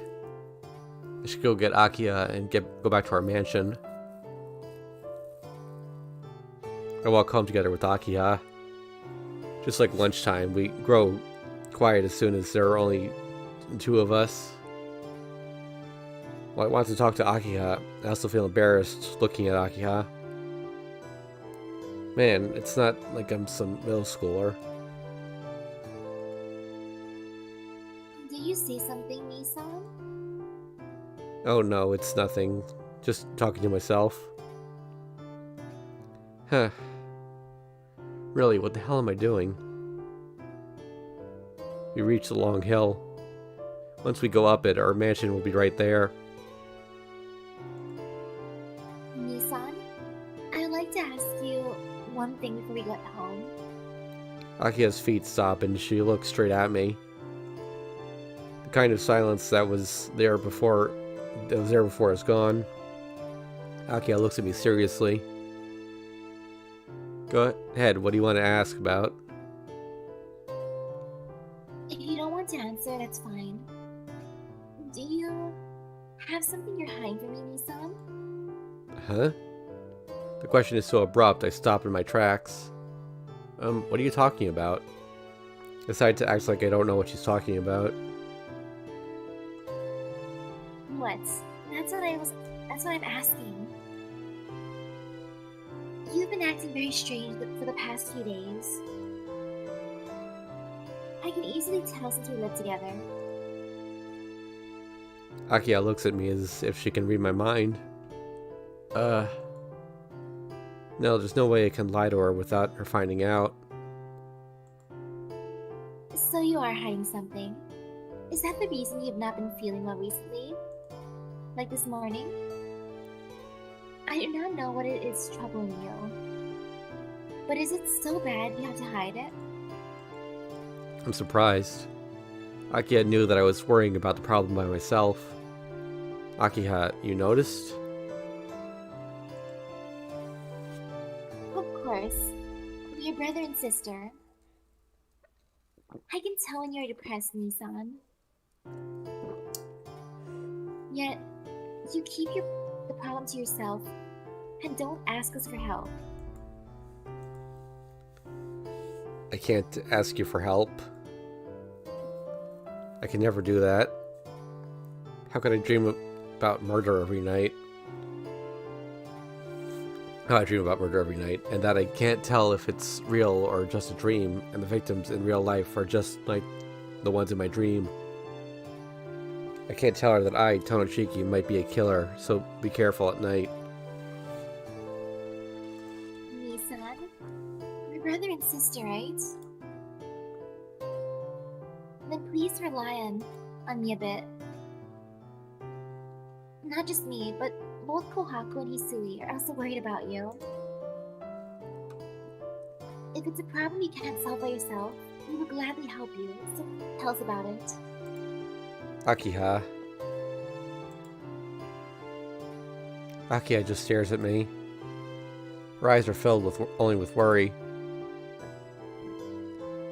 Akiha is not complaining to me for hiding something from her, but she is trying to help me solve my problem. That's why I can't tell her. Tono Akiha's brother might be a killer. Those words would never come out of my mouth. Don't say stupid things. I'm not hiding anything and I don't have any problems.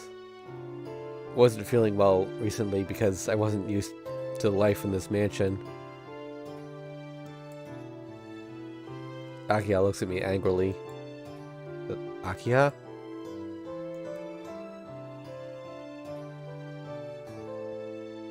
I understand. You won't listen to me, even after all that I said. If you can't trust me or Kohaku or Hisui, then there's nothing more I want to say. Akiha breathes out and looks away. No, that's wrong, Akiha. It's not that I don't trust you guys, but... I don't want to hear your excuses. If you like secrets so much, then do what you want. Akiha screams at me and runs up the hill. I could not chase after her. Even if I chased her, I would not be able to tell her anything. Then that means it doesn't matter what goes on. I do not trust them well enough.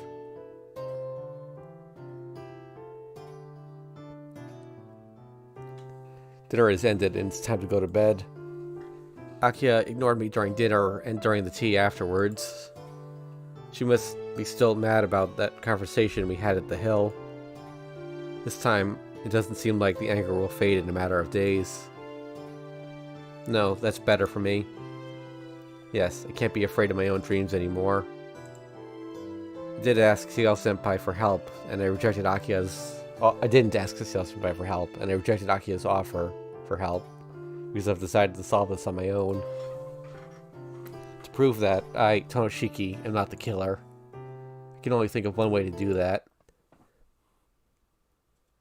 I turn off the lights in my room and put the knife in my pocket. Let's go. I leave the room, trying not to make any noise. To prove if I am a killer or not. I don't even have to think about it. I just have to look around town at night and find the killer, which isn't me.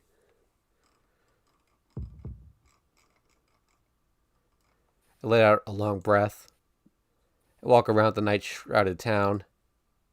I put a right hand in my pocket, feeling the knife in there on my fingertips as I walk around town. I breathe quietly as I walk around, trying not to draw attention.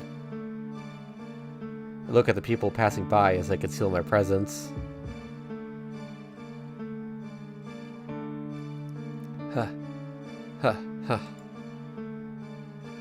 I'm searching for the killer.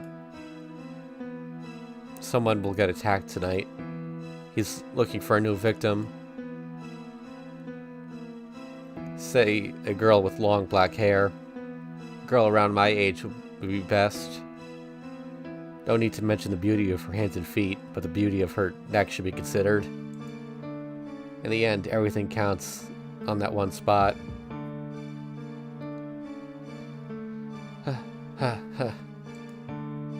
Look for the killer. I know I wouldn't find him easily. I knew from my dreams that the perfect prey is hard to find. But tonight, this town bores me. I cannot find my prey. I'm getting angry. My objective was to find someone, or to kill someone, or something like that. I hold my breath. I'll hold onto my knife. I should concentrate so I will be able to return death at any time. I pant more and more. I look for the killer. I can't find him. Only time passes. It overflows, sharpens, is used up, and over time stands up and changes form, and in front of me lies tonight's prey. My panting fills the air. It's a dead woman's corpse. In my hand is a knife. The red blood on my knife drips on the ground. Why? I was looking for the killer, but all of a sudden, there's the dead body of a woman right in front of me.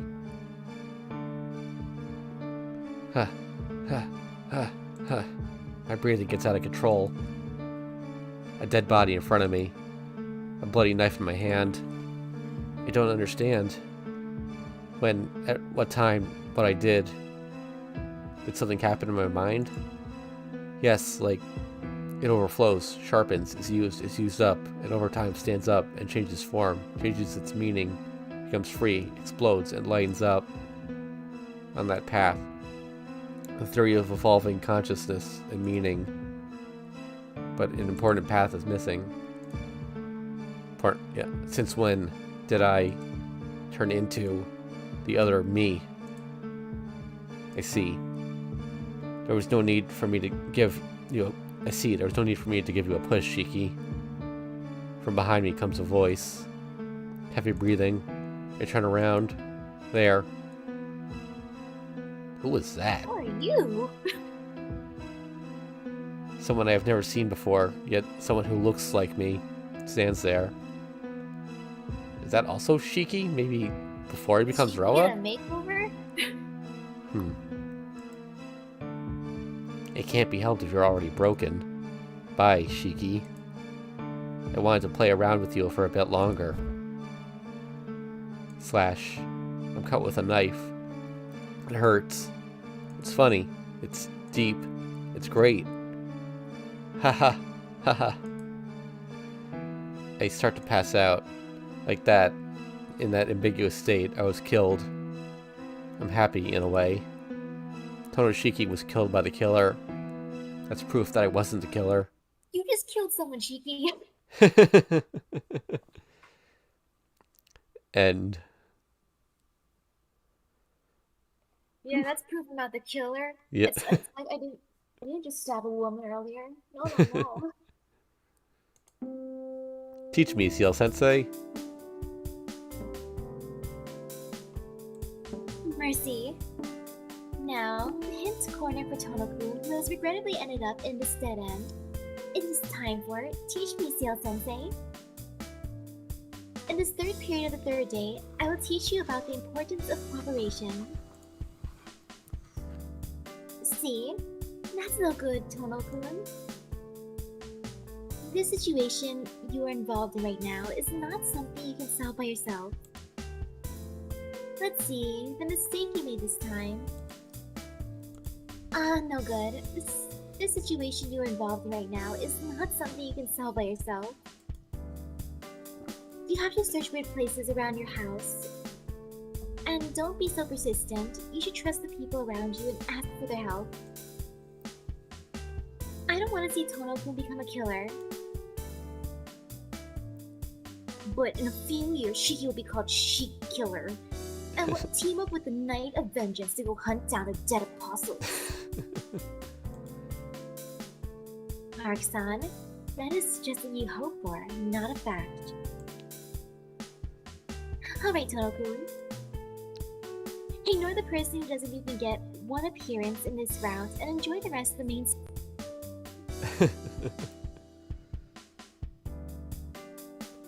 Aw, I haven't done anything wrong, so why don't I get to appear, nya? I'm supposed to be the main heroine. There, she got her appearance. Well, we saw her back at least. Alright, so this time...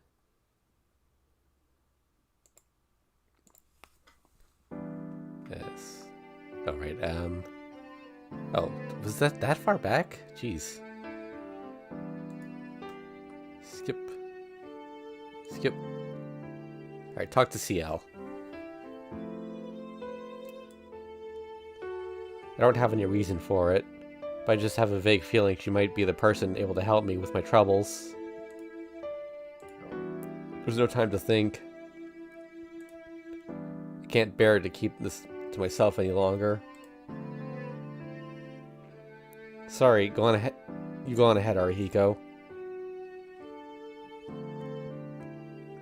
Huh? Go on ahead. Where are you going, Tono? Let me put a save here. Anyway, I get her to come to the rear of the school building so forcefully that it can't be helped if she gets mad at me. Fifth period has already started. Jeez, pulling into a place like this. What is it, Tono-kun? Senpai is more amazed than angry. I'm sorry, Senpai, but I wanted to hear more about what you were saying before. What I was saying before? You mean serial killer? Yes, that. About the person who doesn't feel a crime is a crime. Are you saying they kill people unconsciously? For example, like if instead of sleep, if you intend to sleep, but instead go outside to commit murder. Hey, that hurts, Tono-kun. Glad to you, so please let go of me. Oh, I'm sorry. I let her go. It seems I was really worked up. It's alright. Anyway, you were asking if the killer might be killing people unconsciously, right? Yeah, I really want to know. Well, I don't know, because I'm not the killer. Yes, that's true, Senpai, but... Yes, it's just a joke. Since you seem so serious, Tono-kun, I'd be a little playful for a moment. Senpai, give me a break. I'm really serious here. Yeah, he looks like that. But why? The serial killer is none of your concern, is he, Tomo-kun? That's... Yes, what is it? That's... If I told you I was the killer, what would you do? I finally say it. But Senpai's face lights up as if I said the funniest joke, and she burst into laughter. Senpai, this is no joke. Yes, I know you're serious. But that's why it's funny. Because the murderer doesn't usually come and ask you for help because they're the murderer. Senpai. Then I will ask, why do you think so, Tono-kun? It's because recently I've been strange. I know why. I was probably bitten by a vampire. I say it frankly, as if it was a euphemism. Please go on. Since then, it's been strange. Suddenly, I don't feel like myself, and I have dreams about killing people. Last night, although I only intended to sleep, it seems that I went out, and I had a dream in which they killed someone and sucked blood. Senpai says nothing, just watching me. My father had a split personality. Maybe I just don't know about it, but there might be a killer in me. But I have no way of finding out. So that's why you came to ask if the killer was unconscious of his actions. Senpai sighs in amazement. If you... Oh. Yeah, it's her. If you were truly the killer, you would not be unconscious of yourself. And the point you're seeing it in your dreams makes it not unconscious. But more importantly, it's just a dream. I don't know what you're worried about, but Tono-kun is Tono-kun. I'm glad to hear that, but there's no reason for me to believe in any of Senpai's words. She sighs. You must be feeling really uneasy, Tono-kun. Saying so, Senpai pats my head. It's okay. You have nothing to worry about, Tono-kun. I myself guarantee it, so it's definitely okay. Ah, yes. Automatically, I nod in complete agreement. Even if I know it's only while she's doing so, I feel at ease. Like wrapping up my uneasiness, Senpai's hands are gentle.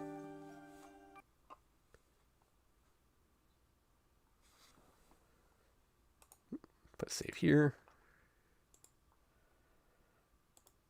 School is over now. I was confused about myself and Akiya, but today is about to end. Time to go home. I should get Akiya and go back to our mansion. I walk home together with Akiya. Just like lunchtime, we grow quiet as soon as there's only the two of us. While I want to talk to Akiya, I also feel embarrassed looking at her. Man, it's not like I'm a middle schooler.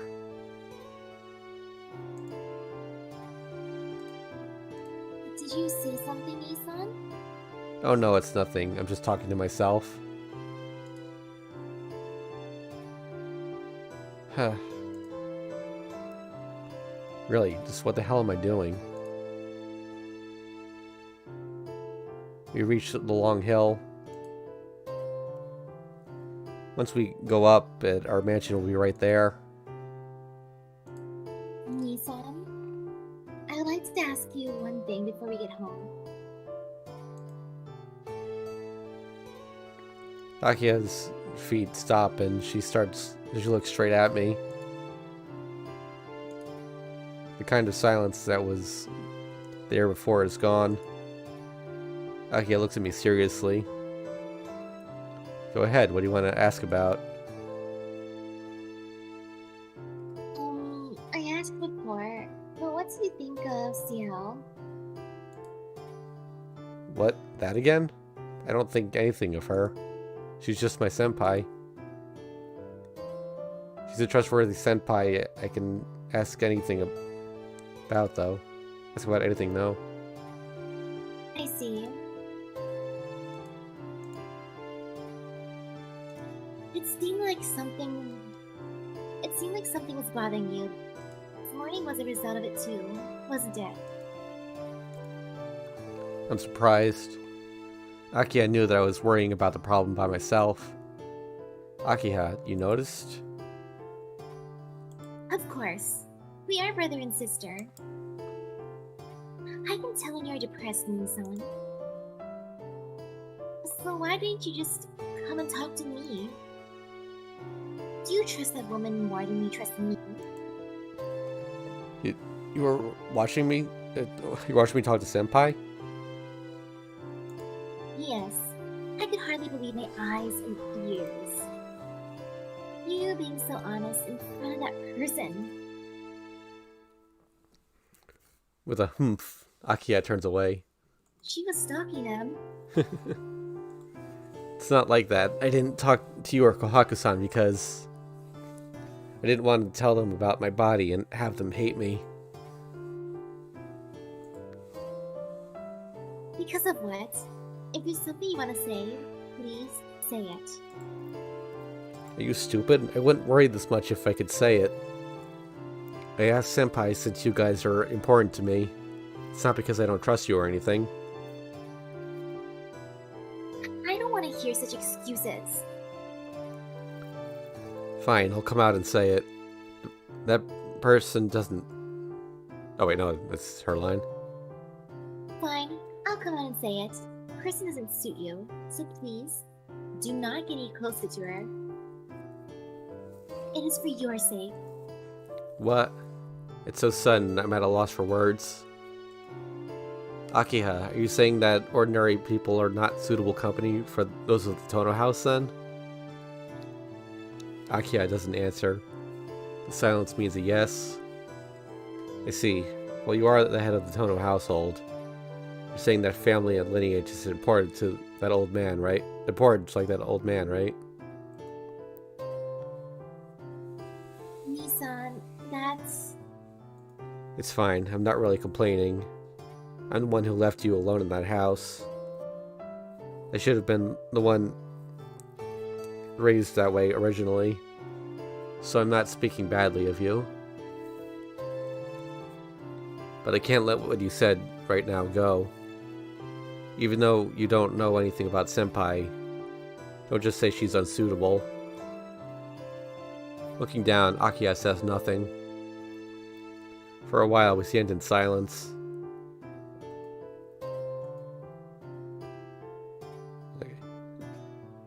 You don't... Eh? Nissan, you don't know anything about the Tono house. Don't say such selfish things. Crying out painfully, Akiha pulls away from me. Anyway, you mustn't get close to that person. She's not like us. If you get any closer to her, you're the one who would suffer. Akiha runs up the hill. What does she mean? All I can do is gaze up after her, aghast. I return to the mansion. Though I usually go into the lobby without thinking, right now it's hard to enter. I have to make Akiha... I've made Akiha angry many times since I came back to the mansion. But she was really mad back then.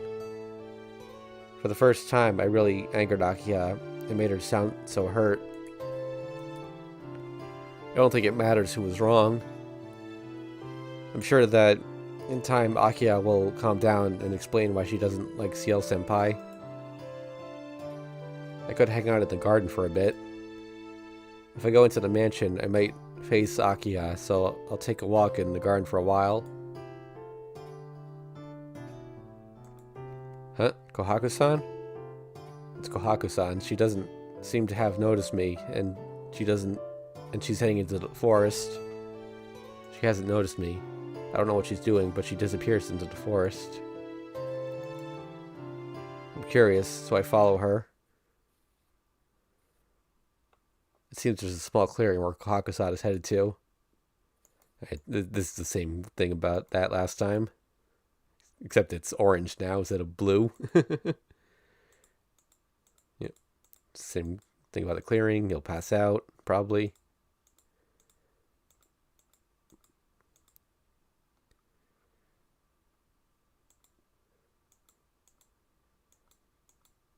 Just an empty place.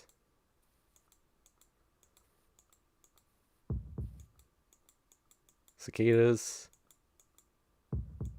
Chirp, chirp, chirp. Stabbing pain. Yep.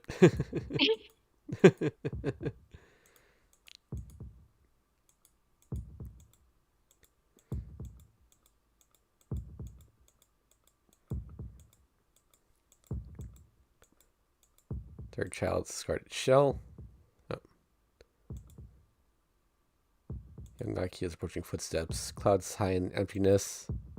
Cicadas in a blue sky. I was just in a trance. Akia would have been killed. That was really all I knew. Oh, this is new. Okay. I think, anyway. I just ran, and that was all I understood. As for the danger to myself, I never even thought about it. I wanted to protect Akiha, and I just took her place. In the distance, the voices of the cicadas. After that, my body that died from having its chest pierced. And a figure that looked down at my dead body in shock. A third child's figure. My chest hurts. I feel sick. It's rips, wounds. Didn't heal. Conscious fades. Here thumps, my body falls to the ground.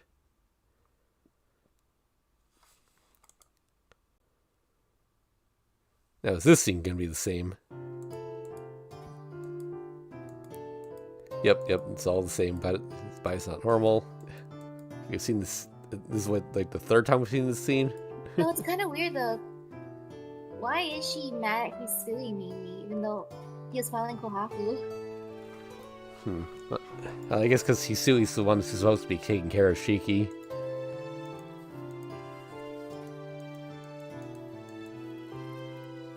Yeah.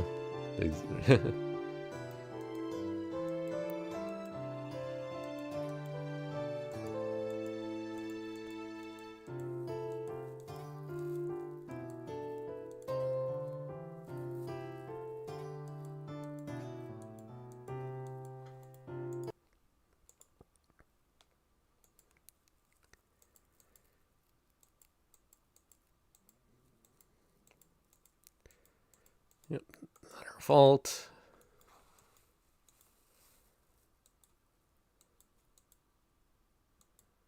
I just realized, are the maids getting, like, are they just used to being hit by the Tono family or something? It's possible. I mean, Because, yeah, Kohaku was just like, that was understandable. And even Akiya-san was like, I'll slap you.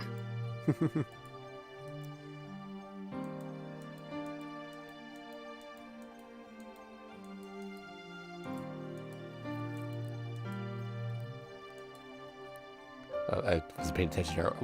It's still repeat dialogue, right? Yeah. Okay. You're talking about the Arimas. Mm-hmm.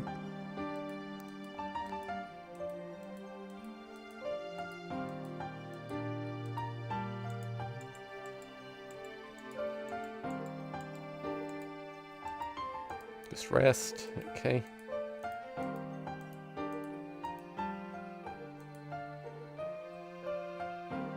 Unless I rest without thinking about vampires or about myself, I'll really be out of it. Just quite late today, so now and again, really. Okay, yeah.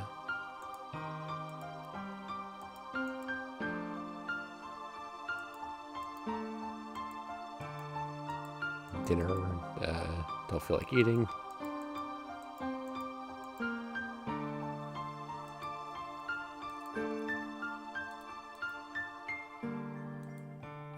Oh, wait, I think this is new. Well, Nisan, please go to sleep for tonight. Akiha speaks in a very gentle tone. But to sleep, I'm afraid that if I sleep, I'll see that nightmare. No, Please, Nisan.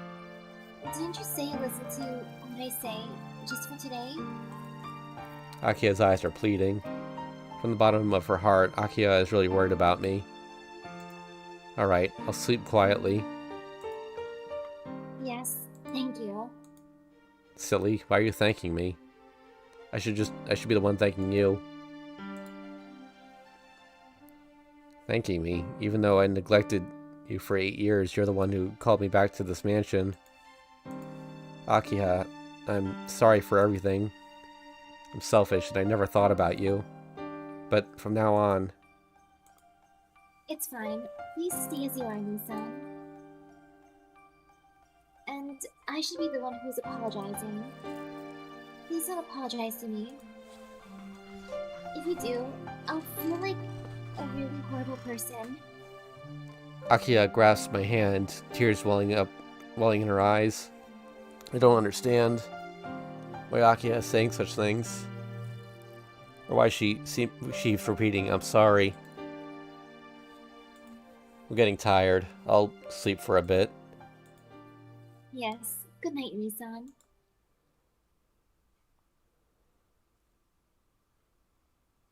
The wound in my chest hurts. The third child. Probably it's a child who was adopted 10 years ago and died soon after. A hot summer day. A figure of a bloody child. The world of Tonoshiki, filled with ill omens. Thump. But it's so quiet. Thump. I feel at ease. Thump. Akiha's heartbeat is very close. Thump. It's really quiet. Thump. And for the first time in days, I sleep calmly, untroubled by nightmares. Akia's heartbeat's close by. Yeah. I don't think we're at the H scene yet. That sounds 8. like, Yeah. 8. Afternoon dream. 8th day, October 28th, Thursday. I open my eyes to the morning light. Even though my body still feels heavy, probably because of yesterday's anemia, I feel pretty good. How many days has it been? How long since I had a morning so free of unease? And today is my school's Founders Day. There's no need to prepare for school like I usually do, so I can enjoy the morning calmly. Then I notice... I thought there was no one in the room. Someone is asleep by the bed. Akiha?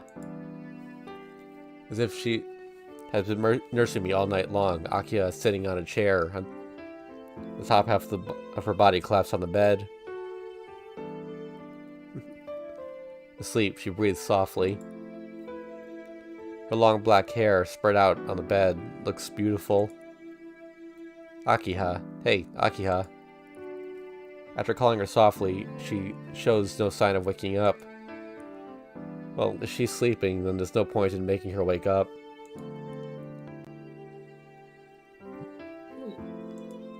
Akiha turns over weakly. Sleeping, she has none of her usual strength. Her defenseless sleeping face hasn't changed since she was a child. Because of that, I can close my eyes and vividly recall the Akiha from back then. 8 years ago. Playing together, the black-haired girl who always followed me. Although she was a quiet girl, Akiha always came with us. And she liked to cosplay as Snow White. She rarely smiled, and even her smiling face seemed somehow sad, transitory. When I was a child and knew nothing, I really wanted to make her laugh with joy, so I dragged her out into the garden with us over and over again.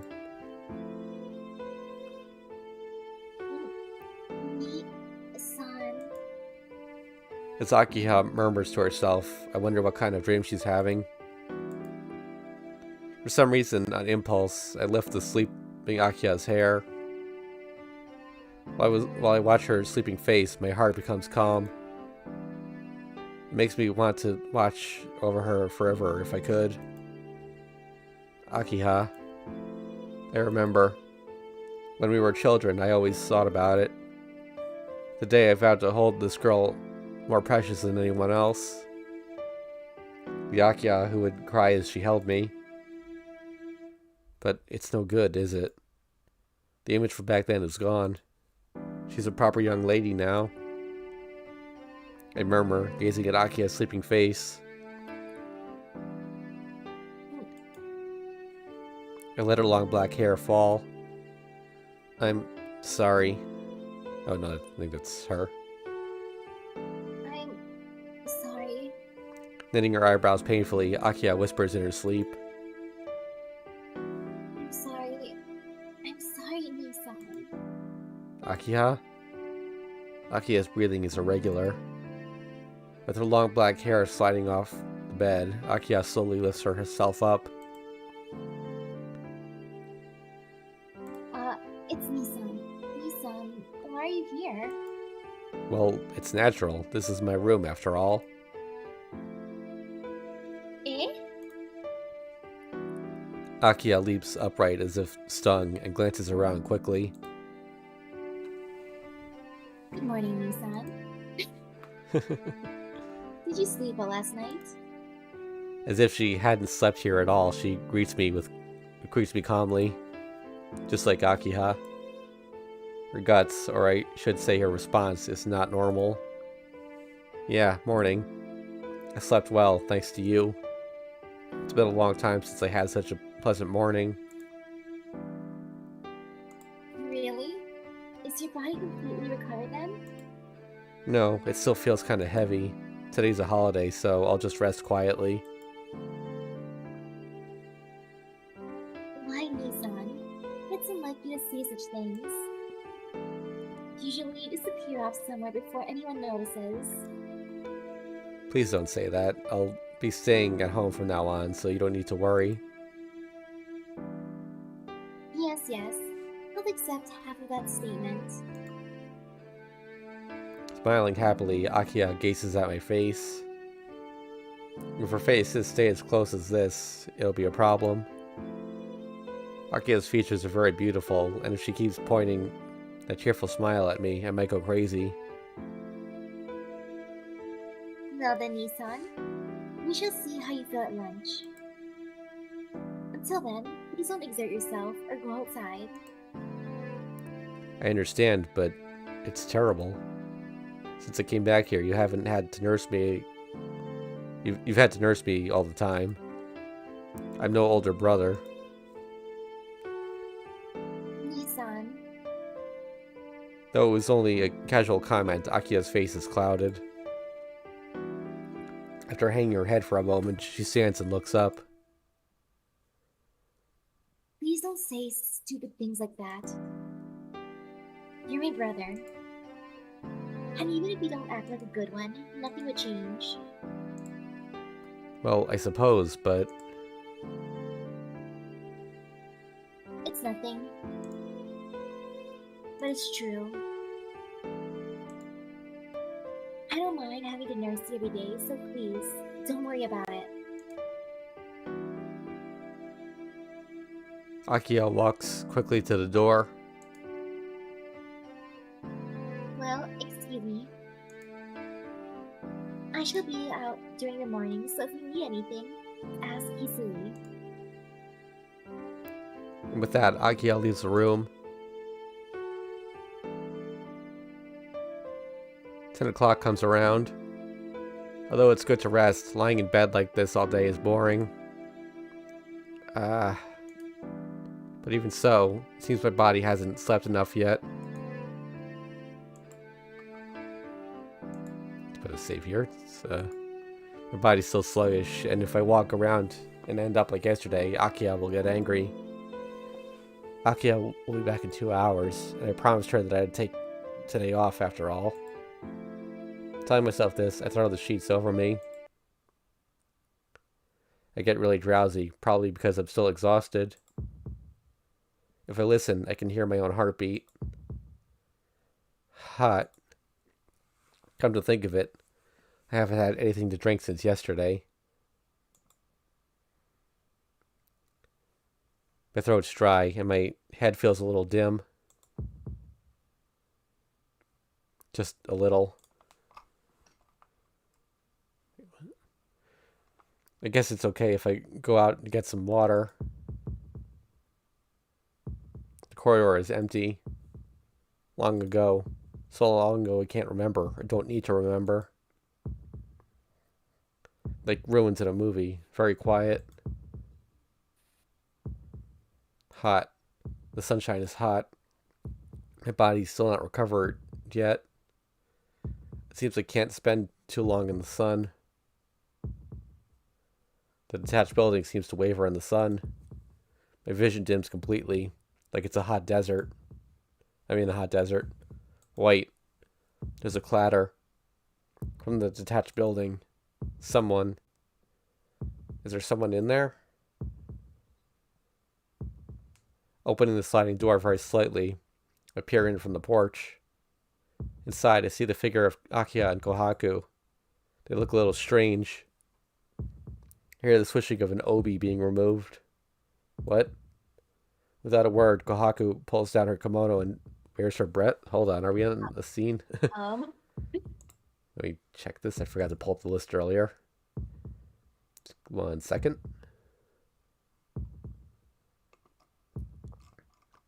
Okay, Akiya rat scenes. Number 374. No, that's still a ways off. We should be on 359 right now. Hold a sec. I can't, like, I have the script here, but it doesn't show the CGs. It just...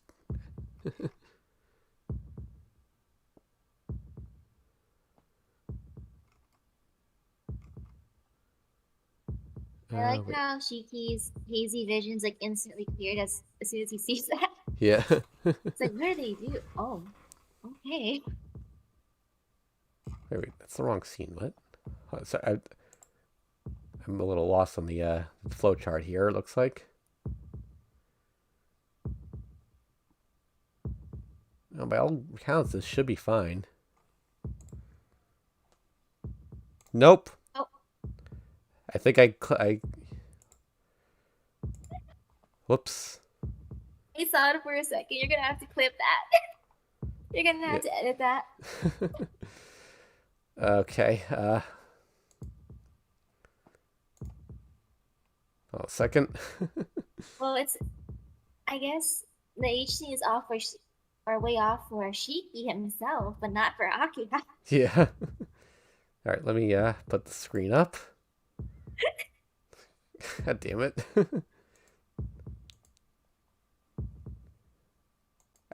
I feel like I might have got it before it like fully showed a nipple, but I'll have to review the footage later. Whoops. All right. Anyway. Okay, the screen's up. Let's get back to this. Okay. Yeah. Okay, I guess I can do the partial show for anyone who. Yeah. So I can show the top half of this image. Okay, just gently showing.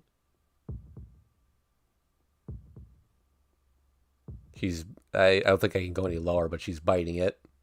Or not the nipple, but her chest. Okay. Kohaku stands there with a blushing face, but does not move. Akiya presses her lips against the bare white chest. Tension. Kohaku looks down at her bare chest, and Akiya crouches so that she's burying her face in Kohaku's breasts. A thin red drop makes it a line down her breast. Akiya's throat starts to move, swallowing something. What is she drinking?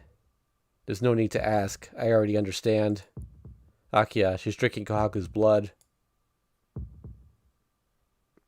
Dream. This is a dream.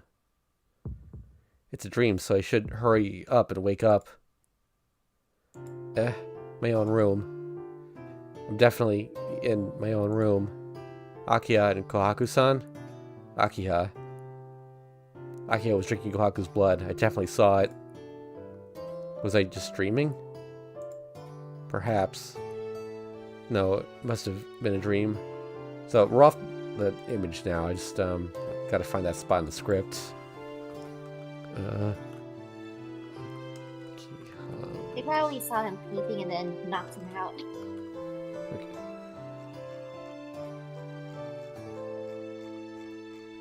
Yeah, this is not labeled as an H scene. I guess it only considers the actual sexual acts H scenes. That wasn't sexual, it was just nudity. This doesn't help me then. Oh boy. No, it must have just been a dream. There's no way that was real.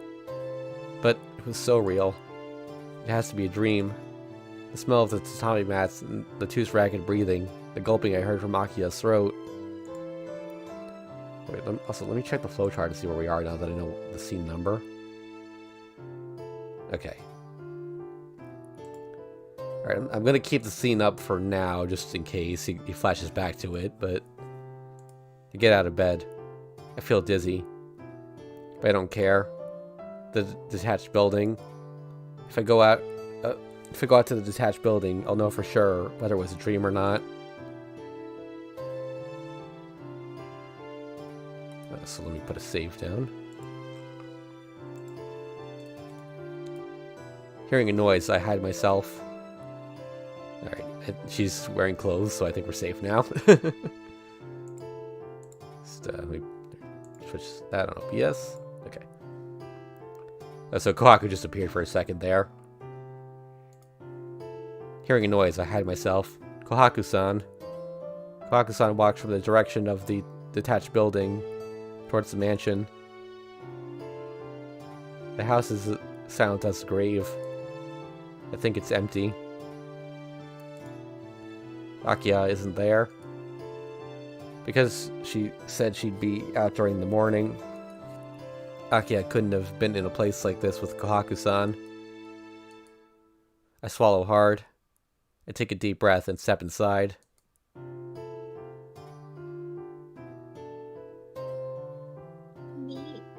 Son? Akiha is standing in a Japanese-style room. She's looking at me aghast. Akiha. Yes? What is it, Misan? Akiha doesn't seem surprised that I'm here. She merely reacts listlessly. What is it? What are you doing in a place like this? What? I just thought I'd come and have one last look around before it's demolished. No, I don't mean that. I stare at Akiha's body. Come to think of it, Akiha's wearing her uniform. Wasn't she wearing normal clothes a while ago? Akiha, you changed your clothes? Yes, since I went to school during the morning. After leaving your room, I changed, and I only just returned. Really? Yeah, of course, you weren't doing things in here. Yes, it was a dream after all. But something's odd. It's odd, but who's odd? Is Akiha odd? Or am I odd? I saw that sight. Akiha was wearing her normal clothes. It would be strange to change clothes after that, and what Akiha just said, there's nothing strange about it at all. So that makes me, who saw that dream, strange. Misan? Is it? You seem pale. You said you'd rest all morning, so why are you out in a place like this? I just thought I'd go for a bit of a walk. Really? Well, I don't care about that, but I forbade you from coming here. It seems you couldn't keep your promise to me, Misan. Akiha glares accusedly at me. Her gaze seems right to the bottom of my heart, which jumps in response. You're right, from now on, I'll be careful.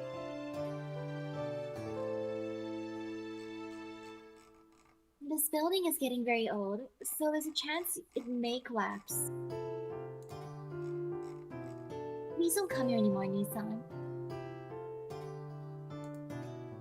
Is it just my imagination? I think there really is something odd about Akia's attitude.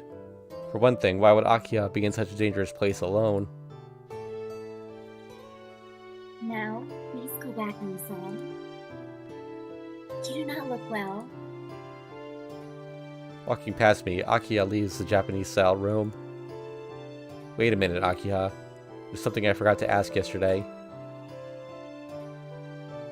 Something you forgot to ask? Yeah. That clearing where I collapsed. Long ago, I used to play with you there, but I feel like there was something else as well. Do you remember? There was no one else. You're mistaken. Answering clearly, Akiya leaves the detached building. But Akiya, there was the third child. A child adopted 10 years ago. Are you saying you don't know about him? Left alone in the Japanese-style room, I talk out loud. Is Akiya hiding the truth about that child, or does she really not remember? I can't tell.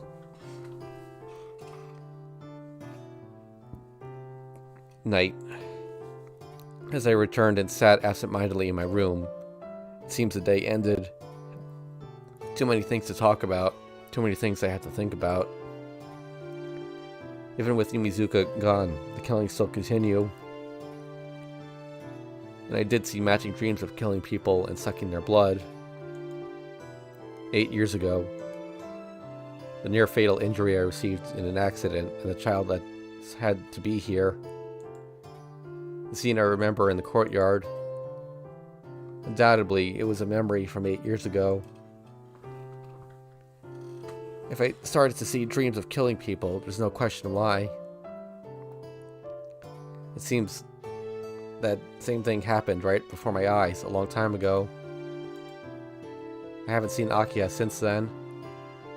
Kahaku-san brought supper to my room, and Akiya has not come to visit. Well, I guess since I'm feeling better, there's no reason to visit, but I still feel awkward when it comes to her. If day breaks and morning comes, and we say good morning as always, I bet the bad feeling will disappear. That's right, I'll just sleep today. With the lights off, I curl up in bed. But Akiya is not beside me.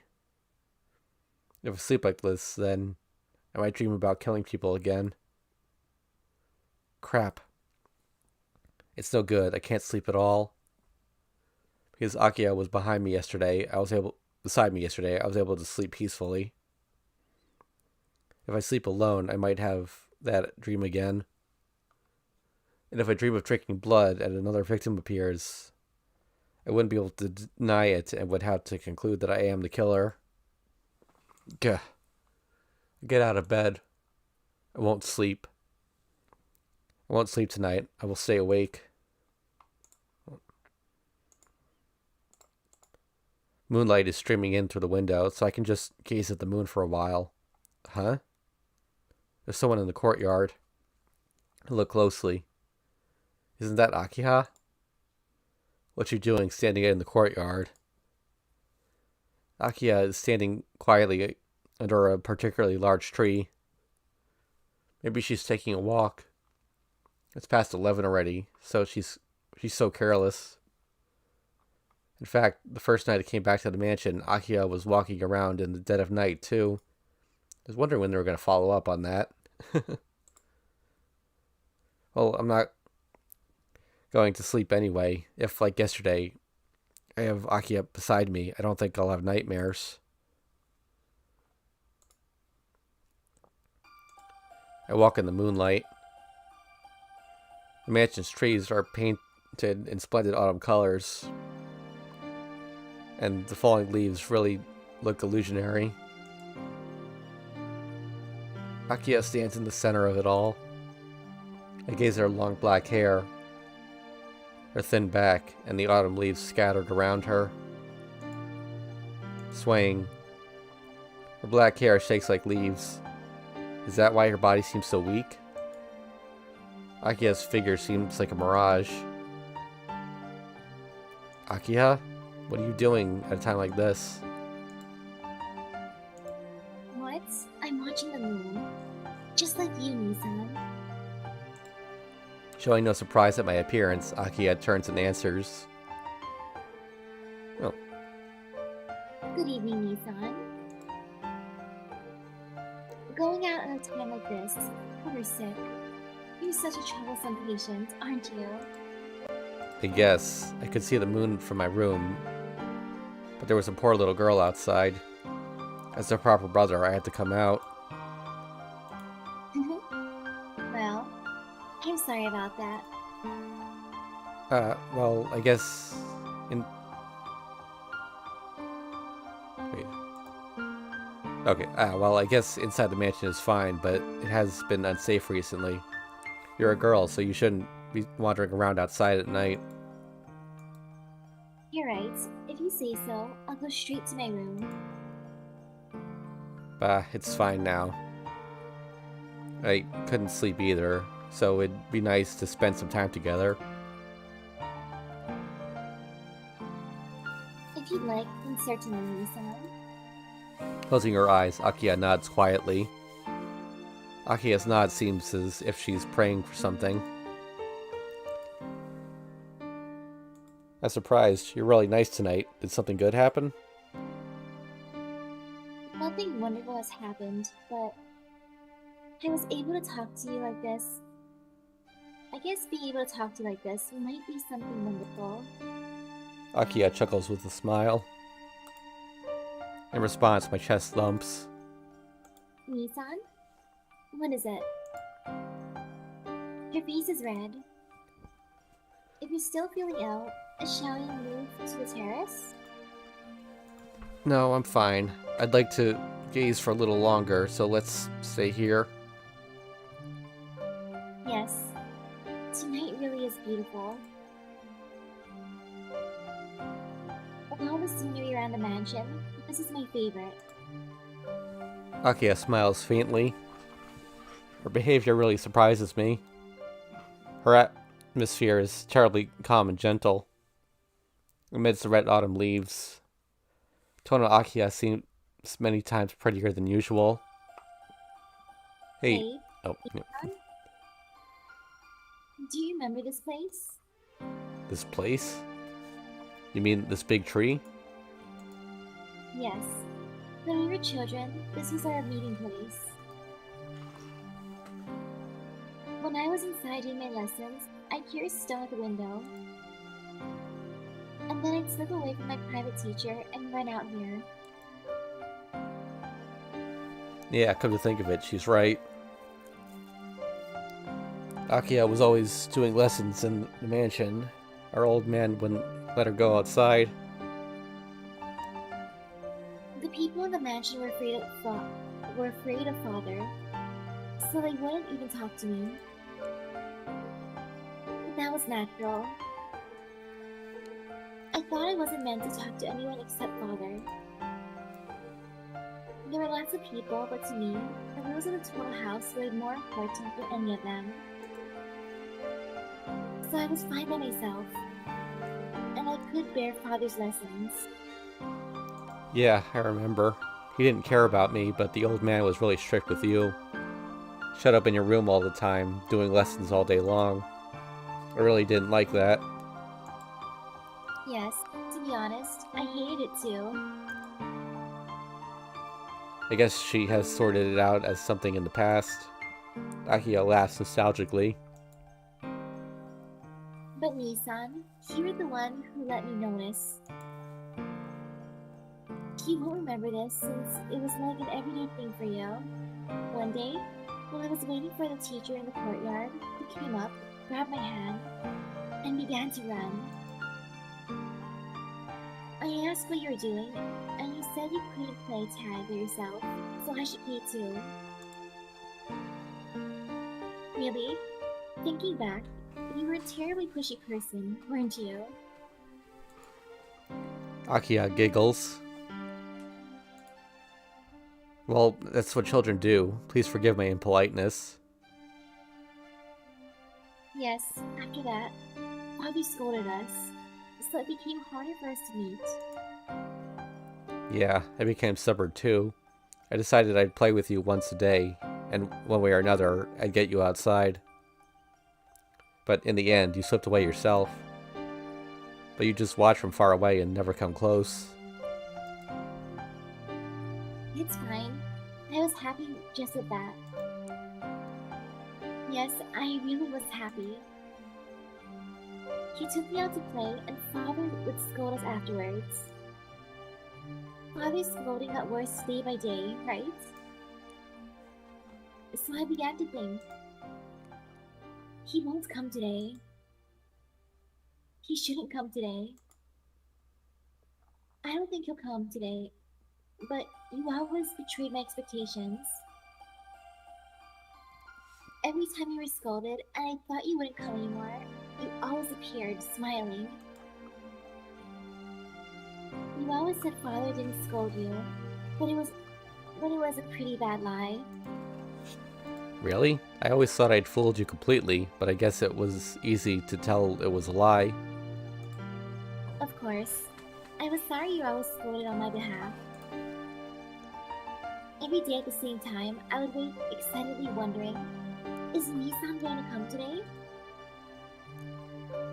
But that was the happiest time. When you went away, life returned to normal again. But I didn't suffer. But the memories of you were stronger than anything else, Nissan. You say you left me alone, but that is wrong. I was always saved by you. Because I had memories of you, I was able to remain as Tono Akiya. Oh, and like an illusion, Akiya smiles. There's something wrong with me. If I was... Oh, wait, no. There's something wrong with me. If I was always clinging on to you like a child, I could hardly be the head of the Tono house. Stupid. That has nothing to do with it. It's okay to depend on someone when you need to. We're brother and sister, after all. No, that was only when we were children. It was decided that I would be the heir to the Tono house. So I cannot depend on anyone. I must manage on my own. What's with that? Just because you became the heir of the Tono house, does that mean you can't make your own decisions? That's what it means to become the heir of the Tono house. Long ago, that's what I was taught to believe. But I'm still no good at it. After all, I'm showing weakness like this, aren't I? As she speaks, Akiya jumps forward with light steps. As if dancing, she walks amidst the fallen autumn leaves. Akita. My chest hurts. I don't know why, but right now I want to embrace Akiya tightly. Is there some magic in the light of the moon? Even though she's my sister, no, because she's my sister, I really want to protect this girl.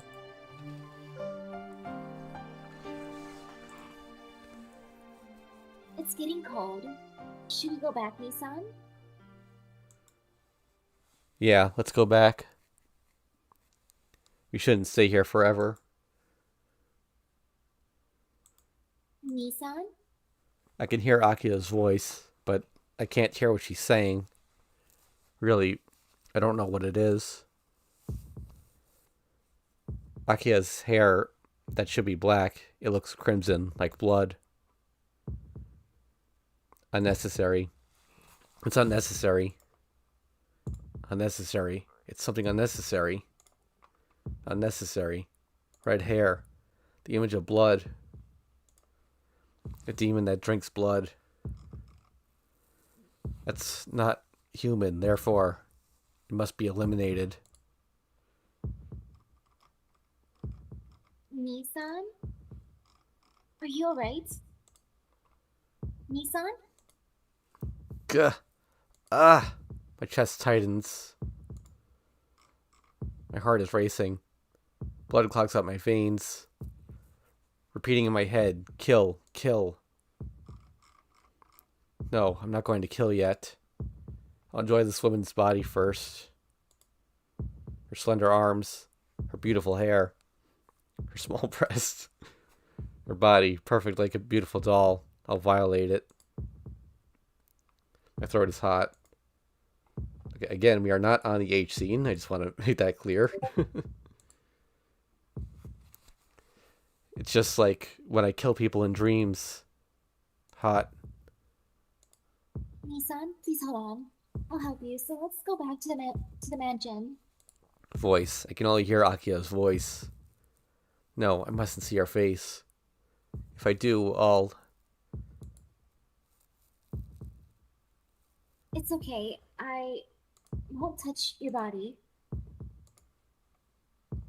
No. Oh no, it's okay. I won't touch your body. No, I can't touch it. If I touch it, I don't know what I'll do.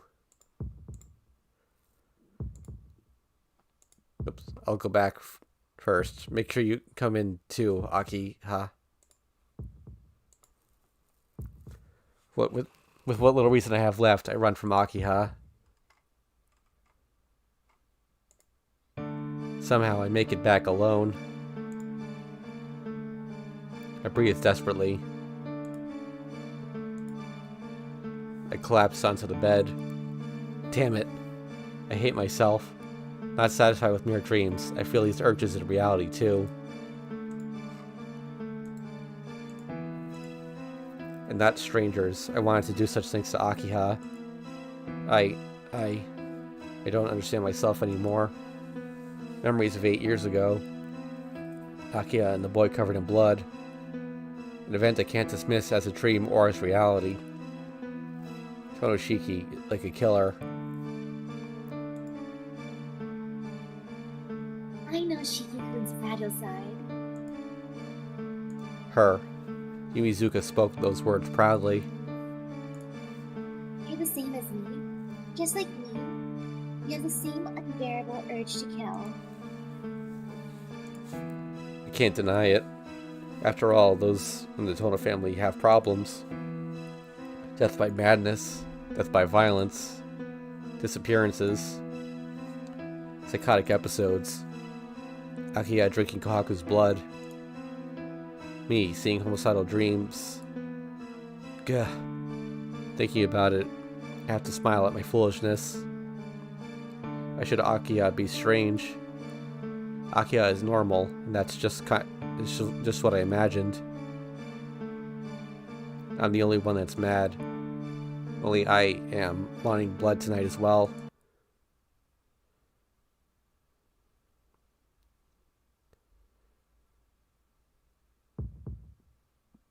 Hot. Hot. Hot. Once aroused, my body can't be calmed with something like sleep. So, tonight too, I shall relieve my thirst. I think this is the same scene as last time.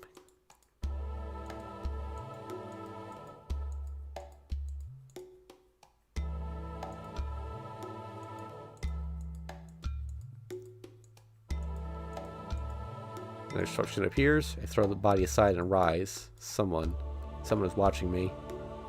The black figure appears. Oh, this is...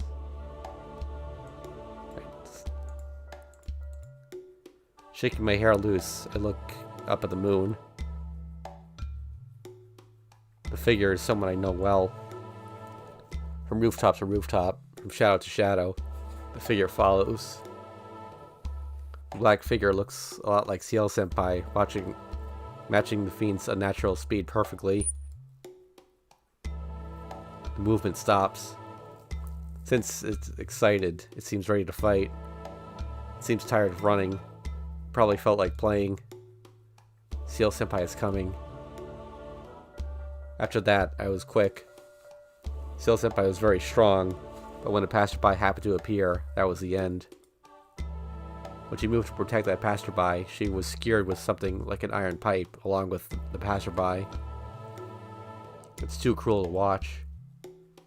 Lifting her hands up, they too are skewered with pipes. Hung like a crucifix, Ciel Senpai is stripped. I know it's laughing.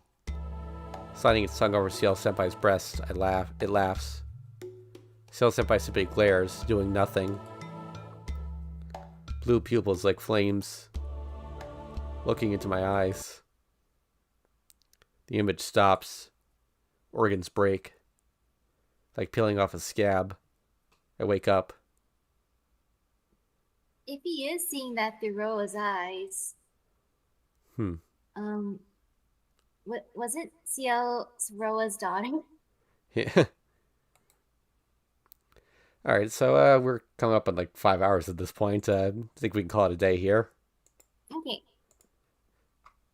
Alright, thanks for watching, everyone. We'll have to go and review the footage to see if I need to edit the scene for YouTube. So if the video goes down until tomorrow, that's why. I'll be back next week on Friday at the same time. And I think I may continue streaming Outer Wilds either Monday or Tuesday, depending on how much time I have. See you guys then. Thanks for watching.